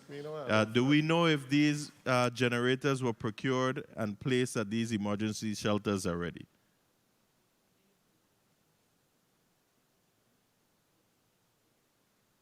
Anyone on the financial team? I'm sorry, Senator Gittens, can you repeat the question, please? The $495,000 for mobile generators needed for emergency shelters that were given to Vitima. Do we know if any of these generators were purchased and placed at the emergency shelters already? Commissioner Encarnacion or Commissioner Kazi Gomez, do either of you know where those generators are? May I, so it's Commissioner Kazi Gomez and Commissioner Encarnacion, I'm sure I'm correct. I know that there was 10 secured. They have not been placed currently at the shelters for congregate or non-congregate. We just finished shelter inspections for 2021. And once we've done, we're trying to locate a safe location in the event that we need to pre-place or pre-position. Through the chair, through the chair, can all these agencies that have received these mobile generators, can a listing be sent to the committee so that we could get a better understanding as to whether or not these generators were actually purchased and where they are? Thank you, Mr. Chair. Yes, sir. We will work with Director Jashton and have that information sent to you. Okay, thank you so much. Senator Whitaker, you're recognized. Senator Violet. Yes. Sorry, Senator Violet, to respond to Senator Gittens' question on the applications for the scholarships. The board, to my understanding, has received the 280 applications. However, OMB has only received the 148 to be processed. They are in various stages of analysis, I guess I would say, at the Board of Education to be submitted to OMB. So we have not received the remaining 132 as yet. Point of inquiry, Senator Fred Gregory. Thank you, Mr. Chair. So why are we creating additional layers of bureaucracy? So the Board of Education is the entity responsible for pushing out the scholarships. What role is the Office of Management and Budget playing in the distribution of these funds? Shouldn't they be going to the Department of Finance for truing up and then processing? That just holds up the process. By the time these students get the money, they would have finished an entire school year. Senator Fred Gregory, no. The funds are for the Office of the Governor are being administered by the Office of Management and Budget. Ms. Baker, in particular, has been assigned to the Office of the Governor to assist with processing all of the payments from the ESF funds because the Office of the Governor does not have an individual specifically assigned to handle federal grants. So Ms. Baker in OMB has been assigned to handle that, and she's been processing the items as they come in. The Board of Education was given, again, the $1 million, and they returned the check to us because they did not want to process the payments for the students. That would have eliminated all the other red tape. But because the Board of Education decided that they did not want to handle it, it had to come back to us. And because OMB is the administering agency for the governor's ESF, that is why OMB oversees the process and enters the payments into the ERP, and finance cuts the checks. Thank you for your responses. So we have a Virgin Islands Board of Education that is responsible for issuing scholarships. The governor of the Virgin Islands come up with a scholarship out of the COVID funds and they refuse. What is their purpose? Thank you for the time, Mr. Chair. Thank you, Senator Gregory. The board said that they're going to be the entity to determine the opening of school, but they're not going to be the entity to make sure that students get the scholarship. I think it's very important that the board come up with a mechanism to spend the $720,000 that's going to be left back after paying all 280 individuals the $1,000. So they need to come up with a mechanism so we don't send back the money. And there's a lot, some could go towards the next school year, Some can go towards students that are already sophomores and juniors and seniors. And some can go to pay back those student loans that individuals have with the Board of Education locally. There are a number of individuals who have completed school that have student loans with the Board of, I just throwing ideas out. But the worst thing could happen is to send back the $780,000. So come up with a mechanism as to how we could utilize it, or the governor could redirect the money because he has the authority to determine how that money is spent. It came from the office of the governor. It could be spent in other ways. Senator Whitaker. Thank you, Chairman. It would be reprogrammed, Senator Veely, if it's not spent. Okay. Thank you, Chairman, and good afternoon to all. And just on keeping on this line of questioning, I just want to highlight that last year you cut so just to add to that, not only the Board of Education has scholarships, also the CTEC board does, and that's the Ragstor and Peterson scholarships. And last year, your department, Director O'Neill, actually slashed those scholarships down, whittled them down to $10,000 for each fund. So as part of, we know, so as you go back now, in cases where you cut funds, or you can now in this new fiscal year certainly address that. And I look forward to coordinate with you in that regard, because in that particular case, we can be sure that maybe that's another in looking at your mechanism in terms of when you do cuts and you come into the next fiscal year, you ensure that you address that going forward. Director O'Neill, are you aware of that? The reduction and any efforts made to reach out to the students that were affected who are pursuing career and technical education? Senator Whitaker, I am not aware of the scholarships at CTEC and who has received or who has not at this point. Okay, I'll follow with you on that, because I actually have a memo that was sent from your department, and I'll follow up with you on that specifically. Commissioner Malloy? Commissioner Malloy, have you actually done an assessment of the costs as we continue to address the issue surrounding unemployment?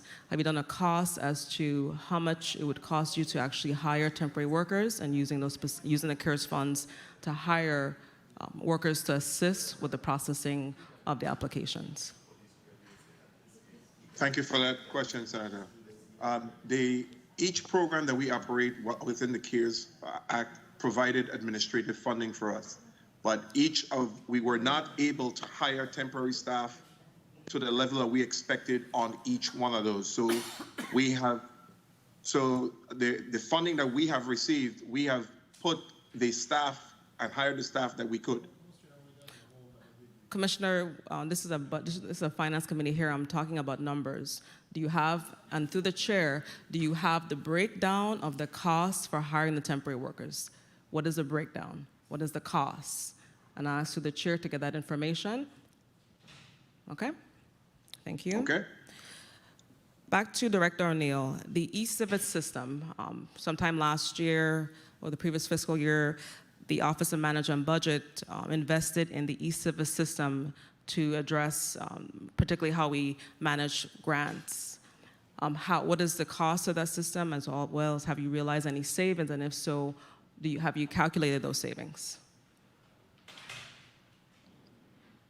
Good afternoon again, Senator Whitaker. I do not have those figures with me. I can provide them to the chair. Because the reason why I'm asking that, have we saved any money by investing in the system? So as we buy software, as we invest in different programs, if it's doing a real actual cost benefit analysis. In March of 2020, you submitted to all agencies and departments the comprehensive plan for government. Speaking specifically, how has that process gone? Can you give me at least information as to implementing the plan in the context of budgeting? How has that process gone? Are we anywhere closer to implementing that plan? I'm sorry, what plan are we speaking of? On March 2nd, 2020, you submitted to all agencies of government the comprehensive plan for reforming the government. In that plan, there's performance-based budgeting. have directors and commissioners responded to you submitting the paperwork, and do you have any submissions for the plan? Each commissioner or director they're asked to complete a actual analysis, which included costs related to their particular agency, whether it's software they had to purchase, workforce. You basically send that out. How is that? It was sent out once? Was there any follow-up? What's the progress of that plan? Okay. OMB has hired a senior performance manager along with two performance analysts. And yes, we are well on the way to helping agencies to develop their agency reform plans or their strategic plans.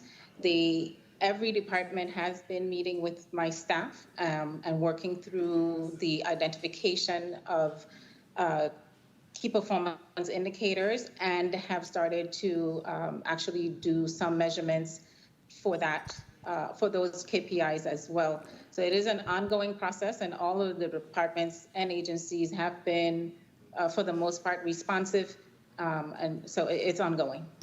2 minutes. Thank you. And just again, as we get figures from your department and the costs, that would be important for us to know what's the cost with implementing the plan, and what costs will be associated as you implement the plan, agency by agency. Commissioner Barry Benjamin, in Appendix 2, I'm referencing the Safe and Healthy Cares component. I noticed that in the part-time salary area, there's no number, so you didn't budget anything for the part-time salary. Throughout the tour, as we went out to the schools, you indicated that for one, there's a number of needs for part-time staff in terms of, or we talk about paraprofessionals specifically, but also maintenance. Is there a reason why there's no budget associated with that, as you indicated to us that you would be endeavoring, working with your HR director, to hire support staff in both districts? Thank you, Senator, for the question. We do have employees hired on per diem, part-time, and that's exactly how we hire those individuals. But as you provided us with a spreadsheet, the number is 0. So there has to be a cost associated with that. It has to be what's the amount and what's the cost. It cannot be blank. You have it listed. And we can update you with that, Senator. Going down on the same area of the chart, operating supplies, safe and healthy supplies, there's a balance of $111,000 yet to be expended. The question I have in terms of us getting ready for the reopening of schools, what does this number represent in terms of the remaining balance? So yes, that is under the St. Thomas, St. John district, and we can have Deputy Powell explain what those funds are identified for. Thank you.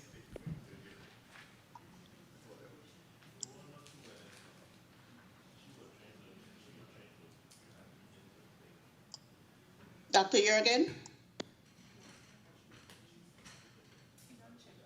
Okay, I see Ms. Powell.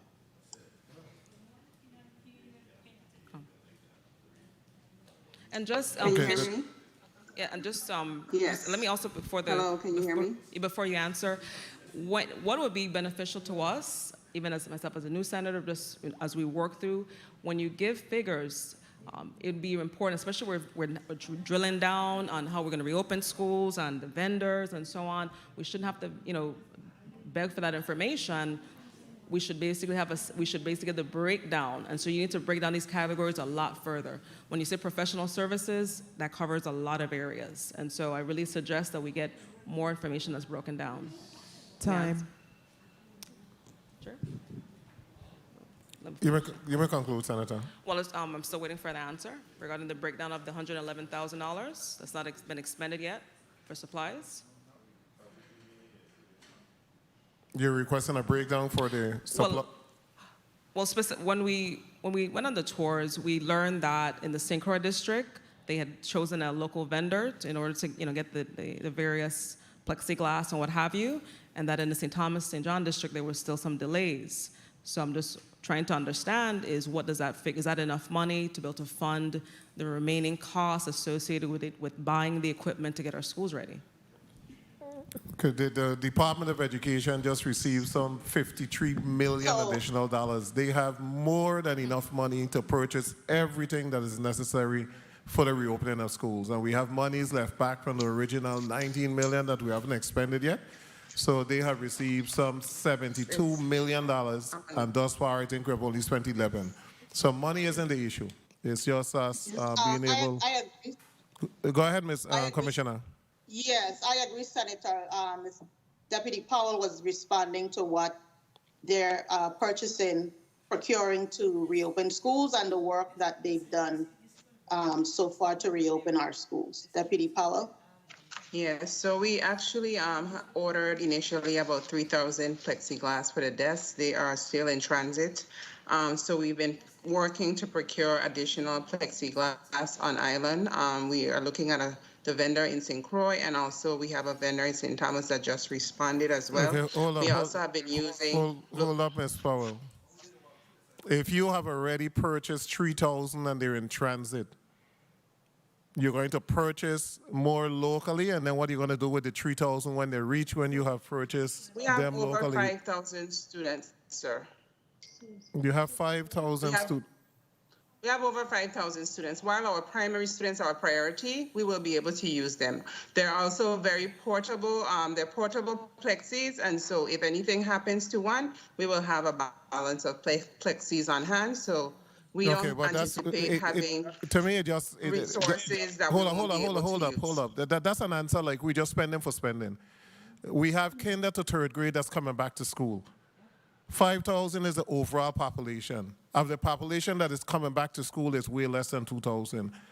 Of the kinder to third, only 50% have opted to come back. So we need to seriously look at the numbers, and the answer cannot forever be they are in transit. At some point... Well, it sounds like we can't give you an answer that's going to make you happy, sir, so I really don't know what to say at this I don't know what to say about the attitude that you're exhibiting right now, but the plexiglass is for the benefit of the students and reopening schools. And when you continuously hear in transit, anything that you order now, they say arrival date by this particular time. They could tell you when it's going to arrive. They can tell you when it's going to be sent out from the production facility. You need more sufficient or detailed data as to what is going on. If the answer is that they're in transit, schools are never going to reopen because we don't know when they're coming. And now the flip is that we're going to purchase some locally. I don't understand the particular answer to what is a simple question. Commissioner, at some point, the areas that we need in order to get school reopened, whether it is plexiglass, whether it is whatever, we need to get some detailed information. But we have some senators that have flights that are leaving to go back to St. Thomas, and they have some additional questions, so I'm going to forego my time and go to Senator Sarro. Thank you. Before the plane leaves me. The fact of the matter is, and people think that we come on education really hard, but we have a duty to 10,000 public education students. And when we went virtual, the Department of Education went asleep. And you woke up from your slumber when we decided we were going face-to-face. So by the time we started to procure stuff and reach for stuff, we got caught in the demand. There was no vision moving forward. And I can say that wholeheartedly from every single hearing that you come before the body. We in process, we in planning, and it is frustrating. It really is, and then you can refute it, but sometimes we take blows for holding education accountable because some of you guys are well connected. Can I just share, Senator Sarro? We have ordered items since July. We have been in conversation with vendors for items that we are just receiving now. We are on an island. We are in a remote location, whether we like it or not. We have to have a little bit more understanding. Ms. Powell, we have been understanding for the entire duration. However, it is no secret that things were procured late. And that's fact, and that came from the top. That wasn't created within this body. That information came from the top. Now, Commissioner Kazi Gomez, before I run out the billing, so you have where am I? You have the Community Services Black Grant. You have 1.6 million, zero expended. You have the Low Income Home Energy Assistance Program, 155,000, zero expended. Family Violence Prevention, 43,000, zero expended. Child Welfare Services, 72,452, zero expended. You have Supportive Services, 500,000, zero expended. You have the Protection of Vulnerable Older Americans, 49,999, zero expended. You have the USDA Emergency Maximum Allotment, 10.2 million, zero expended. USDA Pandemic Transfer, 4 million, zero expended. 1 minute. Pandemic Transfer 2, 1.5 million, zero expended. Medicaid CARES Act, 1.9 million, zero expended. $2.7 million, zero expended. What's happening? That's actually not correct. I'm not sure where you got your information from. Right now, I got a total of 32 million plus for CARES Act. And I've encumbered and or expended 28 million, including all of the PEBT 1 and 2, the PSNAP, the Medicare's Act, both for fiscal year 20 and 21. I've already expended all of LIHEAP. So there's only a few that are continuous that I haven't spent any money on right now is the CARES Act Ombudsman So, and Commissioner, the CARES Act Supportive Services. This document that says the funds allocated for human services, 29.6 million, funds expended 2.3, your funds remaining 27.29 as of 2/11/2021. That's incorrect? As far as I know, because we went through the numbers over the last week and a half of what we've done encumbrance as well as expended, so I put them in both categories. Time. Page 3 of the testimony and the actual chart is what is reflecting human services currently. Director O'Neill, can you cross-reference those numbers for me? And before I conclude, Mr. Chair, I am a senator from a district of St. Thomas St. John, and I am going to be as fair as I can. The district of St. Thomas St. John, as far as education is concerned, we're behind. If St. Croix is ready to move ahead and open schools, allow St. Croix to go to school. Let them go to school because it's obvious that they're ready. Mr. Chair, in your time, if the OMB director could cross-reference the numbers so we can have clarification. Thank you. Thank you, Senator Sarro. Senator Blyden. Thank you, Mr. Chair, and good afternoon again to my colleagues and testifiers. Commissioner Barry Benjamin, let me follow up with a question I asked when you were in front of us last week in terms of you stated also today again in the testimony that all of the students have received devices. Well, let me ask you, when verifying who received device, how is that done? Can you expand on that for me, please? Because I have a situation where several parents called my office and said, no, that's not a fact, because one parent said that, well, let me let you answer the question first and I'll tell you the situation. How do you verify that? Thank you. Yeah, go ahead. Thank you, Senator. Thank you, Senator. And that's a district matter, and the superintendents will respond to that. But for clarity, what we indicated is the amount of students who indicated that they needed a device. It's not all students and families are taking devices from the department. Many of them are using their own technology. They can share with you exactly how they gathered that data, and it's from the teacher level. It actually went out to parents to gather the numbers. Superintendent Jurgen, let's start with you. Good afternoon.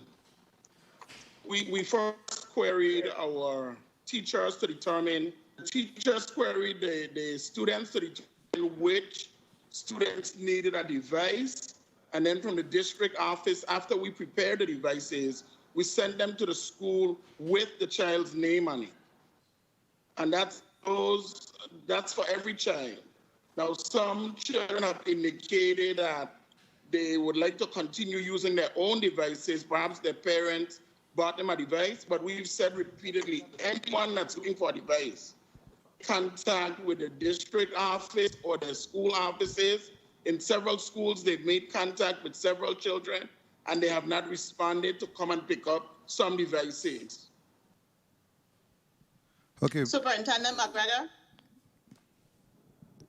1 minute. Thank you for the question.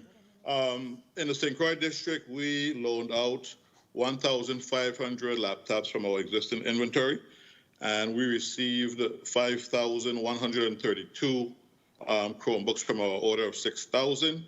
So that's 6,632 devices for 5,500 students. So the math is clear that we have more than enough laptops and Chromebooks to satisfy the needs of the district. Okay, thank you for that, but I see what the issue is based on both of your statements. You cannot and should not depend on a child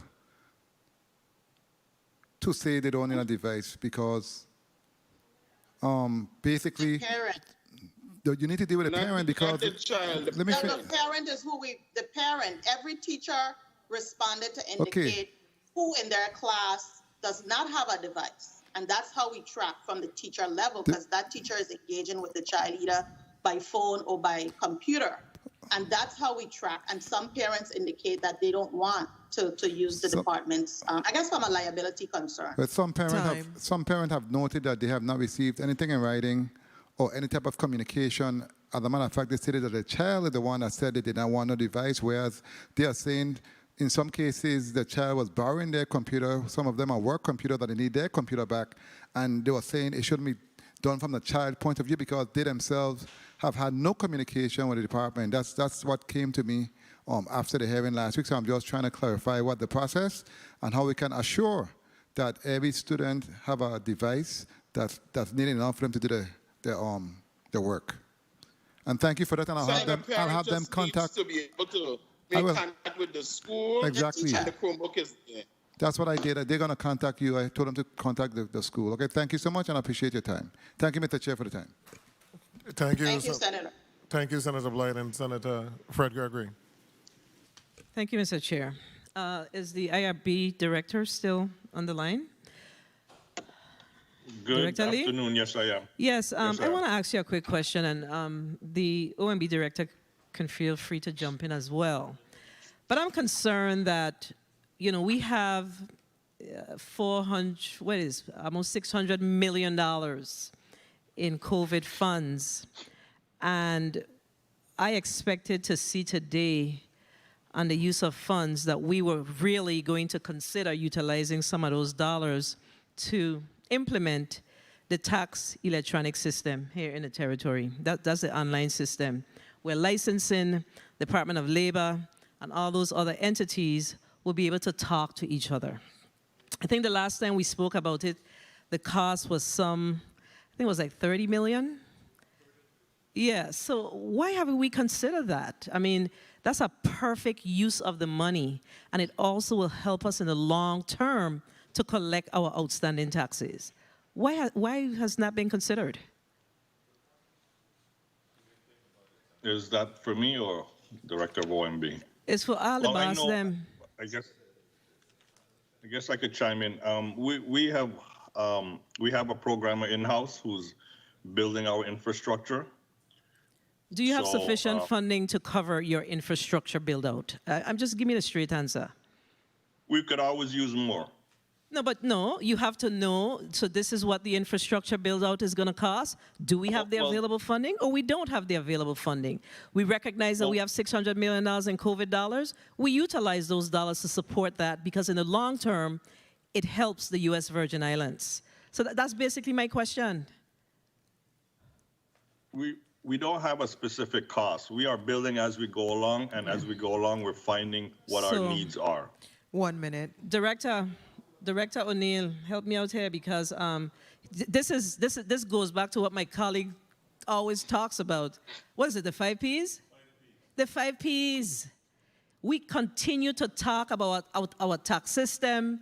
We continue to talk about the lack of collections. And we still have not recognized that that's something that we should be utilizing these dollars for. And we don't have a clear, comprehensive approach to how we are going to address this in the future when we have millions of dollars flowing down to the territory that supports social distancing. What is the issue? I agree with you, Senator Fred Gregory, and it is a question that I have posed to the Department of Interior as to the uses of the funds and whether or not that would be an allowable use. It is an allowable use. I'm just waiting on an actual response from DOI with that, as well as the Treasury. Okay. Let me just go ahead because I have to move on. This one is for the Department of Labor, Commissioner Malloy. In your testimony on page 6, you made reference to the fact that approximately 1,800 claimants need to convert over to PUA from the regular unemployment program. Has that been done? And if not, when will that be done? And you also talked about mailing out 400 letters of denial based on the claimants not eligible for coverage. When is that going to be done? I think it's so important for people to know exactly where they stand. I mean, we can't have people continuing to hang out there in the balance and not know what direction they're going in here in the territory. It's very frustrating, and it causes a lot of unnecessary stress. So help me to understand, one, what your challenges are there, and when will this happen? Because I know we had a meeting sometime in December, and we had these similar types of discussions. So I need to hear from you on the record. Where are you with improving this, and when these letters, et cetera, are going to be sent out, and when that conversion is going to be done? Thank you. Thank you, Senator. And I'll ask my acting director, Gary Halliard, to help. This is the backlog that we have right now, about 4,008 items. And what we decided to do is to provide the breakdown. So those are each of those numbers represents the backlog in the categories that we have. So Director Halliard? Gary Halliard for the record. Based on the 1,800, first, most of those individuals have already gotten some regular unemployment insurance, but the CARES Act allowed persons that did not have enough wages during that time period to be eligible. And so we're going to carry those individuals back to, I think some go back as early as February 8th of last year. As far as the timeline, we put a plan together, and we have a plan that we're thinking that just those 1,800 are going to take us probably about 200 hours of overtime, and in addition to production time, regular work time in doing that. And in the same under the same plan for sending out the 400, those are letters of individuals that may be ineligible for whatever given reason. Not enough wages, not enough time period. When we looked at it, so far we're thinking that we want to start beginning this at the end of this month into early March and start to work these claims and making sure individuals do get their due course of unemployment.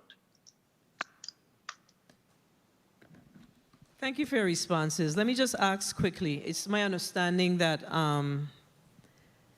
the Department of Labor is looking to move a number of employees who are on contract from the Unemployment Benefits Unit. Is that accurate?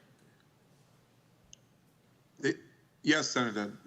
So why would we hold up 1 second. Why will we be doing that when in fact we have this backlog that we continue to talk about? If we have a backlog, then we need to keep the employees, right? Those were employees that were on from the Disaster Unemployment Assistance Program, and their funding in terms of they can't be on as temporary anymore, and there's no full-time position within the Department of Labor for them at this point. I don't want to abuse my time. Why they can't be on as temporary anymore? You don't have COVID dollars to support the COVID programs? No, you don't have administrative funds? They've been on temporary for more than the year period. Based on what? They've been on temporary from one program onto the other. So these were those that we, in a previous Senate hearing, we were advised, and based on the number, the length of time an individual can be kept in the temporary capacity. Length of time based on the Virgin Islands law, or this is something that the federal government is saying to you? Now, this is based on VI. Mr. Malloy, we know the situation that we are in. We know that we have a number of temporary employees based on our situation. You know, that is really a really poor excuse. Don't we have a state of emergency, colleagues? Why would we be saying that? We are in a state of emergency, so why will we be putting those employees in that position when, in fact, we can utilize the state of emergency to, in fact, ensure that we are able to keep those employees and have them address this, 400 letters and 1,600 changeover? Come on, we got to do better. We have to be a lot nicer to our people.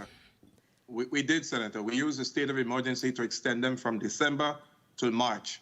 The deadline, the new state of emergency is in place until March 8th.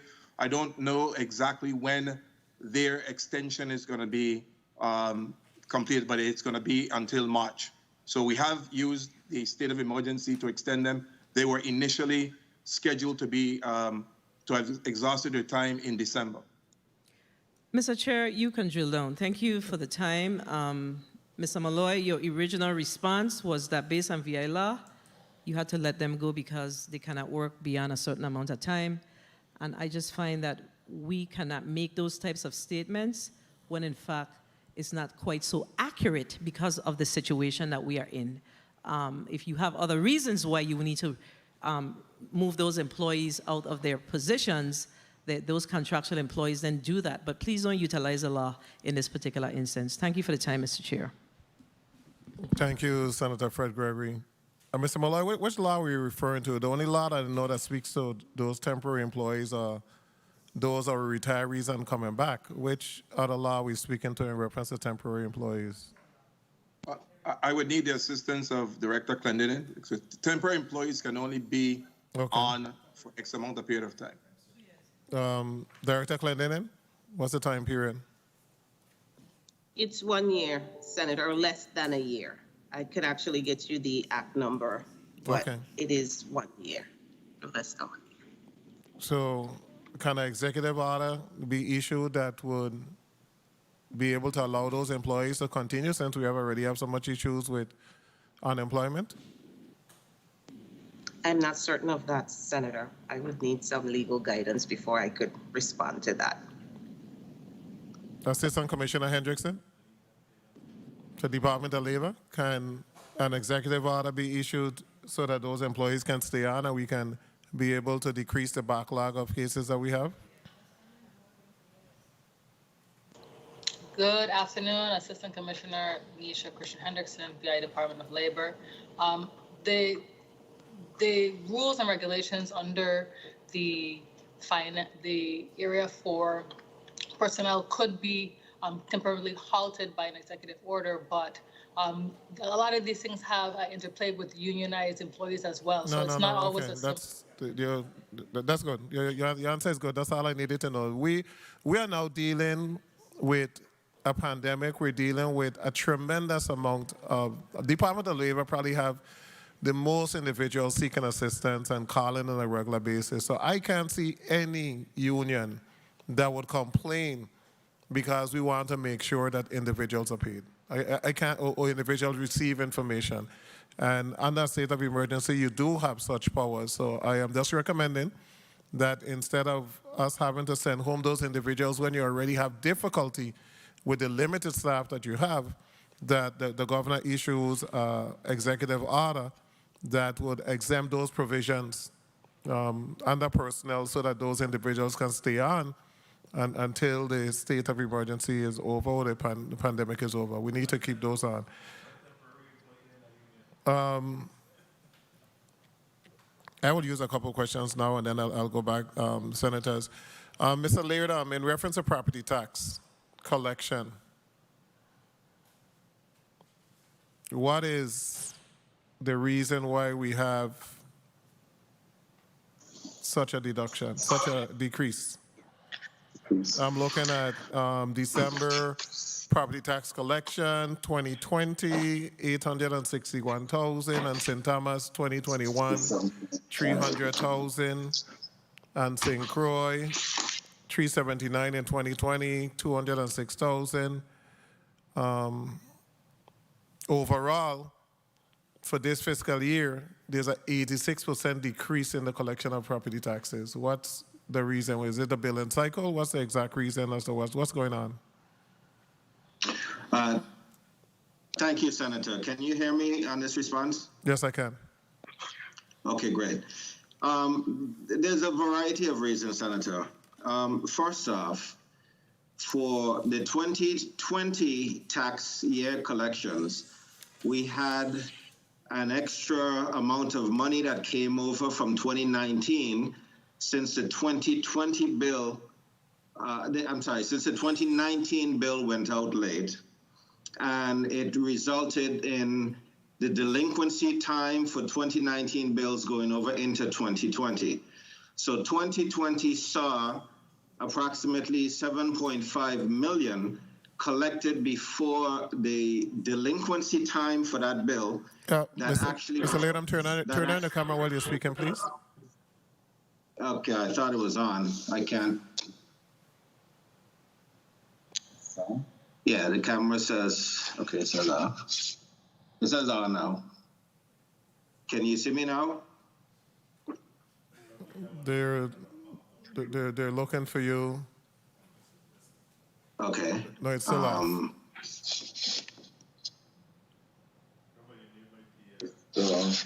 Yeah, I'm on my end. Okay, yeah, on my end, it's showing conclude that your it's answer on. while you're looking for it. I'm sorry, say again, sir? Conclude with your answer while you try to find the camera. Thank you. So that was one reason for because we realized an extra $7.5 million in the 2020 year that gave us more revenue coming in 2020. In addition to that, okay. So stop there for 1 minute. So your expectation. Your expectation is that you're going to be able to collect what was projected? Yes, sir, absolutely. Thus far, as we've started out, the combination of the cyclical year in terms of how the revenues come in, we are at a low point right now in terms of over the course of the fiscal year when the revenues typically come in. They typically begin to increase sometime in March. Okay. So, yes. Okay, so I'll ask this question. I'll look at the information provided, and then in April, I'll see as to whether or not we are moving in the right direction.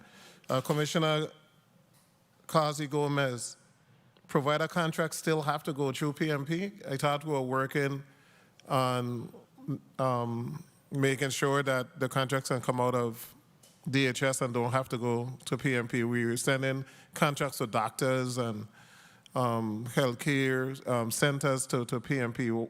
Are we not eliminating that extra level of bureaucracy?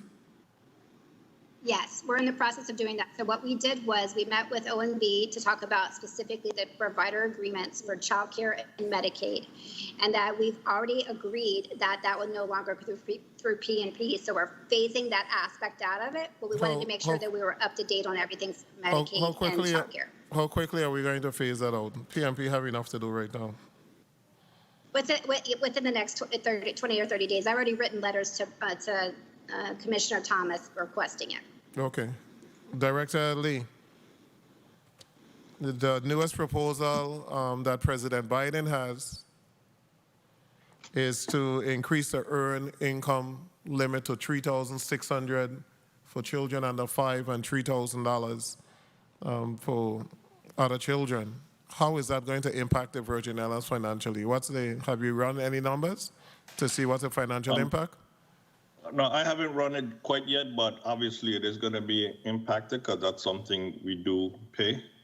There's an additional child tax credit that we do get reimbursed, but this is fresh. What is the earned income credit now? What is the amount now? I'd have to look it up to give you a specific number, sir. I'll get that to you. Is anyone from your legal team or IRB have written correspondence requesting that if in fact this earned income credit is increased, that the federal government assume the cost of the increase? Because across the mainland, the federal government pays for it. Yeah, I not us internally, but I believe on the government house level, they have been actively discussing those issues with the feds. You know, unfortunately, we try to stay in the enforcement realm of things, but they have the muscle to then, you know, push the Senate and, you know, the feds to sympathize with that situation that we're going to be dealing with. Director O'Neill, have we made a request to the federal government that if in fact the earned income credit is increased to $3,600, that we receive that full reimbursement? Senator Violet, that is an ongoing conversation with Government House, the delegate to Congress, and members of Congress to get that approved for all of the earned income credit, not even if it's increased. Even what it is now, we want to be able to have them reimburse us. So that is an ongoing conversation, and will continue until we get positive responses. Okay, and I do agree, but we just have to make sure that we are very aggressive, because it's going to be very expensive for the Virgin Islands to have to pay that. That is going to result in a lot of people not getting income tax checks. I saw where you had some monies that were earmarked to provide crisis communication support for the disabled community. Well, what's that? $399,000 to Whit O'Brien to provide crisis communication support for the disabled community. Has that gone into effect? Has a plan been developed? I'm not sure if Commissioner Encarnacion, was that under you? Could you repeat that question, please, Director? Could you repeat that question, please? There is some $400,000 that is earmarked to provide crisis communication support for the disabled community. What exactly is that? How can our disabled community know what is going to be provided to them? What's that?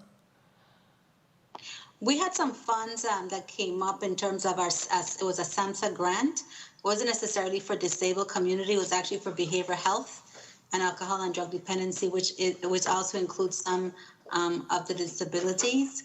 And so we're actually working, and we have several contracts that have already been approved, and that's an ongoing project. So it's on its way. So you had that on its way before? No, that's what I'm saying.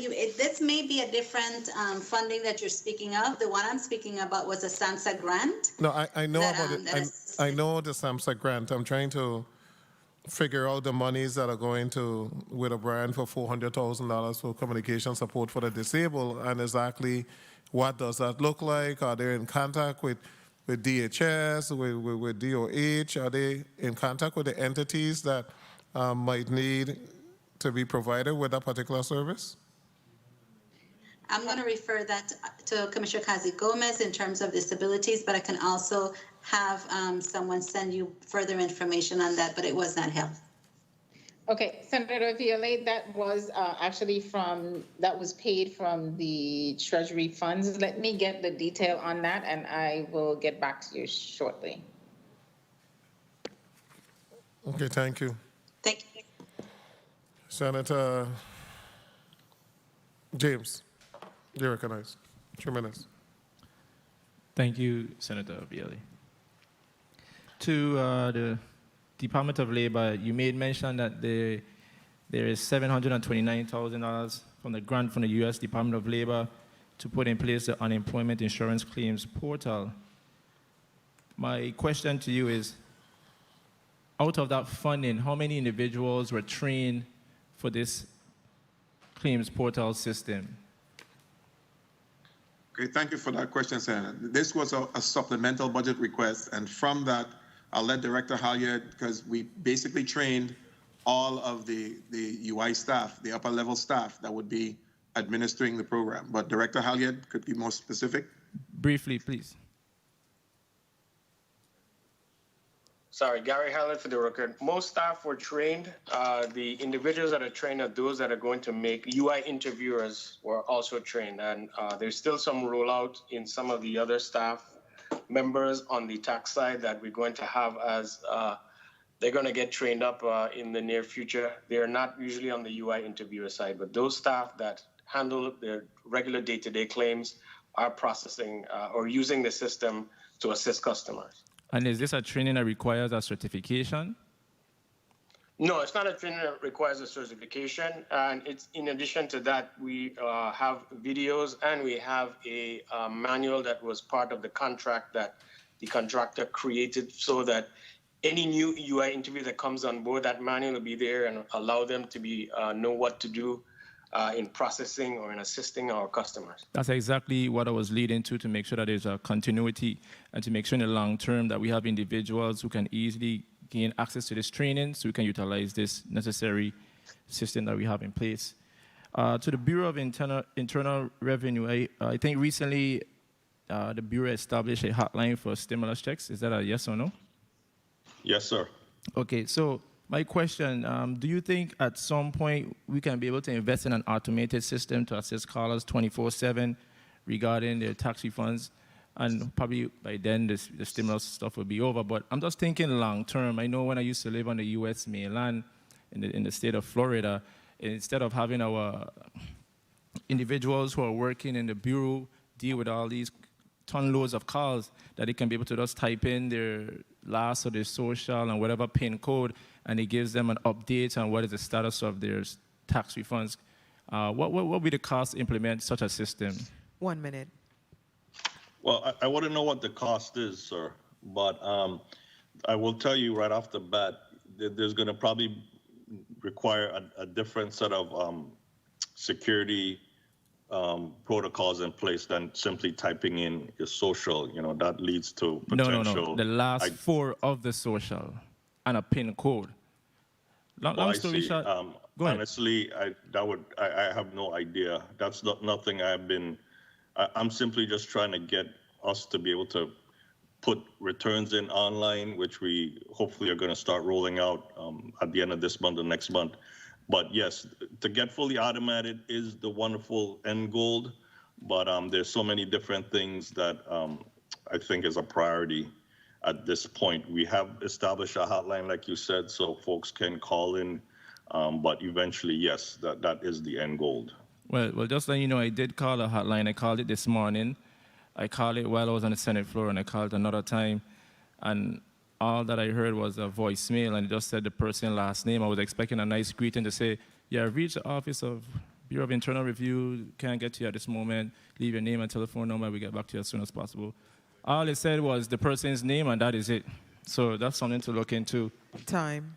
Mr. Chair, with your indulgence, Department of Health, I know you made mention of a mass vaccination initiative that is started on March 1st. Can you speak to how much funding will be used to carry out this initiative, and what is the strategy to get this in place? Okay, so we're taking basically an interagency approach, and FEMA, HHS, CDC, also from our federal partners are also involved. And so, of course, the Department of Health being the lead agency, however, VITEMA and the VI National Guard continues to be a very active partner with us. So we're continuing to do that. So we met actually on Saturday for several hours. We have a tactical team. We have a COVID task force that's in place for the Department of Health. Dr. Nicole Craig-Williams actually is a part of that project. And so we have in the island of St. John, we're working with some private entities as well, but we're looking at two areas, both at UVI campus on St. Croix and St. Thomas. We have the Department of Defense, who is scheduled to come and assist with that project. And so they will be on site for at least 2 to 4 weeks. Director Jashin on the call system, we're pulling all of that. So today we have opened up to phase 1C. Monday, we'll open up to 2. And we'll also open up for appointments only to the general individuals who want the vaccine. So we're preparing for March 1st. And so we're trying to make it very organized. And we actually have the schematic all ready. We have 2 leads, one in St. Croix, one in St. Thomas. We have a dual age logistic individuals who's looking at what those leads are going to be doing. And we also have a clinical lead as well. So it's actually a pretty organized plan. Dr. Sims is actually on the tactical team, so she can actually expand upon that if you would like her to. And if you can, please speak to the funding that will be used, overall cost to carry out such. Amanda, can you speak to your budget to carry out this initiative? Okay, just to let you know before Dr. Sims go to that, we're also using the public assistance through FEMA, which is actually 100% at this point in time. And so we were allotted $2.5 million to begin with. And as soon as that is expended, then we can also ask for an addendum and an adjustment. And so we'll do that, and then we'll continue for as long as funds are needed. So the primary funding source is the public assistance through FEMA. Dr. Sims, do you need to add to any of that? Please do so. Thank you, Commissioner. Dr. Nicole Cragwell-Sims, Department of Health, Assistant Commissioner. Just to add to what the Commissioner is saying, our meeting on Saturday was basically called to flesh out and develop out the sites. We're going to be doing a hybrid system.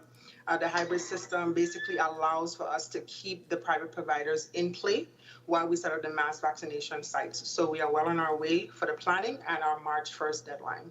Thank you. Senator, if I may, some of the other funding sources that we're looking at, of course, is some of the CARES Act fund, because we know, well, let me just say, CDC funding that was given to our director of immunization on that program. And so we're hiring staff under that as well. We are purchasing supplies and equipment for the vaccination. We also have some, in terms of hiring staff for that, the Office of Interior grant that I spoke about earlier. We are going into contract with CDC Foundation to hire those individuals for a year's period of time. So it's actually, like Dr. Sims said, we're using more of a holistic approach. Some local funds, well, mainly federal funds, but FEMA, CDC, those, basically all of that. And we can actually send you a plan that we have, we're actually putting in place. So that would give you more of an idea. And we were ready to do that if you'd like us to. Thank you. And one last thing, Department of Labor, it was made mention that the department has directly received a total of approximately $124 million and expended $107 million. I guess some of the departments and agencies need to take a page out of the Department of Labor's book when it comes to expending funds. But what is the plan for the remaining funds out of the 124? Because it was made mention that 107 million has been expended thus far. What's the plans for the remaining funds? Senator, those are the funds that are related to benefits that we pay out to individuals. So as we continue to pay out, we will continue to make payments to those claimants. So we expect those numbers to go up. And based on your projection, when would all those funds be exhausted by? We continue to get more if we need, based on the money, based on the needs of the residents that fill out the claims. So with the process of unemployment, those claims, and when we report it, it drives how much money we have to draw down to make payment to those individuals. There's only certain funding, not in the CARES Act, that pretty much dries up, which is the LWA money. That was a separate funding source for FEMA. But for the most part, we have not had a cutoff on the funding that we would need available to pay out the claimants once they're eligible. Thank you. I don't want to abuse my time, Mr. Chair. If you could just follow up. If you could just follow. Huh? Go ahead. What are you going to say? I see you already abused your time. But what are you going to put on the record?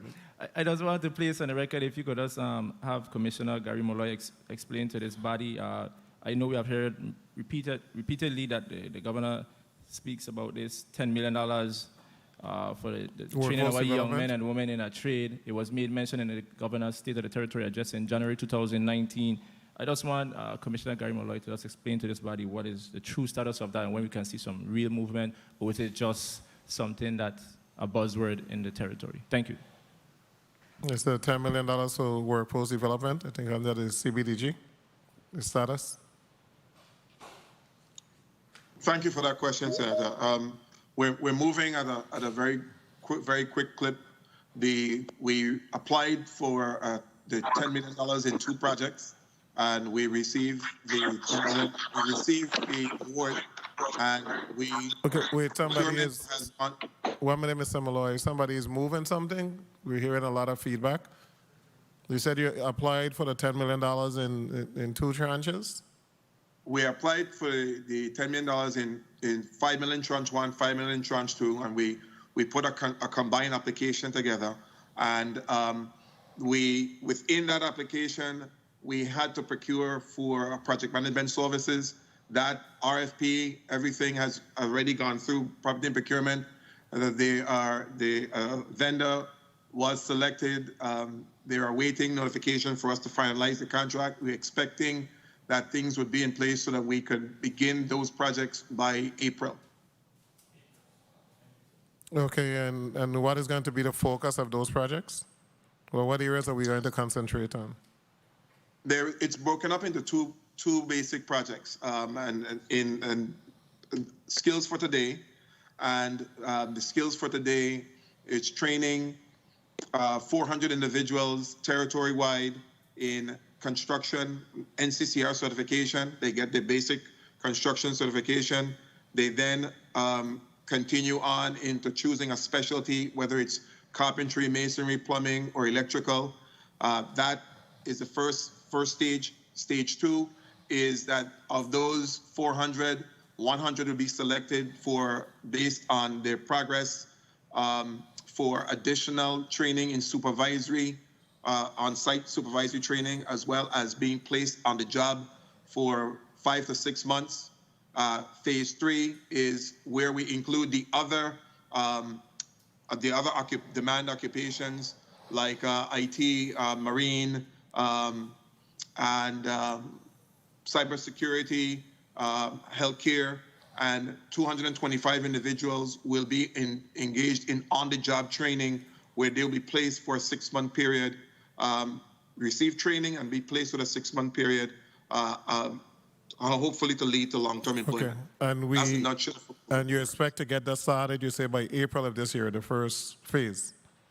The first phase, it's set up it's going to be done simultaneously, concurrently, and what we're starting with a cohort. The goal is to start with cohorts of 100 in each district. Okay. So 50 in each district, 100, and then continue there as they progress.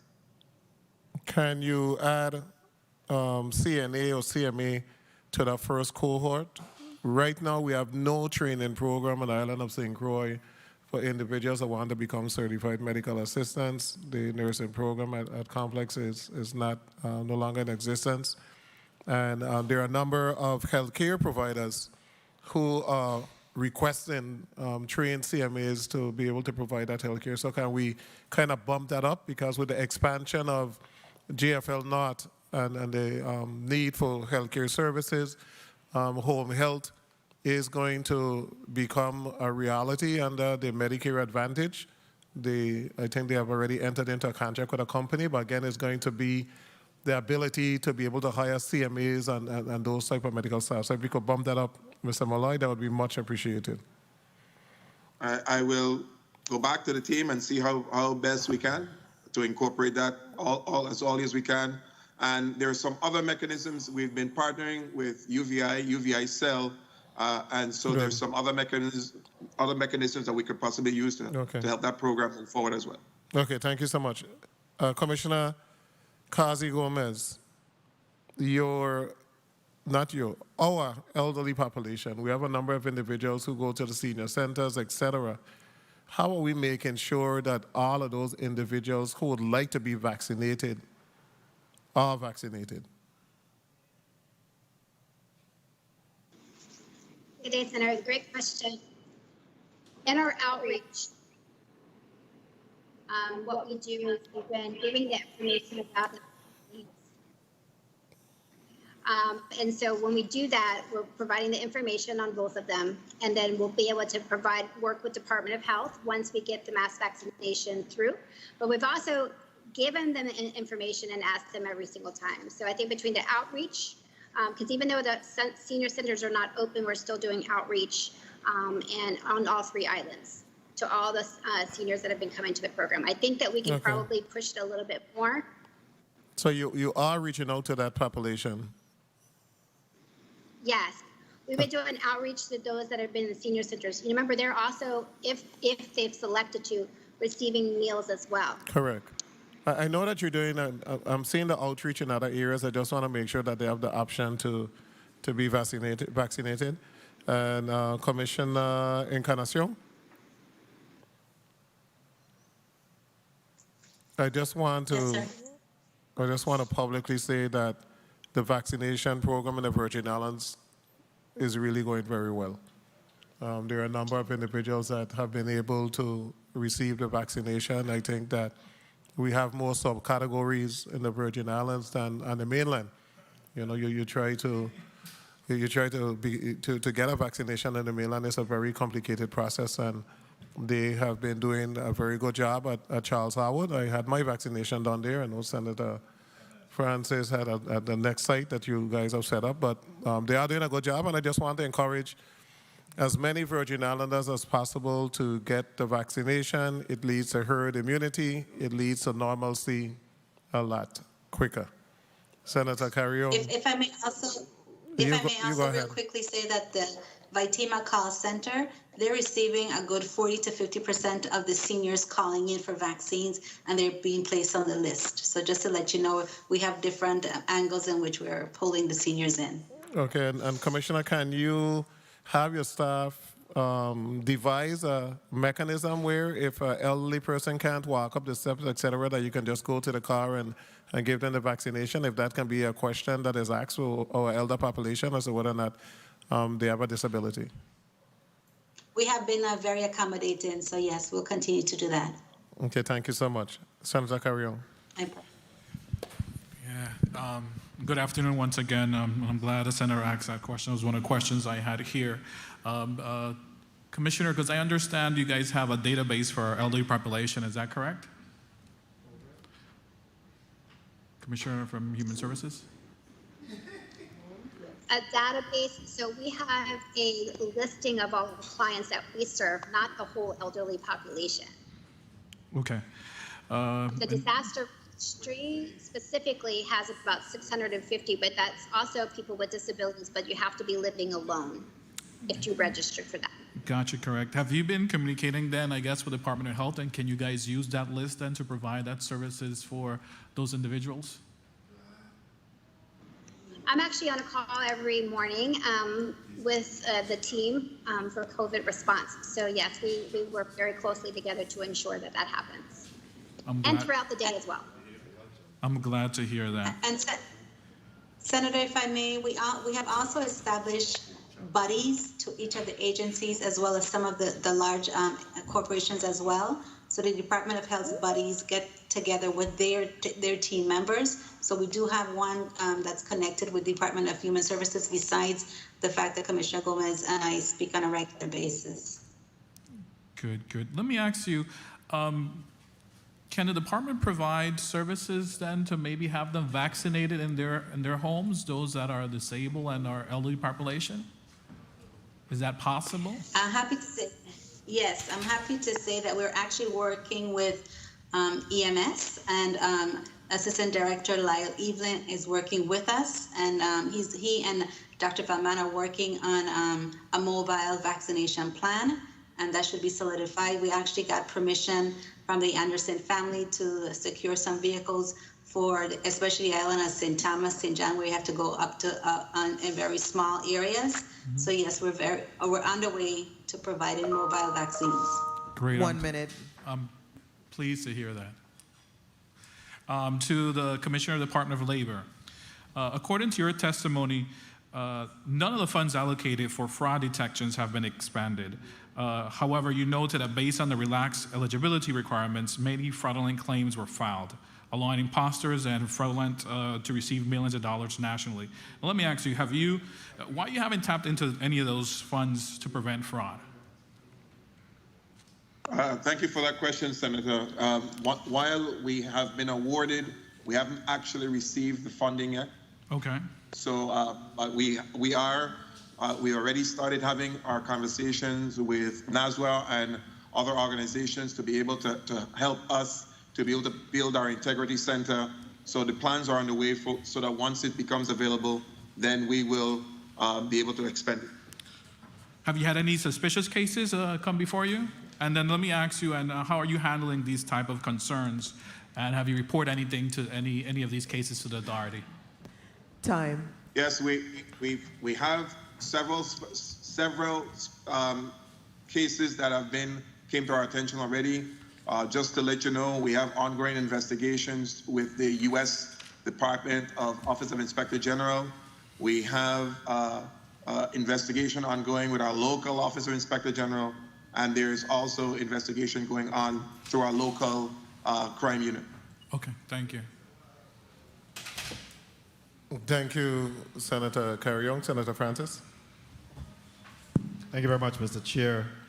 Commissioner of Health, I'll be contacting you. We're having a lot of discussion regarding the Advantage Plan and House Call, and I'll be calling you after this meeting in regards to the CON to assist in making that happen. So look forward to my call in that regards.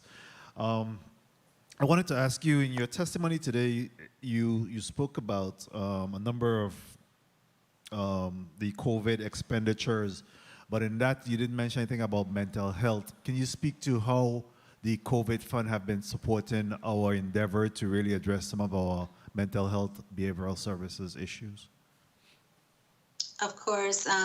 The testimony today, just to let you know, was focused more on the CARE Act fund and any monies expended through that. However, our Division of Behavioral Health and Alcohol and Drug Dependency actually was awarded a grant from the federal entity SAMHSA. And we've been working on that for several months now. And besides that, we have actually, through the Anderson Foundation, utilized some of those funds to hire private entities to perform some counseling. So a lot of the referrals go to that private entity based on that funding that we received. And then we're also working on this counseling grant. Dr. Sims, if you can speak a little bit more about that so that everyone can know exactly what we're doing with that grant. So we are supporting that on a day-to-day basis. Behavioral health continues to be a concern throughout the COVID mission and the COVID pandemic. Correct. I'll just Absolutely. Good afternoon. Oh, sorry. Go ahead. You may proceed real quickly. Okay, Dr. Nicole Sims, Department of Health. So we did receive funding to the tune of $266,000. That was for the ISP grant, which is the Emergency or Immediate Service Provider grant, which provided counseling that went for COVID testing hesitancy, and we roll into vaccine hesitancy as well, so we can assist the community in any mental or behavioral health challenges that they may have leading up to both testing as well as COVID vaccines. Thank you. And Commissioner Malloy, in regards to your testimony, you mentioned that there were $2.76 million actually paid or collected for on taxes. Was that withheld by finance, or was that remitted from the Department of Labor? That was remitted from the Department of Labor. So is it all of your, you're actually deducting the taxes, or you are allowing individuals to determine whether or not, even with the unemployment insurance and his unemployment checks, whether or not they will pay the taxes on that? How are you addressing that?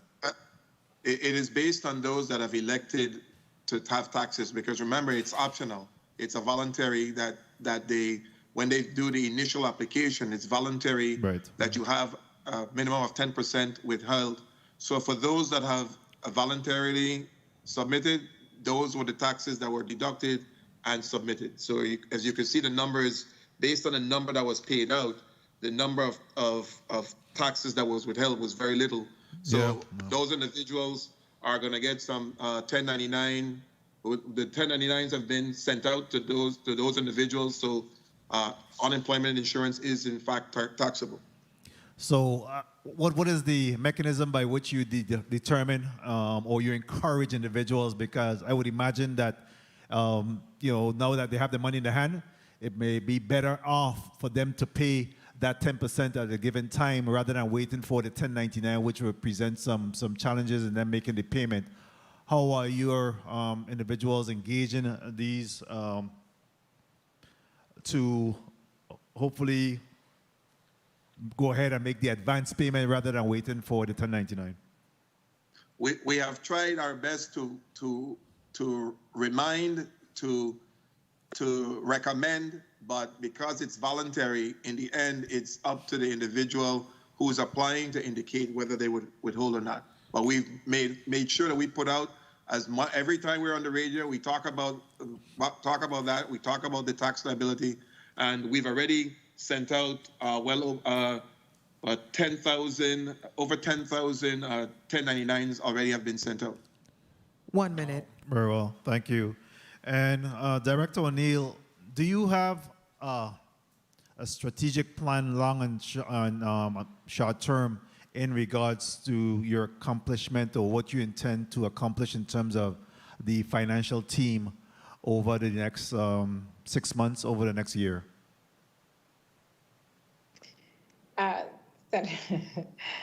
Senator Francis, that is just a really great question. We are actually working on that, but of course my plan cannot be, is not the be all end all. It is a plan that I am working with the governor on as well to determine how we move forward as a team. So yes, we're working on that. Very well. So if I could get you to just mention some of the strengths that you believe that you have seen in regards to revenue collection or the expenditures of the COVID funds, and some of the things that you check off as being positive and your strengths. Can you speak to that? I love how you put me on the spot sometimes. What are we seeing? We have some departments who, like IRB, who is working feverishly on getting the system in place to allow for online or electronic tax filing of the local taxes. So we have that's ongoing. I think the legislature provided funding. DOI provided funding for that. And we have, we are working collectively as a group we meet every Tuesday, for discussions on how to move projects forward faster, how we can get the contracting, the procurement to speed up, eliminate a lot of the backlogs that we have. We're talking internally, the group of 4 or 5 of us, we call the 4 wheels, so to speak, on how we can improve the processes for those or the central service agencies, finance, OMB, property and procurement, division of personnel, and BIT. We have a meeting every 2 weeks to discuss the issues that we see across departments and how we can streamline those. So we're working on that as well. We have a number of things that we've looked at, including the NOPA, the time for processing NOPAs, the grants closeout and how we can streamline that process. And I'll be glad to share a lot more of the information with you as we move forward. We can sit and have some further discussions on the things that we are working on and the improvements that we've seen. Very well, thank you. I know that finances will be very important as we go into the next quarter and wrap up in the 4th quarter. Mr. Chair, can I ask one final question to the Commissioner of Education? Yes, go ahead.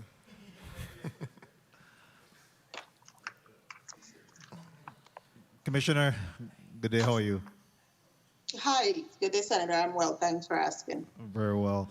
I wanted to ask you, I know that the determination to whether or not we'll be going back into in-person school will be made ultimately by the Board of Education in consultation with the Department of Education. Is it your position that there will be a territorial reopening of in-person, or it will be based on preparedness in terms of which district is prepared and approved by the Board of Education? How do you intend to handle that matter? Thank you, Senator, for the question. I'm happy you asked that question because I did want to clarify the comment made earlier by Senator Saru that if the St. Croix district is ready, that they should be open. I stated from the onset that the schools will open on a staggered basis. I stated that some schools may open individually and others may open as a group. If 5 schools in St. Croix are ready to open, then those 5 schools are going to open. If all of the schools in St. Croix are ready to open, then all of the schools on St. Croix will open. So that comment just sets the tone as if one district is being held up because of another district, and that is absolutely not true. So thank you for the question, Senator. As it relates to the Board of Education, the Board of Education has a critical role of oversight of the Department of Education and the reopening of schools. And as we indicated in our hearing on Friday, the Board of Education Chairman, Mr. Kaiser Calwood, did indicate that he too is waiting on specific reports so that they make a determination as to whether our schools are ready to open. Very well. Thank you. Thank you for that. I guess the bottom line is that we all have a mutual interest to make sure that we're opening in a safe, healthy, and sanitary environment, and again, so that our students could be able to be educated. Thank you very much, Mr. Chairman, for the time. Thank you for your responses to everyone. Thank you, Senator Francis. Senator Payne, you recognize? We're rounding up, and it's been a long day for you guys. We're rounding up. Thank you for the time, Mr. Chair. Education Commissioner Berry, I'll start with you this round. I came across an article. Good afternoon.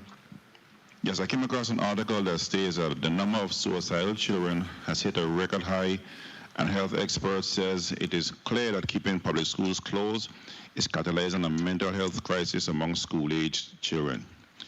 And as a former school teacher, I can only imagine how many students have actually experienced mental trauma as a result of virtual learning, hindering social interaction.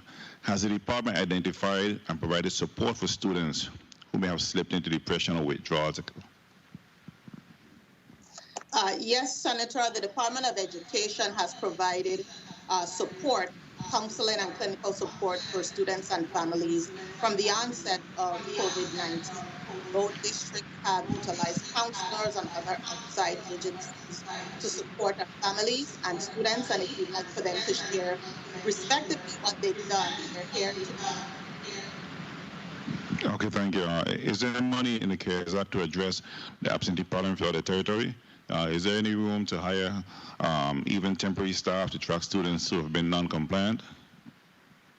Yes, Senator, and that is actually a part of our plan. Both districts already hit the ground running addressing truancy. We've stated it in probably 2 Senate hearings ago, the actions that we took so far. And with our $53 billion in CARES Act 2, we do plan to hire individuals to build a robust program to address truancy and make sure that students are coming to school. Okay, thank you. And Director O'Neill, one quick question for you. You stated in your testimony that $1 million was given to the passenger ferry companies. Is there a reason why the car ferries did not receive any funding to assist them, especially since they actually never stopped operating throughout the entire pandemic, even though the ridership was seriously down? 1 minute. Thank you for that question, Senator Payne. I am not aware of a request being made to provide funding to the car ferries, and the decisions on why that was not done would have to come from Government House. I'm not aware. Okay, thank you for that answer. I'll make sure to reach out to the car ferries and also to the governor.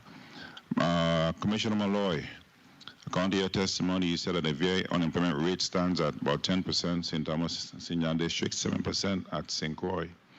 Has there been any coordination between Labor, Department of Human Services, OMB, Division of Personnel, Bureau of Economic Statistics to understand how the CARES Act funding has actually impacted our high unemployment rates?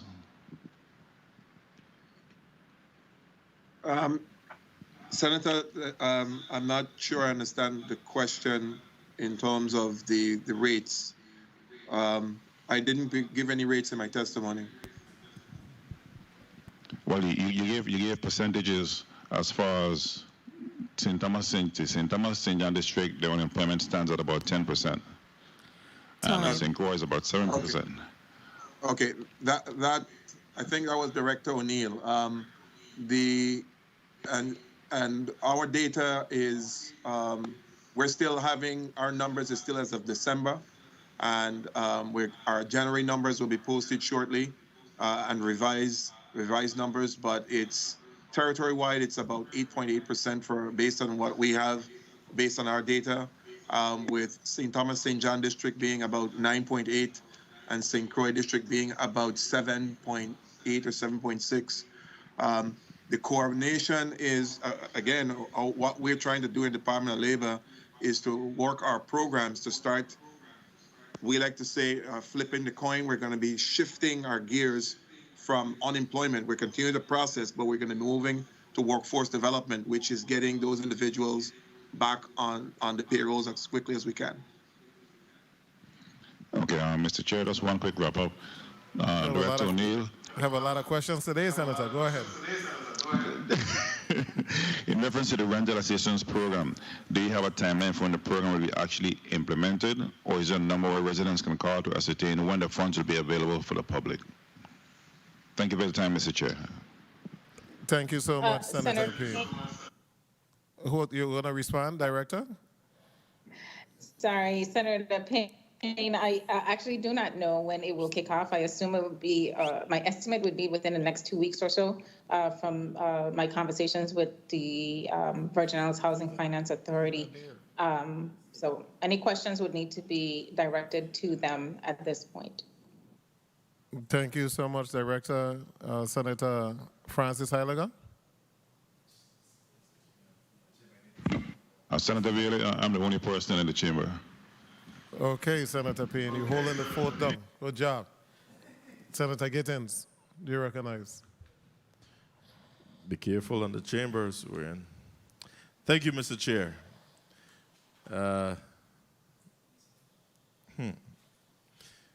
You know, a lot of people ask us the questions what the commissioners should be answering to. And oftentimes I find myself trying to explain to people that the legislative branch makes laws. The executive branch is supposed to execute. But if we can't get the answers to the questions, then who gonna answer them? This sometimes I really wonder. But let me go back to where we were when I stopped my line of questioning, and that was to the OMB's director's testimony, where she also made mention of the allocation of and payments made to various agencies through the CARES Act funding.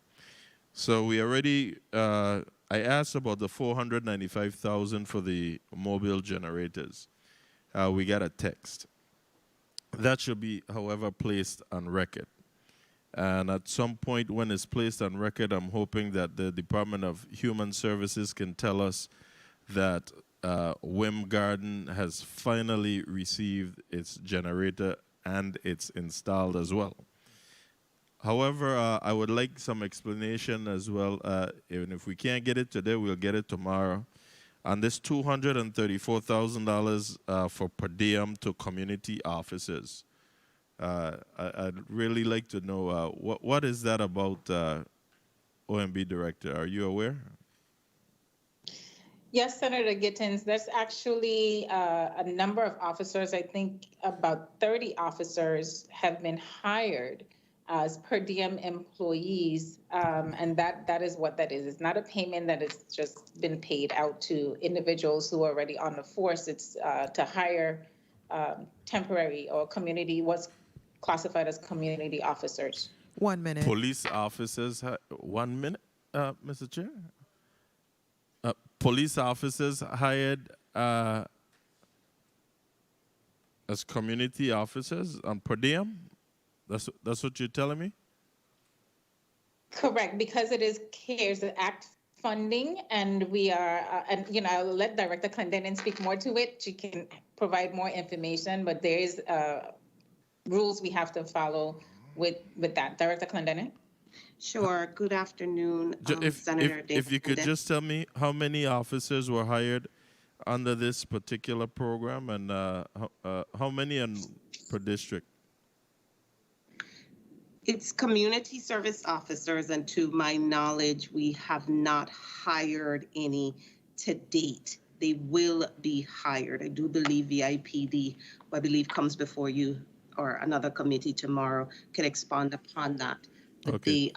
they will be hiring at least, they have 19, 20 people in the pipeline ready to go. Thank you. Time. And the, Mr. Chair, thank you. This $399,000 to Whit O'Brien to provide crisis communication support for the disabled community. That was asked before, but I'm still not clear on what exactly this entity is providing for us with regards to the communication support for our disabled community. Can maybe Human Services Commissioner, can someone give us an explanation of that? Senator Gittens, this is Director O'Neill again. I did reach out to find out to get clarification, let me put it that way, on exactly what was provided. And what was provided is press briefings, press conference, feed monitoring, drafting of press releases, news and data updates, development of communication metrics, the Safer at Home action plans, management of the production team for the press box, flyers, and other communication needs.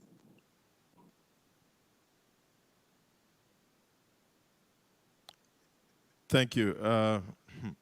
And the St. Croix farmers, the 23.5, yes, that's 23,500 that you stated that the Department of Agriculture is administering to St. Croix District farmers, $500 each. Do you know if these monies were expended? How many farmers actually received the $500 stimulus check, separate from the regular stimulus checks? Yes, so I actually went to provide further clarification on that as well. Nothing has been paid to date. We have received the file from Department of Agriculture. There were some errors. We asked them to correct what was submitted in terms of the vendor names and numbers for the farmers. So we expect to have that back from Department of Agriculture this week so that those payments can be made. And also for further clarification, the St. Thomas farmers will be the exact same amount, $23,500 and $500 per farmer as well. Thank you. Commissioner Kazi Gomez, what are you doing about hiring critical staff for financial programs such as SNAP, quality control, and MAP? Great question. I'm so happy you asked. We actually have them listed on the Division of Personnel website, neo.gov, right now. That's why you're happy that I asked, because it's on the website? I'm so happy because I'm like, if people want to apply, they're listed currently on there right now. We're waiting. We're working with internally. We have one more thing to do for the Medicaid positions, and they'll go to OMB for processing next. So the SNAP eligibility, there's a list. I believe there might be about 16 to 18 positions listed currently. Okay, because, I mean, with some other programs. We've been hearing that people were interviewed and chosen months ago and have not been hired in some critical hiring positions. So I'm hopeful that the agency would be aggressive in their hiring and get people on board so that we can provide the services needed to the community. And Yes. can you respond to my question about the generator at Wim Gardens, if we was able? We're not responsible for Wim Gardens generator, as that, but I believe Director Joshin will be in front of the A committee tomorrow and will be able to respond accordingly to the generators for purchased accordingly. I believe there's 10, and I'm not sure if where or when Okay, the Wim Gardens one. I'll say this and I'm done. But I'm truly tired of this ball being kicked from agency to agency regarding our seniors at Wim Gardens.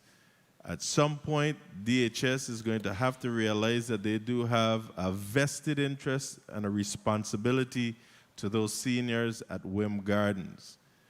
No more excuses, as hurricane season will be here again, and we know the tribulations we've had without having a generator at that location. I'm asking again, and tomorrow I'll ask this of the Vitima director to ensure that we have a generator at Wim Gardens and at every other site where we have a senior home run by this government. Thank you, Mr. Chair. Thank you. And we still didn't get the number of students, our high school graduates who are going to college, so that we could know exactly how many students are truly affected by the $1,000 each scholarship. Thank you.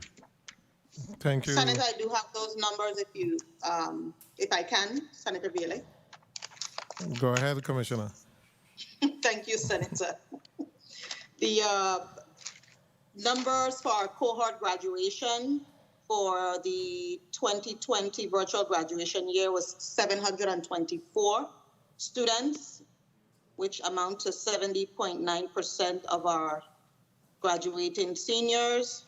413 were from the St. Croix district, which is 81.9%, and 311 from the St. Thomas St. John district, which amounts to 60.2%. Now, I must say that 280 of our seniors applied for the scholarship.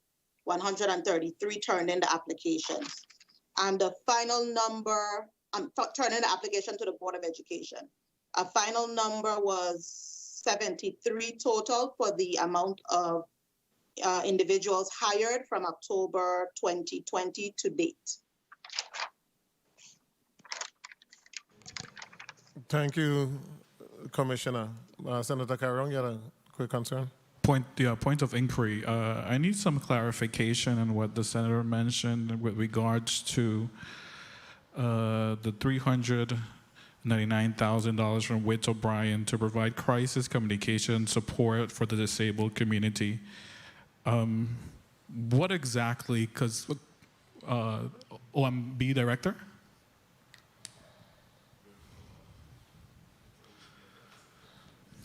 I'm sorry, Senator, your question is? Yeah, with regards to what Senator Gittens mentioned, the $399,000 to Witt O'Brien to provide crisis communication support for disabled community. Can you elaborate? You gave a description of what services were provided? Yes, sir, I just did. And how does that relate to the disabled community? That's what I'm trying to clarify. I'm a bit confused. Senator, this request came through the Office of Disaster Recovery. There was a project worksheet for this. I am not aware of exactly what was or what it all entails, but I did read off just now what I got from ODR. If you would like me to read that again, I can do so. Yes, please.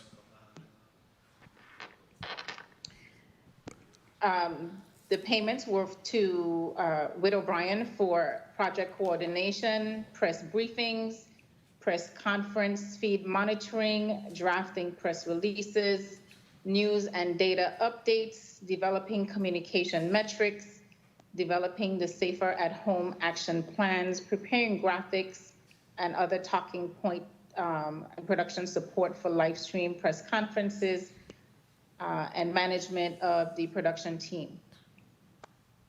And this is for the disabled community. That is what is on the project worksheet, Senator. All right. Okay, so we're paying $400,000 for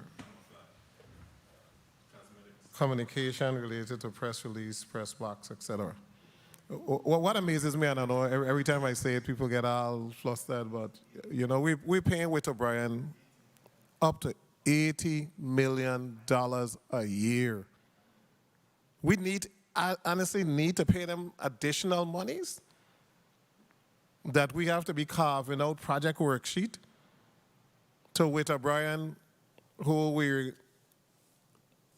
I don't know if they've done the greatest job in terms of being able to get us the reimbursements needed for the federal monies thus far, but I can't see how. You know, we carve out $400,000, we say communication support for the disabled community, and then you hear the explanation of what is being done, and it literally has nothing to do with the disabled community. It just has to do with doing press release and press box. I mean, at some point, we got to stop on them. At some point, we have to stop. We have to get the monies into the hands of individuals that need the assistance. We got to do that. Commissioner Encarnacion, if things don't, these project worksheets are beginning to bother me a bit, you know, because project worksheets are coming out and it's not even going through the entity is supposed to go through. If it's disabled community, human services should be involved, you know, but you just send out a project worksheet and then the money is allocated, there's a fancy title, and then the description under the fancy title doesn't match. So something is really wrong with that. Commissioner Encarnacion, Anna's Hope, tell me something good about Anna's Hope. Can you tell me something good about Anna's Hope that would happen in maybe a next month or two? Okay. We actually put the RFP, so we're waiting for some responses from the RFP. So at least something good is that it's moving. As soon as we get that, as for the A&E, once we get that completed, then we will be able to start the A&E and start, and then, of course, and we could do this concurrently. Once that's done, we'll go for the contractual portion of that as well. And we'll be reporting on an ongoing basis, of course, to Senator Francis being the chair of the Health, Hospital, and Human Services, as we did last month as well. But we're going forward with it. Hopefully Okay. that's good news. Ms. Director O'Neill, are we going to continue to have sufficient funding to pay PAFOD? You know, we have expended quite a bit, so I'm kind of a bit scared that based on the price tag that I'm seeing here, as to whether or not, how much more months can we continue? Are we going to curtail some of the services and go to the EMS portion alone? How are we going to be able to move forward in reference to that particular contract?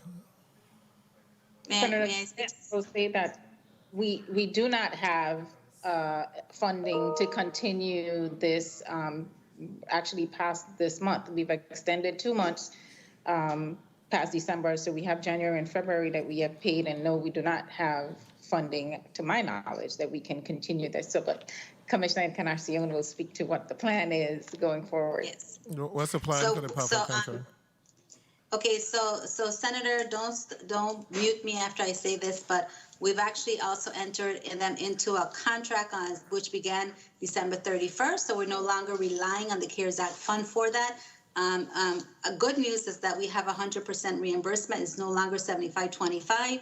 So we're actually, the contract is under a public assistance as well. And so we're paying for them through that. However, because of our numbers rising, especially in St. Thomas, our hospitalizations are fluctuating. We're being very cautious and don't want to end that contract, but that contract is actually a month-to-month contract. So we have the option of stopping that contract on a monthly basis based on what our numbers are showing. The $110,000, I'll give you a question. $110,000 to Taste of St. Croix for disposable units.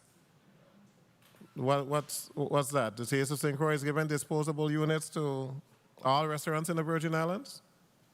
To restaurants, yes, Senator Viole. My understanding, and based on the information that was provided by the Taste of St. Croix, they have provided about $50,000 or $55,000 per district in supplies to individual restaurants. Okay, and we, well, I guess in the individual and the restaurant industry are hearing us, so I'd just like to know whether or not we have already started implementing a program providing disposable units to restaurants? Yep. Yes, Senator Viole. That was when there was the mandate from the Office of the Governor or from the Governor saying that they could only use takeout. Okay, so we provided that option or the opportunity for them to be able to get those units so we didn't mess with the bottom line. Correct. Okay. I'm seeing some areas where they were funding in the FY21 budget. 10,000 helpers, Men Coalition. I'm seeing some monies here to the Lieutenant Governor Office for telework equipment. I'm seeing monies to BIT. Is there a correlation with what we had before? Are we going to rejuggle those numbers? No, Senator Viole. These were in addition to what was budgeted. They and specific to their outreach for COVID. Okay. Okay, I think there were just one or two more questions, and then we're going to allow you guys to put a closing statement, and we'll be finished for today. Kazi Gomez, I'm seeing a number of areas with monies to child care providers, 986,000, and then you go down and it's 220,000 in quality service grant to child care providers. How is that working? Do we have all the child care providers registered? I know before we were talking about non-public school, which are 29, but the child care providers, what is that number? The total number, okay, so the total number of child care providers that are formal or informal. So we have two different types of providers for child care. Okay, do you define formal? I'll have Assistant Commissioner Carla Benjamin define both of them for you. Okay, and then great. we have the numbers. Okay. Assistant Commissioner Benjamin. Hi, good afternoon, Senator. Assistant Commissioner Carla Benjamin.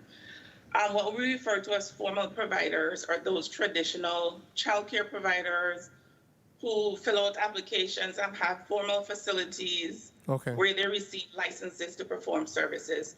What we refer to as informal providers are those providers who are also called family, friends, and neighbors providers. There was allowances for those before the CARES Act, but with the CARES Act, that has been expanded. So we now have a group of providers that do not go through the regular process for licensing of a facility because they may provide services in their homes. Okay, how many formal providers do we have? We have formal providers. We have 92 in the St. Thomas St. John district, and we have 78 in the St. Croix district. And how many informal providers have registered with you guys? Thus far approved, we have 31 in the St. Thomas St. John district and 49 in the St. Croix district. But we have a number of applications going through the process, and I can get the number of applications that are in process to you. Okay, so this is, I'm putting it out there. Is it too late for them to apply?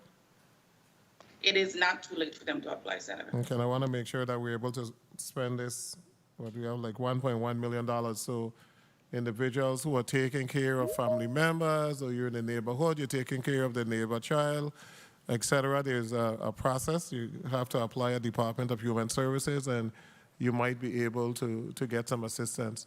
What about parents who are sending the children to some place that can provide education options so that they can come to work? We do not right now have an allowance. Not a school, but just somebody that would facilitate making sure the child is online, etc. I'm not quite understanding the question. I May I clarify? Yes, go ahead, Commissioner. If you're talking about school-age children above the age of 5, the Friends and Family and Neighbor Program is not for that. Okay. We do have allowances. We can regulate after-school programs. So if there's a tutoring aspect for the after-school, that's regulated through Office of Child Care and Regulatory Services.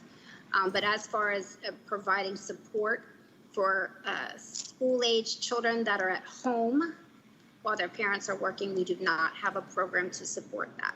Okay, so for the grant to the mini grant to the child care providers, totaling 968, you're hoping to begin processing that when, or have they already begun the process of paying those individuals? Those mini grants, Senator, are going to be announced. They're actually mini grants that are going to be available to all child care providers, not just the ones that receive subsidies from the Department of Human Services, Office of Child Care and Regulatory Services. And they're going to be in a number of different categories. They're going to be grants for supplies, grants for quality improvement, and we will be making those announcements and putting what the availabilities are, the different categories as well as applications. They're going to be available at our offices as well as on the DHS website. Okay, that is coming soon? Yes, sir. Okay, colleagues, one last question and they're going to close. Senator Carrion had one, Senator James had one. Senator Gittin said he's good. Senator Francis is going to find one by the time we finish. Senator Carrion.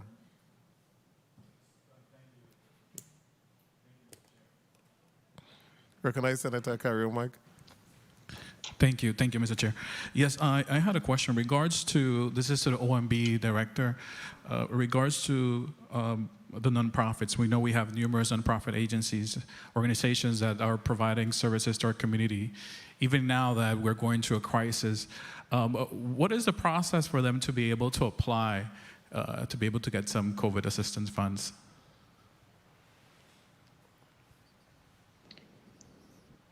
Thank you for that. The process would be applying through whatever host agency they normally would ask for funding through, whether it's Department of Human Services or Department of Health, Sports, Park and Rec, whichever one it is. They can apply to them and that request will be forwarded and we can handle that as we receive it. Okay, and a last question, if I may. I'm very kind of concerned hearing everything today with regards to the unexpended funds that we have. What's the total of unexpended funds? Because this is a bit troubling for me, because we're constantly crying out that we don't have money, we need money, and then when the money is here, we can expend the money in a timely manner. And seeing now that right now in Congress is getting ready maybe to approve maybe $2 trillion. So where are we? So I would like to find out, what's the total amount expended fund? Total unexpended per the spreadsheet that I have that both ODR and OMB collectively work on is $244.7 million to be expended. Of course, that may have changed because this was as of this month. Thank you so much. Senator James. Thank you, Senator VLA. Senator James, what James is that? To OMB, $2.5 million was allotted to Department of Property and Procurement for an e-procurement system. I would just like to request through the chair, since I don't have much time, to have them send that information to us regarding the specifics of this e-procurement system, unless you are able to elaborate on what is this $2.5 million about for this system? OMB? Senator James, actually, I do not have the full breakdown or the details on that e-procurement system. What I do know is Department of Property and Procurement has submitted a number of documents to the Department of Interior, and they reviewed everything and then finally agreed to approve that sum for that system. I can get the information from Property and Procurement and provide to the chair. Yeah, just send it to us. Thank you so much. Senator Francis. Thank you very much, Mr. Chair. I just wanted to ask you, OMB Director, in regards to one of the requests for this meeting today was in terms of revenue projections and also any changes in regards to our revenue projection. What about the budget at this point, now going into the second quarter, gave you reason for pause? Actually, at this point, we are in a really good place. I did not expect us to be here, but we are trying to, I'm cautiously optimistic until April when the tax filings come in, because I do expect that they will be significantly lower than last year. So that is where my concern is until I see what those numbers look like. I remain in a very cautious mode. So it is your testimony that all department agencies at this time have been funded at the level and there have not been any reduction thus far? That's correct, Senator Francis. No budget cuts have been made to date. And also utilities and has been taken care of as well on their behalf, the direct payment to the various utilities? Yes, the funding that was appropriated, roughly $19 million, has been transferred to the single-payer utility fund, and utility bills are being paid, as far as I know. Very well. Thank you very much, Mr. Chair, for the time. Thank you, Senator Francis. Director O'Neill, the outstanding payment to Cigna, you said we have some $12 million. What's the holdup with that in particular? That would be Acting Commissioner Modest Elliott. Commissioner Elliott, what's the holdup with paying Cigna? What we owe them? We don't really have a holdup. We should be paying them by the end of this week. The retirees payment, I think Director O'Neill released that, so we should be good by the end. I was just saying it's in our agent report at this time. Well, let's get it out of the agent report and pay Cigna. They have done well for the Virgin Islands, especially after the storms, and we had no money. They allowed us to stay on board for a period of time, so let's try and pay that. Commissioner Malloy, a copy of the 1099 form goes to IRB.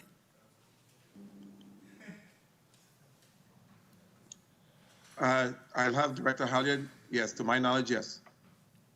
Director Halyard, for sure. Gary Halyard, for the record, yes. Copy and a file goes to the BIR. Okay. Just cautioning individuals when we had the last stimulus for $1,200. There were quite a number of individuals that didn't file the 2018 tax form, and then they had to go in, and there was a holdup. Now there's 2019. Please make sure that if you receive a 1099 form, that you file your taxes. You don't want it to come back to haunt you, and the government of the Virgin Islands survive on taxes. So we need everybody to make the fair payment. In reference, and I will close with this, we have grilled on the monies that have been provided to the government of the Virgin Islands under the COVID Care Act, and we're pushing to make sure that these monies are spent, and they're spent in the best manner possible. And the reason why we're pushing so hard is that within the next 2 to 3 weeks, we'll find out exactly what's under that $1.9 trillion that is going to be provided by President Biden. That's going to increase stimulus payment, and is also going to increase aid in a number of different areas for education and also states and territories. So we have to be able to spend our monies. The problems that we have in the Virgin Islands is not uncommon throughout the nation, and some states are also having issues in spending the monies, but I believe that we need to collectively put our heads together to make sure that we're able to spend the money and have an impact on the community, and not to give out frivolous contracts to people, to individuals who are writing stuff that can be written in-house. With O'Brien are going to be millionaires off of the Virgin Islands when this whole disaster recovery is over. I'm going to give the directors a short opportunity to put a closing statement on the record. I'll begin with Director O'Neill and then the commissioners. Director O'Neill, we're going to give you 30 seconds and 15 seconds to Commissioner Malloy. Thank you very much, Senator Viale. On behalf of the Governor Bryan and Lieutenant Governor Roach and the other members of the financial team, I thank you for having us here today to provide information relative to our revenue projections and the CARES Act funding that the government has received.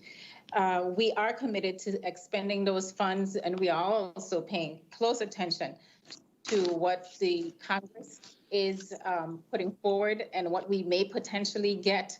I am really liking the numbers that I see so far. Hopefully we do get all of that I've seen, and the one good thing about that, if it remains the same, is that those funds, whatever is received from this latest bill, will remain available until expended. So that will be great for us in that we won't have to rush to spend it by the end of this year. So again, I thank you again, and also we remain available to answer any questions that you, the committee members may have, or any senator, as a matter of fact, and to provide further clarity on the expenditures of CARES Act funding and other funds throughout GBI. Thank you. Thank you so much, Director O'Neill. Commissioner, who was next? Commissioner Malloy. Good afternoon, and thank you all. I just want to take the opportunity to thank you for giving us the opportunity to this Finance Committee to provide information from Vital on the CARES Act and how we've been expending our administrative funds as well as benefit payments. I want to take the opportunity again to really thank the Vital staff for hard work day in, day out, and making sure that we do the best that we can to make sure that we process our claims and we be as responsive as possible. I just wanted to also just say that today we were pulling many different directions. Today, the VI State Apprenticeship Council had its first public meeting, so we're happy to say that the council is on its way. The 9-member council is advisory to me, the Commissioner of Labor, and so we're on our way at starting to help to use what we can to help turn around the economy as best as we can through our programs, the workforce development side. Thank you so much, Commissioner Malloy. Commissioner Encarnacion. Thank you, Senator. Thank you for allowing us the opportunity to discuss the current and future use of CARES Act fund. The Department of Health will continue to collaborate with all other agencies, as in particular the Office of Management and Budget, with the objective of obtaining access to available funds that will add to the mitigation of SARS-CoV-2 and care for patients that may become affected by the virus.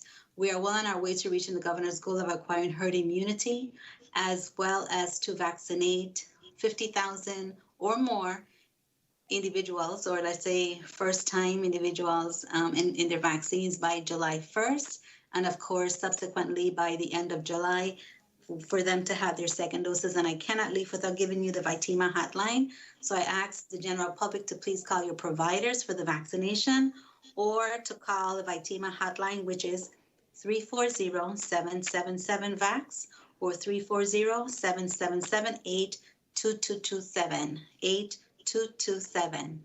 Thank you very much, Senator, for allowing us to be here with you today. Thank you, Commissioner Encarnacion. Commissioner Barry Benjamin, for your nice closing remarks.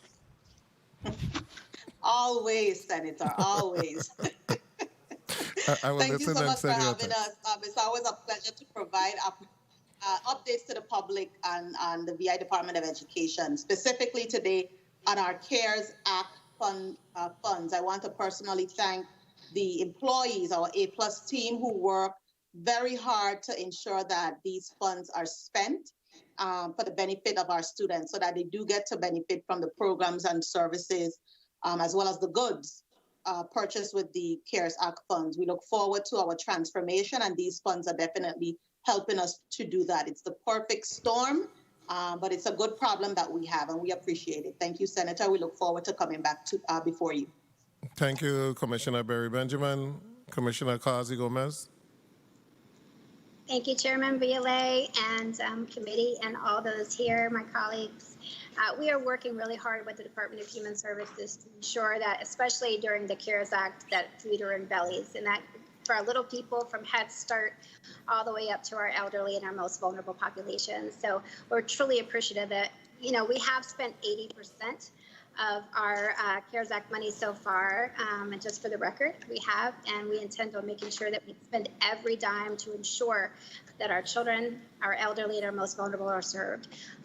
We have not closed throughout the pandemic, and our frontline service providers have done an exceptional job. And so I'm super proud to say that as Commissioner of Human Services, thank you to our Department of Human Services employees for continuing to do the work with limited resources. So I'm truly appreciative. So thank you, Chairman BLA. If there's any questions in between, don't hesitate to reach out, or any other senator. So we are here to serve, and we are here to work together to make a difference. So thank you so much.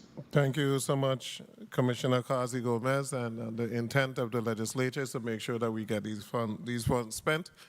We would ask that the commissioners just use the legislature in your motivation to get the employees to do what they need to do. Just tell them, that they're a miserable group down there. They're going to ask us a bunch of questions if we don't spend X, Y, and Z. So we need to get the money spent as quick as possible.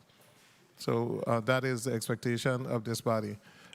We do have a number of requests from senators. Madam Clerk is going to put those requests on the record. Madam Clerk, you're recognized. Senator Violet recommended that the Board of Education come up with a mechanism to spend the $780,000 that will be left back after the scholarships are paid. Senator Whitaker requested that the Department of Labor provide a breakdown or cost to hire temporary workers. Senator James requested that OMB provide details on the $2.5 million related to the new e-procurement system. Senator Violet requested that OMB provide a true-up of the 8% owed to retirees and active employees. Senator Violet recommended that when funding is provided to schools, amounts be based on the number of students at a particular school and a blanket amount not be used. Senator James requested that DOE submit documentation that speaks to the breakdown of private and parochial schools in the territory. Senator Serot requested that the Department of Human Services provide the aggregate amount of outstanding MAP payments owed to providers. She also requested a list of outstanding contracts. Senator Blyden requested that the Department of Education provide copies of utility bills pre- and post-COVID-19. Senator Gittins requested that the Department of Human Services provide information on whether or not the mobile generators were purchased, and if so, how many and what agencies have received them. Mr. Chair, this concludes the requests and recommendations from the Committee on Finance for the Governor's financial team.